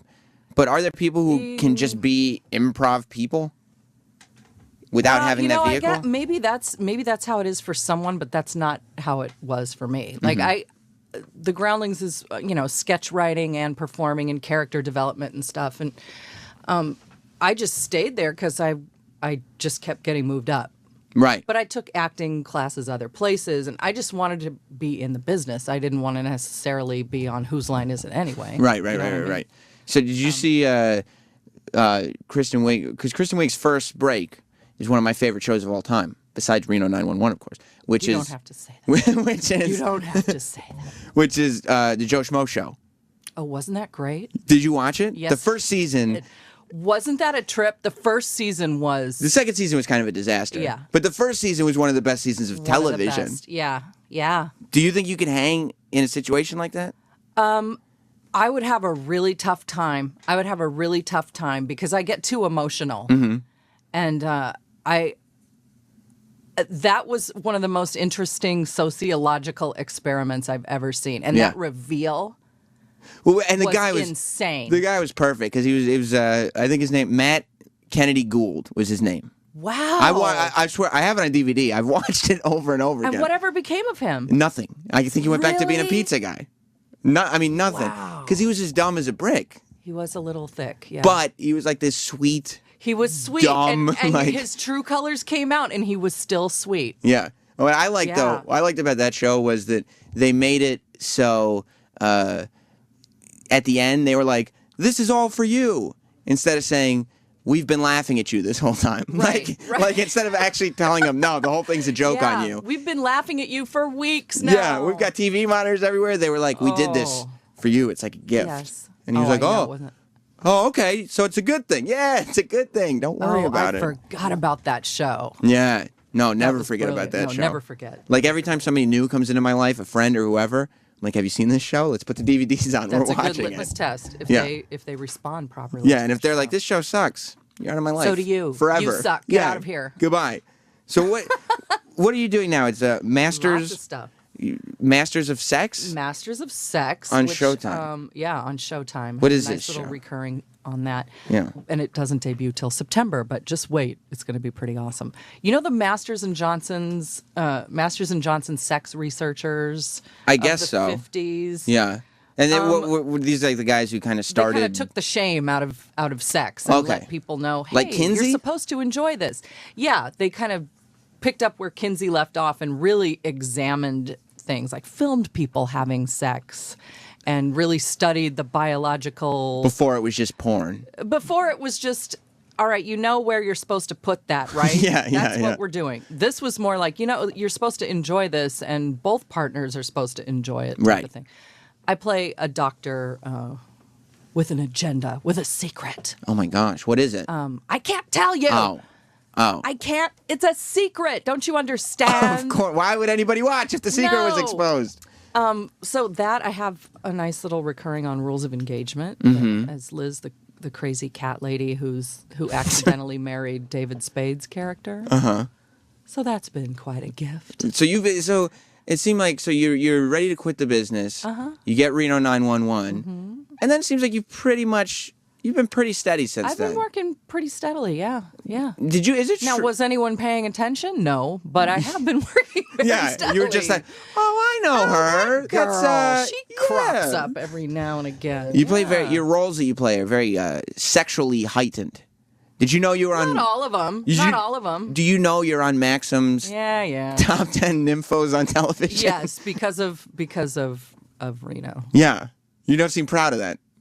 I I mean, I to be never the saw top that 10 article, but people started telling me that, and believe me, I'm sure it was just like not even a quarter page little chart that they needed to just fill space. So whatever, it is what it is. But now sometimes people like to react to me personally as though I am a nympho. Right. Well, you're on the list, so and you're like, no. I'm not. I'm totally frigid. You are. You're. I haven't lost. I've been married 16 years. I'm not going to lose my virginity until our 20-year anniversary. You haven't even consummated No, it yet. uh-uh. So you couldn't be less like these I couldn't characters. It's just acting. Yeah. You guys. It's acting. And plus, Mona from Who's the Boss is also on the list. Oh, And she is? Yeah. Well, see, now that's appropriate. Right. That seems very appropriate. Although it makes you look better. Does it? I think so. I mean, Mona's like an old lady. Like it makes you like, But okay. I'm number 10. I think I'm the last. That's fine. Unless I'll take it. maybe it's reverse type of thing. Right. Well, maybe. I don't know for sure. Is it true? Look at you trying to make me feel better about this whole thing. I want you to feel good and feel comfortable and feel like this was a good idea. Is it true? Because people don't do that to you always. I read that you got fired from Reno 911 by email. Is that true? Yes. What type of what is that? You were on the show for how long? 5 seasons, 5 right? seasons. An email. And then it. That's You're so not even funny that supposed you to bring that up because you're not even supposed to cancel on like on plans with somebody by email. Like if you're not going to dinner with somebody, and yet you call I do. them. I'm very passive aggressive. You've been conditioned, and I though. hate to talk on the phone. So You do. It's all fine.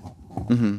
I'm friends with everybody. I did a thing. It's with not fine with Tom, me. Tom Lennon and I played husband and wife in what was that blockbuster movie? What to Expect When You're Expecting. That's true. And Ben and I played lovers on Bob's Burgers. So, Uh-huh. It's all fine. Look, it sucked. At the time, it sucked. Okay, because I had just been fired off a movie. What because movie? Because one of the money guys thought I was ugly. I'm not even going to mention it because you know what? It never came out. Good. How about that? Yeah, that means that people that they hired must have been even uglier. They were, well, they couldn't act. Right. Did they tell you we're firing you because you're ugly? It came back to me. Ugh. It came back to me. That's terrible news. But you know what? It was horrible. I cried all the way home from humiliation. But when I got home, they said, they want you on The Office tomorrow. And you well, were guess like, oh, what? yeah. I got to be on The Office, which everybody saw. Nobody saw this stupid movie. Didn't even get because made. It hasn't been released. It will never be released. It's It was terrible. one of those things where I was spared. I would have had to stay in Michigan for 5 weeks. Michigan. Making a movie that sucked. My So- parents are from Michigan, and we've gone up there. It's not a great place to visit. I mean, you spend a week there, okay, but you don't want to spend months there I working. don't want to spend a month with a bunch of people who are openly hostile. Yeah, yeah. And they obviously don't respect Making a crappy movie. the art form of acting. And so then, and also, the Reno thing worked out for the better, too, because let's be honest, after season 5, the show had kind of run its course. It kind of had. You know? We were lucky it went on that long. Yeah. Yeah. You know? And you had 5 good seasons, and then you had people being like, We had 3 good You're seasons. thinking 3. Quite honestly. But it's all good. It's all Mhm. good. Everything works out the way it's supposed to. It sucked at the time. Mhm. I will say that. But And it so was the best. It when- was for the best. When you end up doing Bridesmaids, Mhm. is that because of your connections with Kristen and Melissa, or is that just it happened and now we're all together again? We all had to audition. Yeah. You know, my part was, they said they wrote it with me in mind, and, you know, they keep saying that, so I have to take that at face value that they did, but I had to audition. Mhm. Yeah, you're like, well, if you wrote it for Melissa me in was mind. originally something else entirely because Annie Mumolo was going to play that part. I mean, so we all had to audition, and everybody wanted to do this film. So every Yeah. time I would go in, there would be more famous people there, and it would be like, well, at least I made it this far. So when I got it, I was thrilled. So you guys knew, did you kind of have an idea of how massive this thing would be? No. You just knew it was good. We just knew we were having fun with it. We Right. had no idea. You just knew it was funny. Yeah. And so you're like, yeah, we got to get on board with this. Yeah. Do you ever know when something's going to be successful? No. You don't. Do you know? Never. But sometimes you know when it's not going to be successful. Yeah. Yeah. Have you ever been part of something that like halfway through you're going, I Get should've me said- out of here? Yeah, I Yes. should have said no to Yes. this. Uh-huh. Do you remember? Plenty of times. What was it? I'm not saying. Why not? Just, you know. Ooh, don't you try to trick me. Just say like Don't one you quick trick thing. me. We'll just do one thing. No. And then- okay, all right. We No. won't say anything. I can't. I Google searched you, and you know what comes up after your name? Like under related searches? The word feet. Do people have a thing for your feet? I didn't think so, You but you, gotta know be- what? My feet are devastating. Are they great? They're pretty good. Yeah, obviously, because you They're should. pretty good. You know, does it have pictures of me barefoot at the Oscars last year because I couldn't get my shoes back on? Was that what it was? I don't know. I don't know, because I don't know. I didn't click the I feet didn't thing. know my I'm not feet were like that a interesting, but foot fetish guy, personally. when really it's it's kind of my elbows that I thought were my best. You're an elbow feature. girl. You're- Yeah, oh, yeah. Look at Always these. trying to highlight those. Keep moisturizing them and stuff. Keep moisturizing them. Yeah. Just walking around. Yeah. Just like, hey. There are guys out there with elbow fetishes, so I would be careful if I were you. Did you? So you were at the Oscars last year. Yeah. We presented. Did you watch them last night? I watched some of. I fell asleep during part of it. Yeah. I don't know anybody who watched the entire Why can't that broadcast. show be 3 more hours longer, you guys? Seriously, there's no reason for the Oscars to go on for more than 2 hours because Yeah. all anybody wants to see is who won. Right, and there's maybe the bits. there's maybe 6 categories that people talk about. Yeah. Like if we're not looking at who won why put it on television? Why put it on television? And Why I do mean, we keep retreading these? Ugh, and Seth, I don't know. Seth MacFarlane's like, no. This is an opportunity for me to sing and dance a lot. A lot. Now look, I thought he was funny. I Yeah. thought he did a good job. But did that William Shatner thing have to go on for Did 12 it have minutes? to go on for 20 minutes? And at the end of 20 minutes, Shatner goes, "Go on, start the show." And I was like, "What? We haven't started? It's 9 o'clock at night. What? I gotta be up tomorrow morning." Come on, yeah. I mean, just get dressed up, look pretty, Mm-hmm.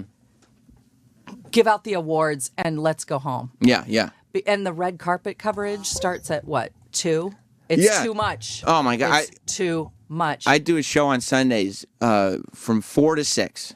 And my mother-in-law was having me and my wife over at her house for the awards. Uh-huh. And I'm like, okay, I'll just do the show, and then we'll be at your house by 7, plenty of time. And my wife goes, no, because we're going to watch Red Carpet. So I'm not going to come in. I'm going to go to my mom's house. And I'm sitting there like, we literally left before a statue had been handed out. Because we've seen 3 hours of people walking down a red carpet. Much. And one of the people, you were there last year. Yes. The people who get there at like 5 o'clock or 3 hours before it starts, whatever that is, West Coast time, and start doing these interviews on the red what do you do until the show starts? Okay, do you know that it takes at least 2 hours to go down that carpet? 2 hours? I'm not kidding. Where does all this footage go? I did. It's worldwide. I mean, you end up talking to like Philippine extra. You know, you talk to everybody, and it takes forever. So yes, then once you get in and you're already tired, you've still got 10 hours to go for the evening. Yeah, they have food and booze and whatever. Once you can get past this onslaught. But yeah, once you can get past that, but you know, you start getting ready. People were telling me like, "Oh, your makeup guy's going to get there at 10 a.m." 10 a.m. Yeah, I'm going to look like a melted wax figure by the time the show starts. And it's so weird to see people like the Charlize Therons and the Clooneys and the people that are there for every single award show every year. Because you're like, this is like prom or planning a wedding every day. We went to every award show last year. Okay. Mhm. The first 2 months of the year were just spent getting dressed and going to shows. And I was so exhausted by the end. You're like, I don't want to do hit movies no more anymore. Hairspray. No more hairspray. I don't want to. Please. I'm tired of people touching me. Let me go. Yeah, let me go back to when I was just that girl from something. Yeah. I don't want this. Remember when I used to work? Yeah. I need to make a living. Yeah. We've done nothing Is for there the first 2 months. Yeah. Is there any money involved in doing all this press? Oh, no. So when you're on these press tours, you're just like, hopefully That's I part made of the enough money deal. on that No, other. it's part of the deal. Yeah. You when you sign your contract to do something, it's part of the deal. You got to do press, which I love. I truly love it. I have. We're a having good a great with it. time right now. Yeah, I could be having a better time. Yeah, I'm not doing a great I'm job. kidding. No, I'm having a great time. No, Okay. I love it. But yeah, it's like, well, I hope there's something waiting for me when I get back because Grandma has to make some money. Yeah, yeah. Yeah. Did you see Melissa presenting last night? Mm-hmm. It seemed like the audience thought it was weird. They didn't seem like they really knew. Once again, those little bits. Yeah. No one cares. Yeah. Nobody cares. And when it goes on for longer than 20 seconds, everybody's just looking at their watches like, this show's never over going to it. end. Yeah. So yeah.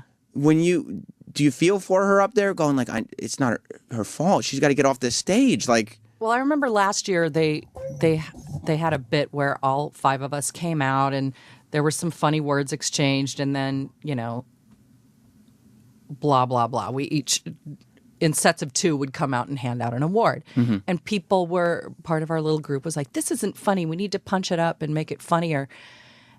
And Ellie Kemper and I were just saying, just say it. Just say it. Yeah. And say it quickly. Like,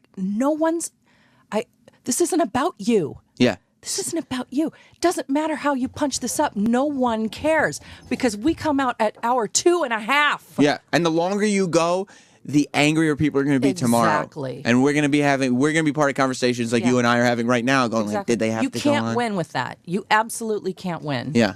And yeah. it screws everybody up who has to accept their award at the end of the night. Well, no that's one's what- as happy for them. You're They're watching- hungry and they want to go home. You're watching guys accept awards that are never going to be on that stage again, and the Jaws music is playing to get them off stage. That was insane. And you're going like if I were accepting an award, if somebody would give me an award for something, and I were there, I'd be like, did Seth really have to do 12 minutes? I can't have an extra 20 seconds. Yeah.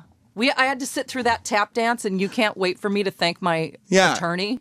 Yeah, he did a lot for me, and he gets 10% of this, Exactly. 15 maybe. Exactly. Wow, and you're also doing a Tyler Perry movie, Yeah. right? Yeah. Single Moms Club. Is he in the movie as Medea? He is in the movie as a man. What? Yeah.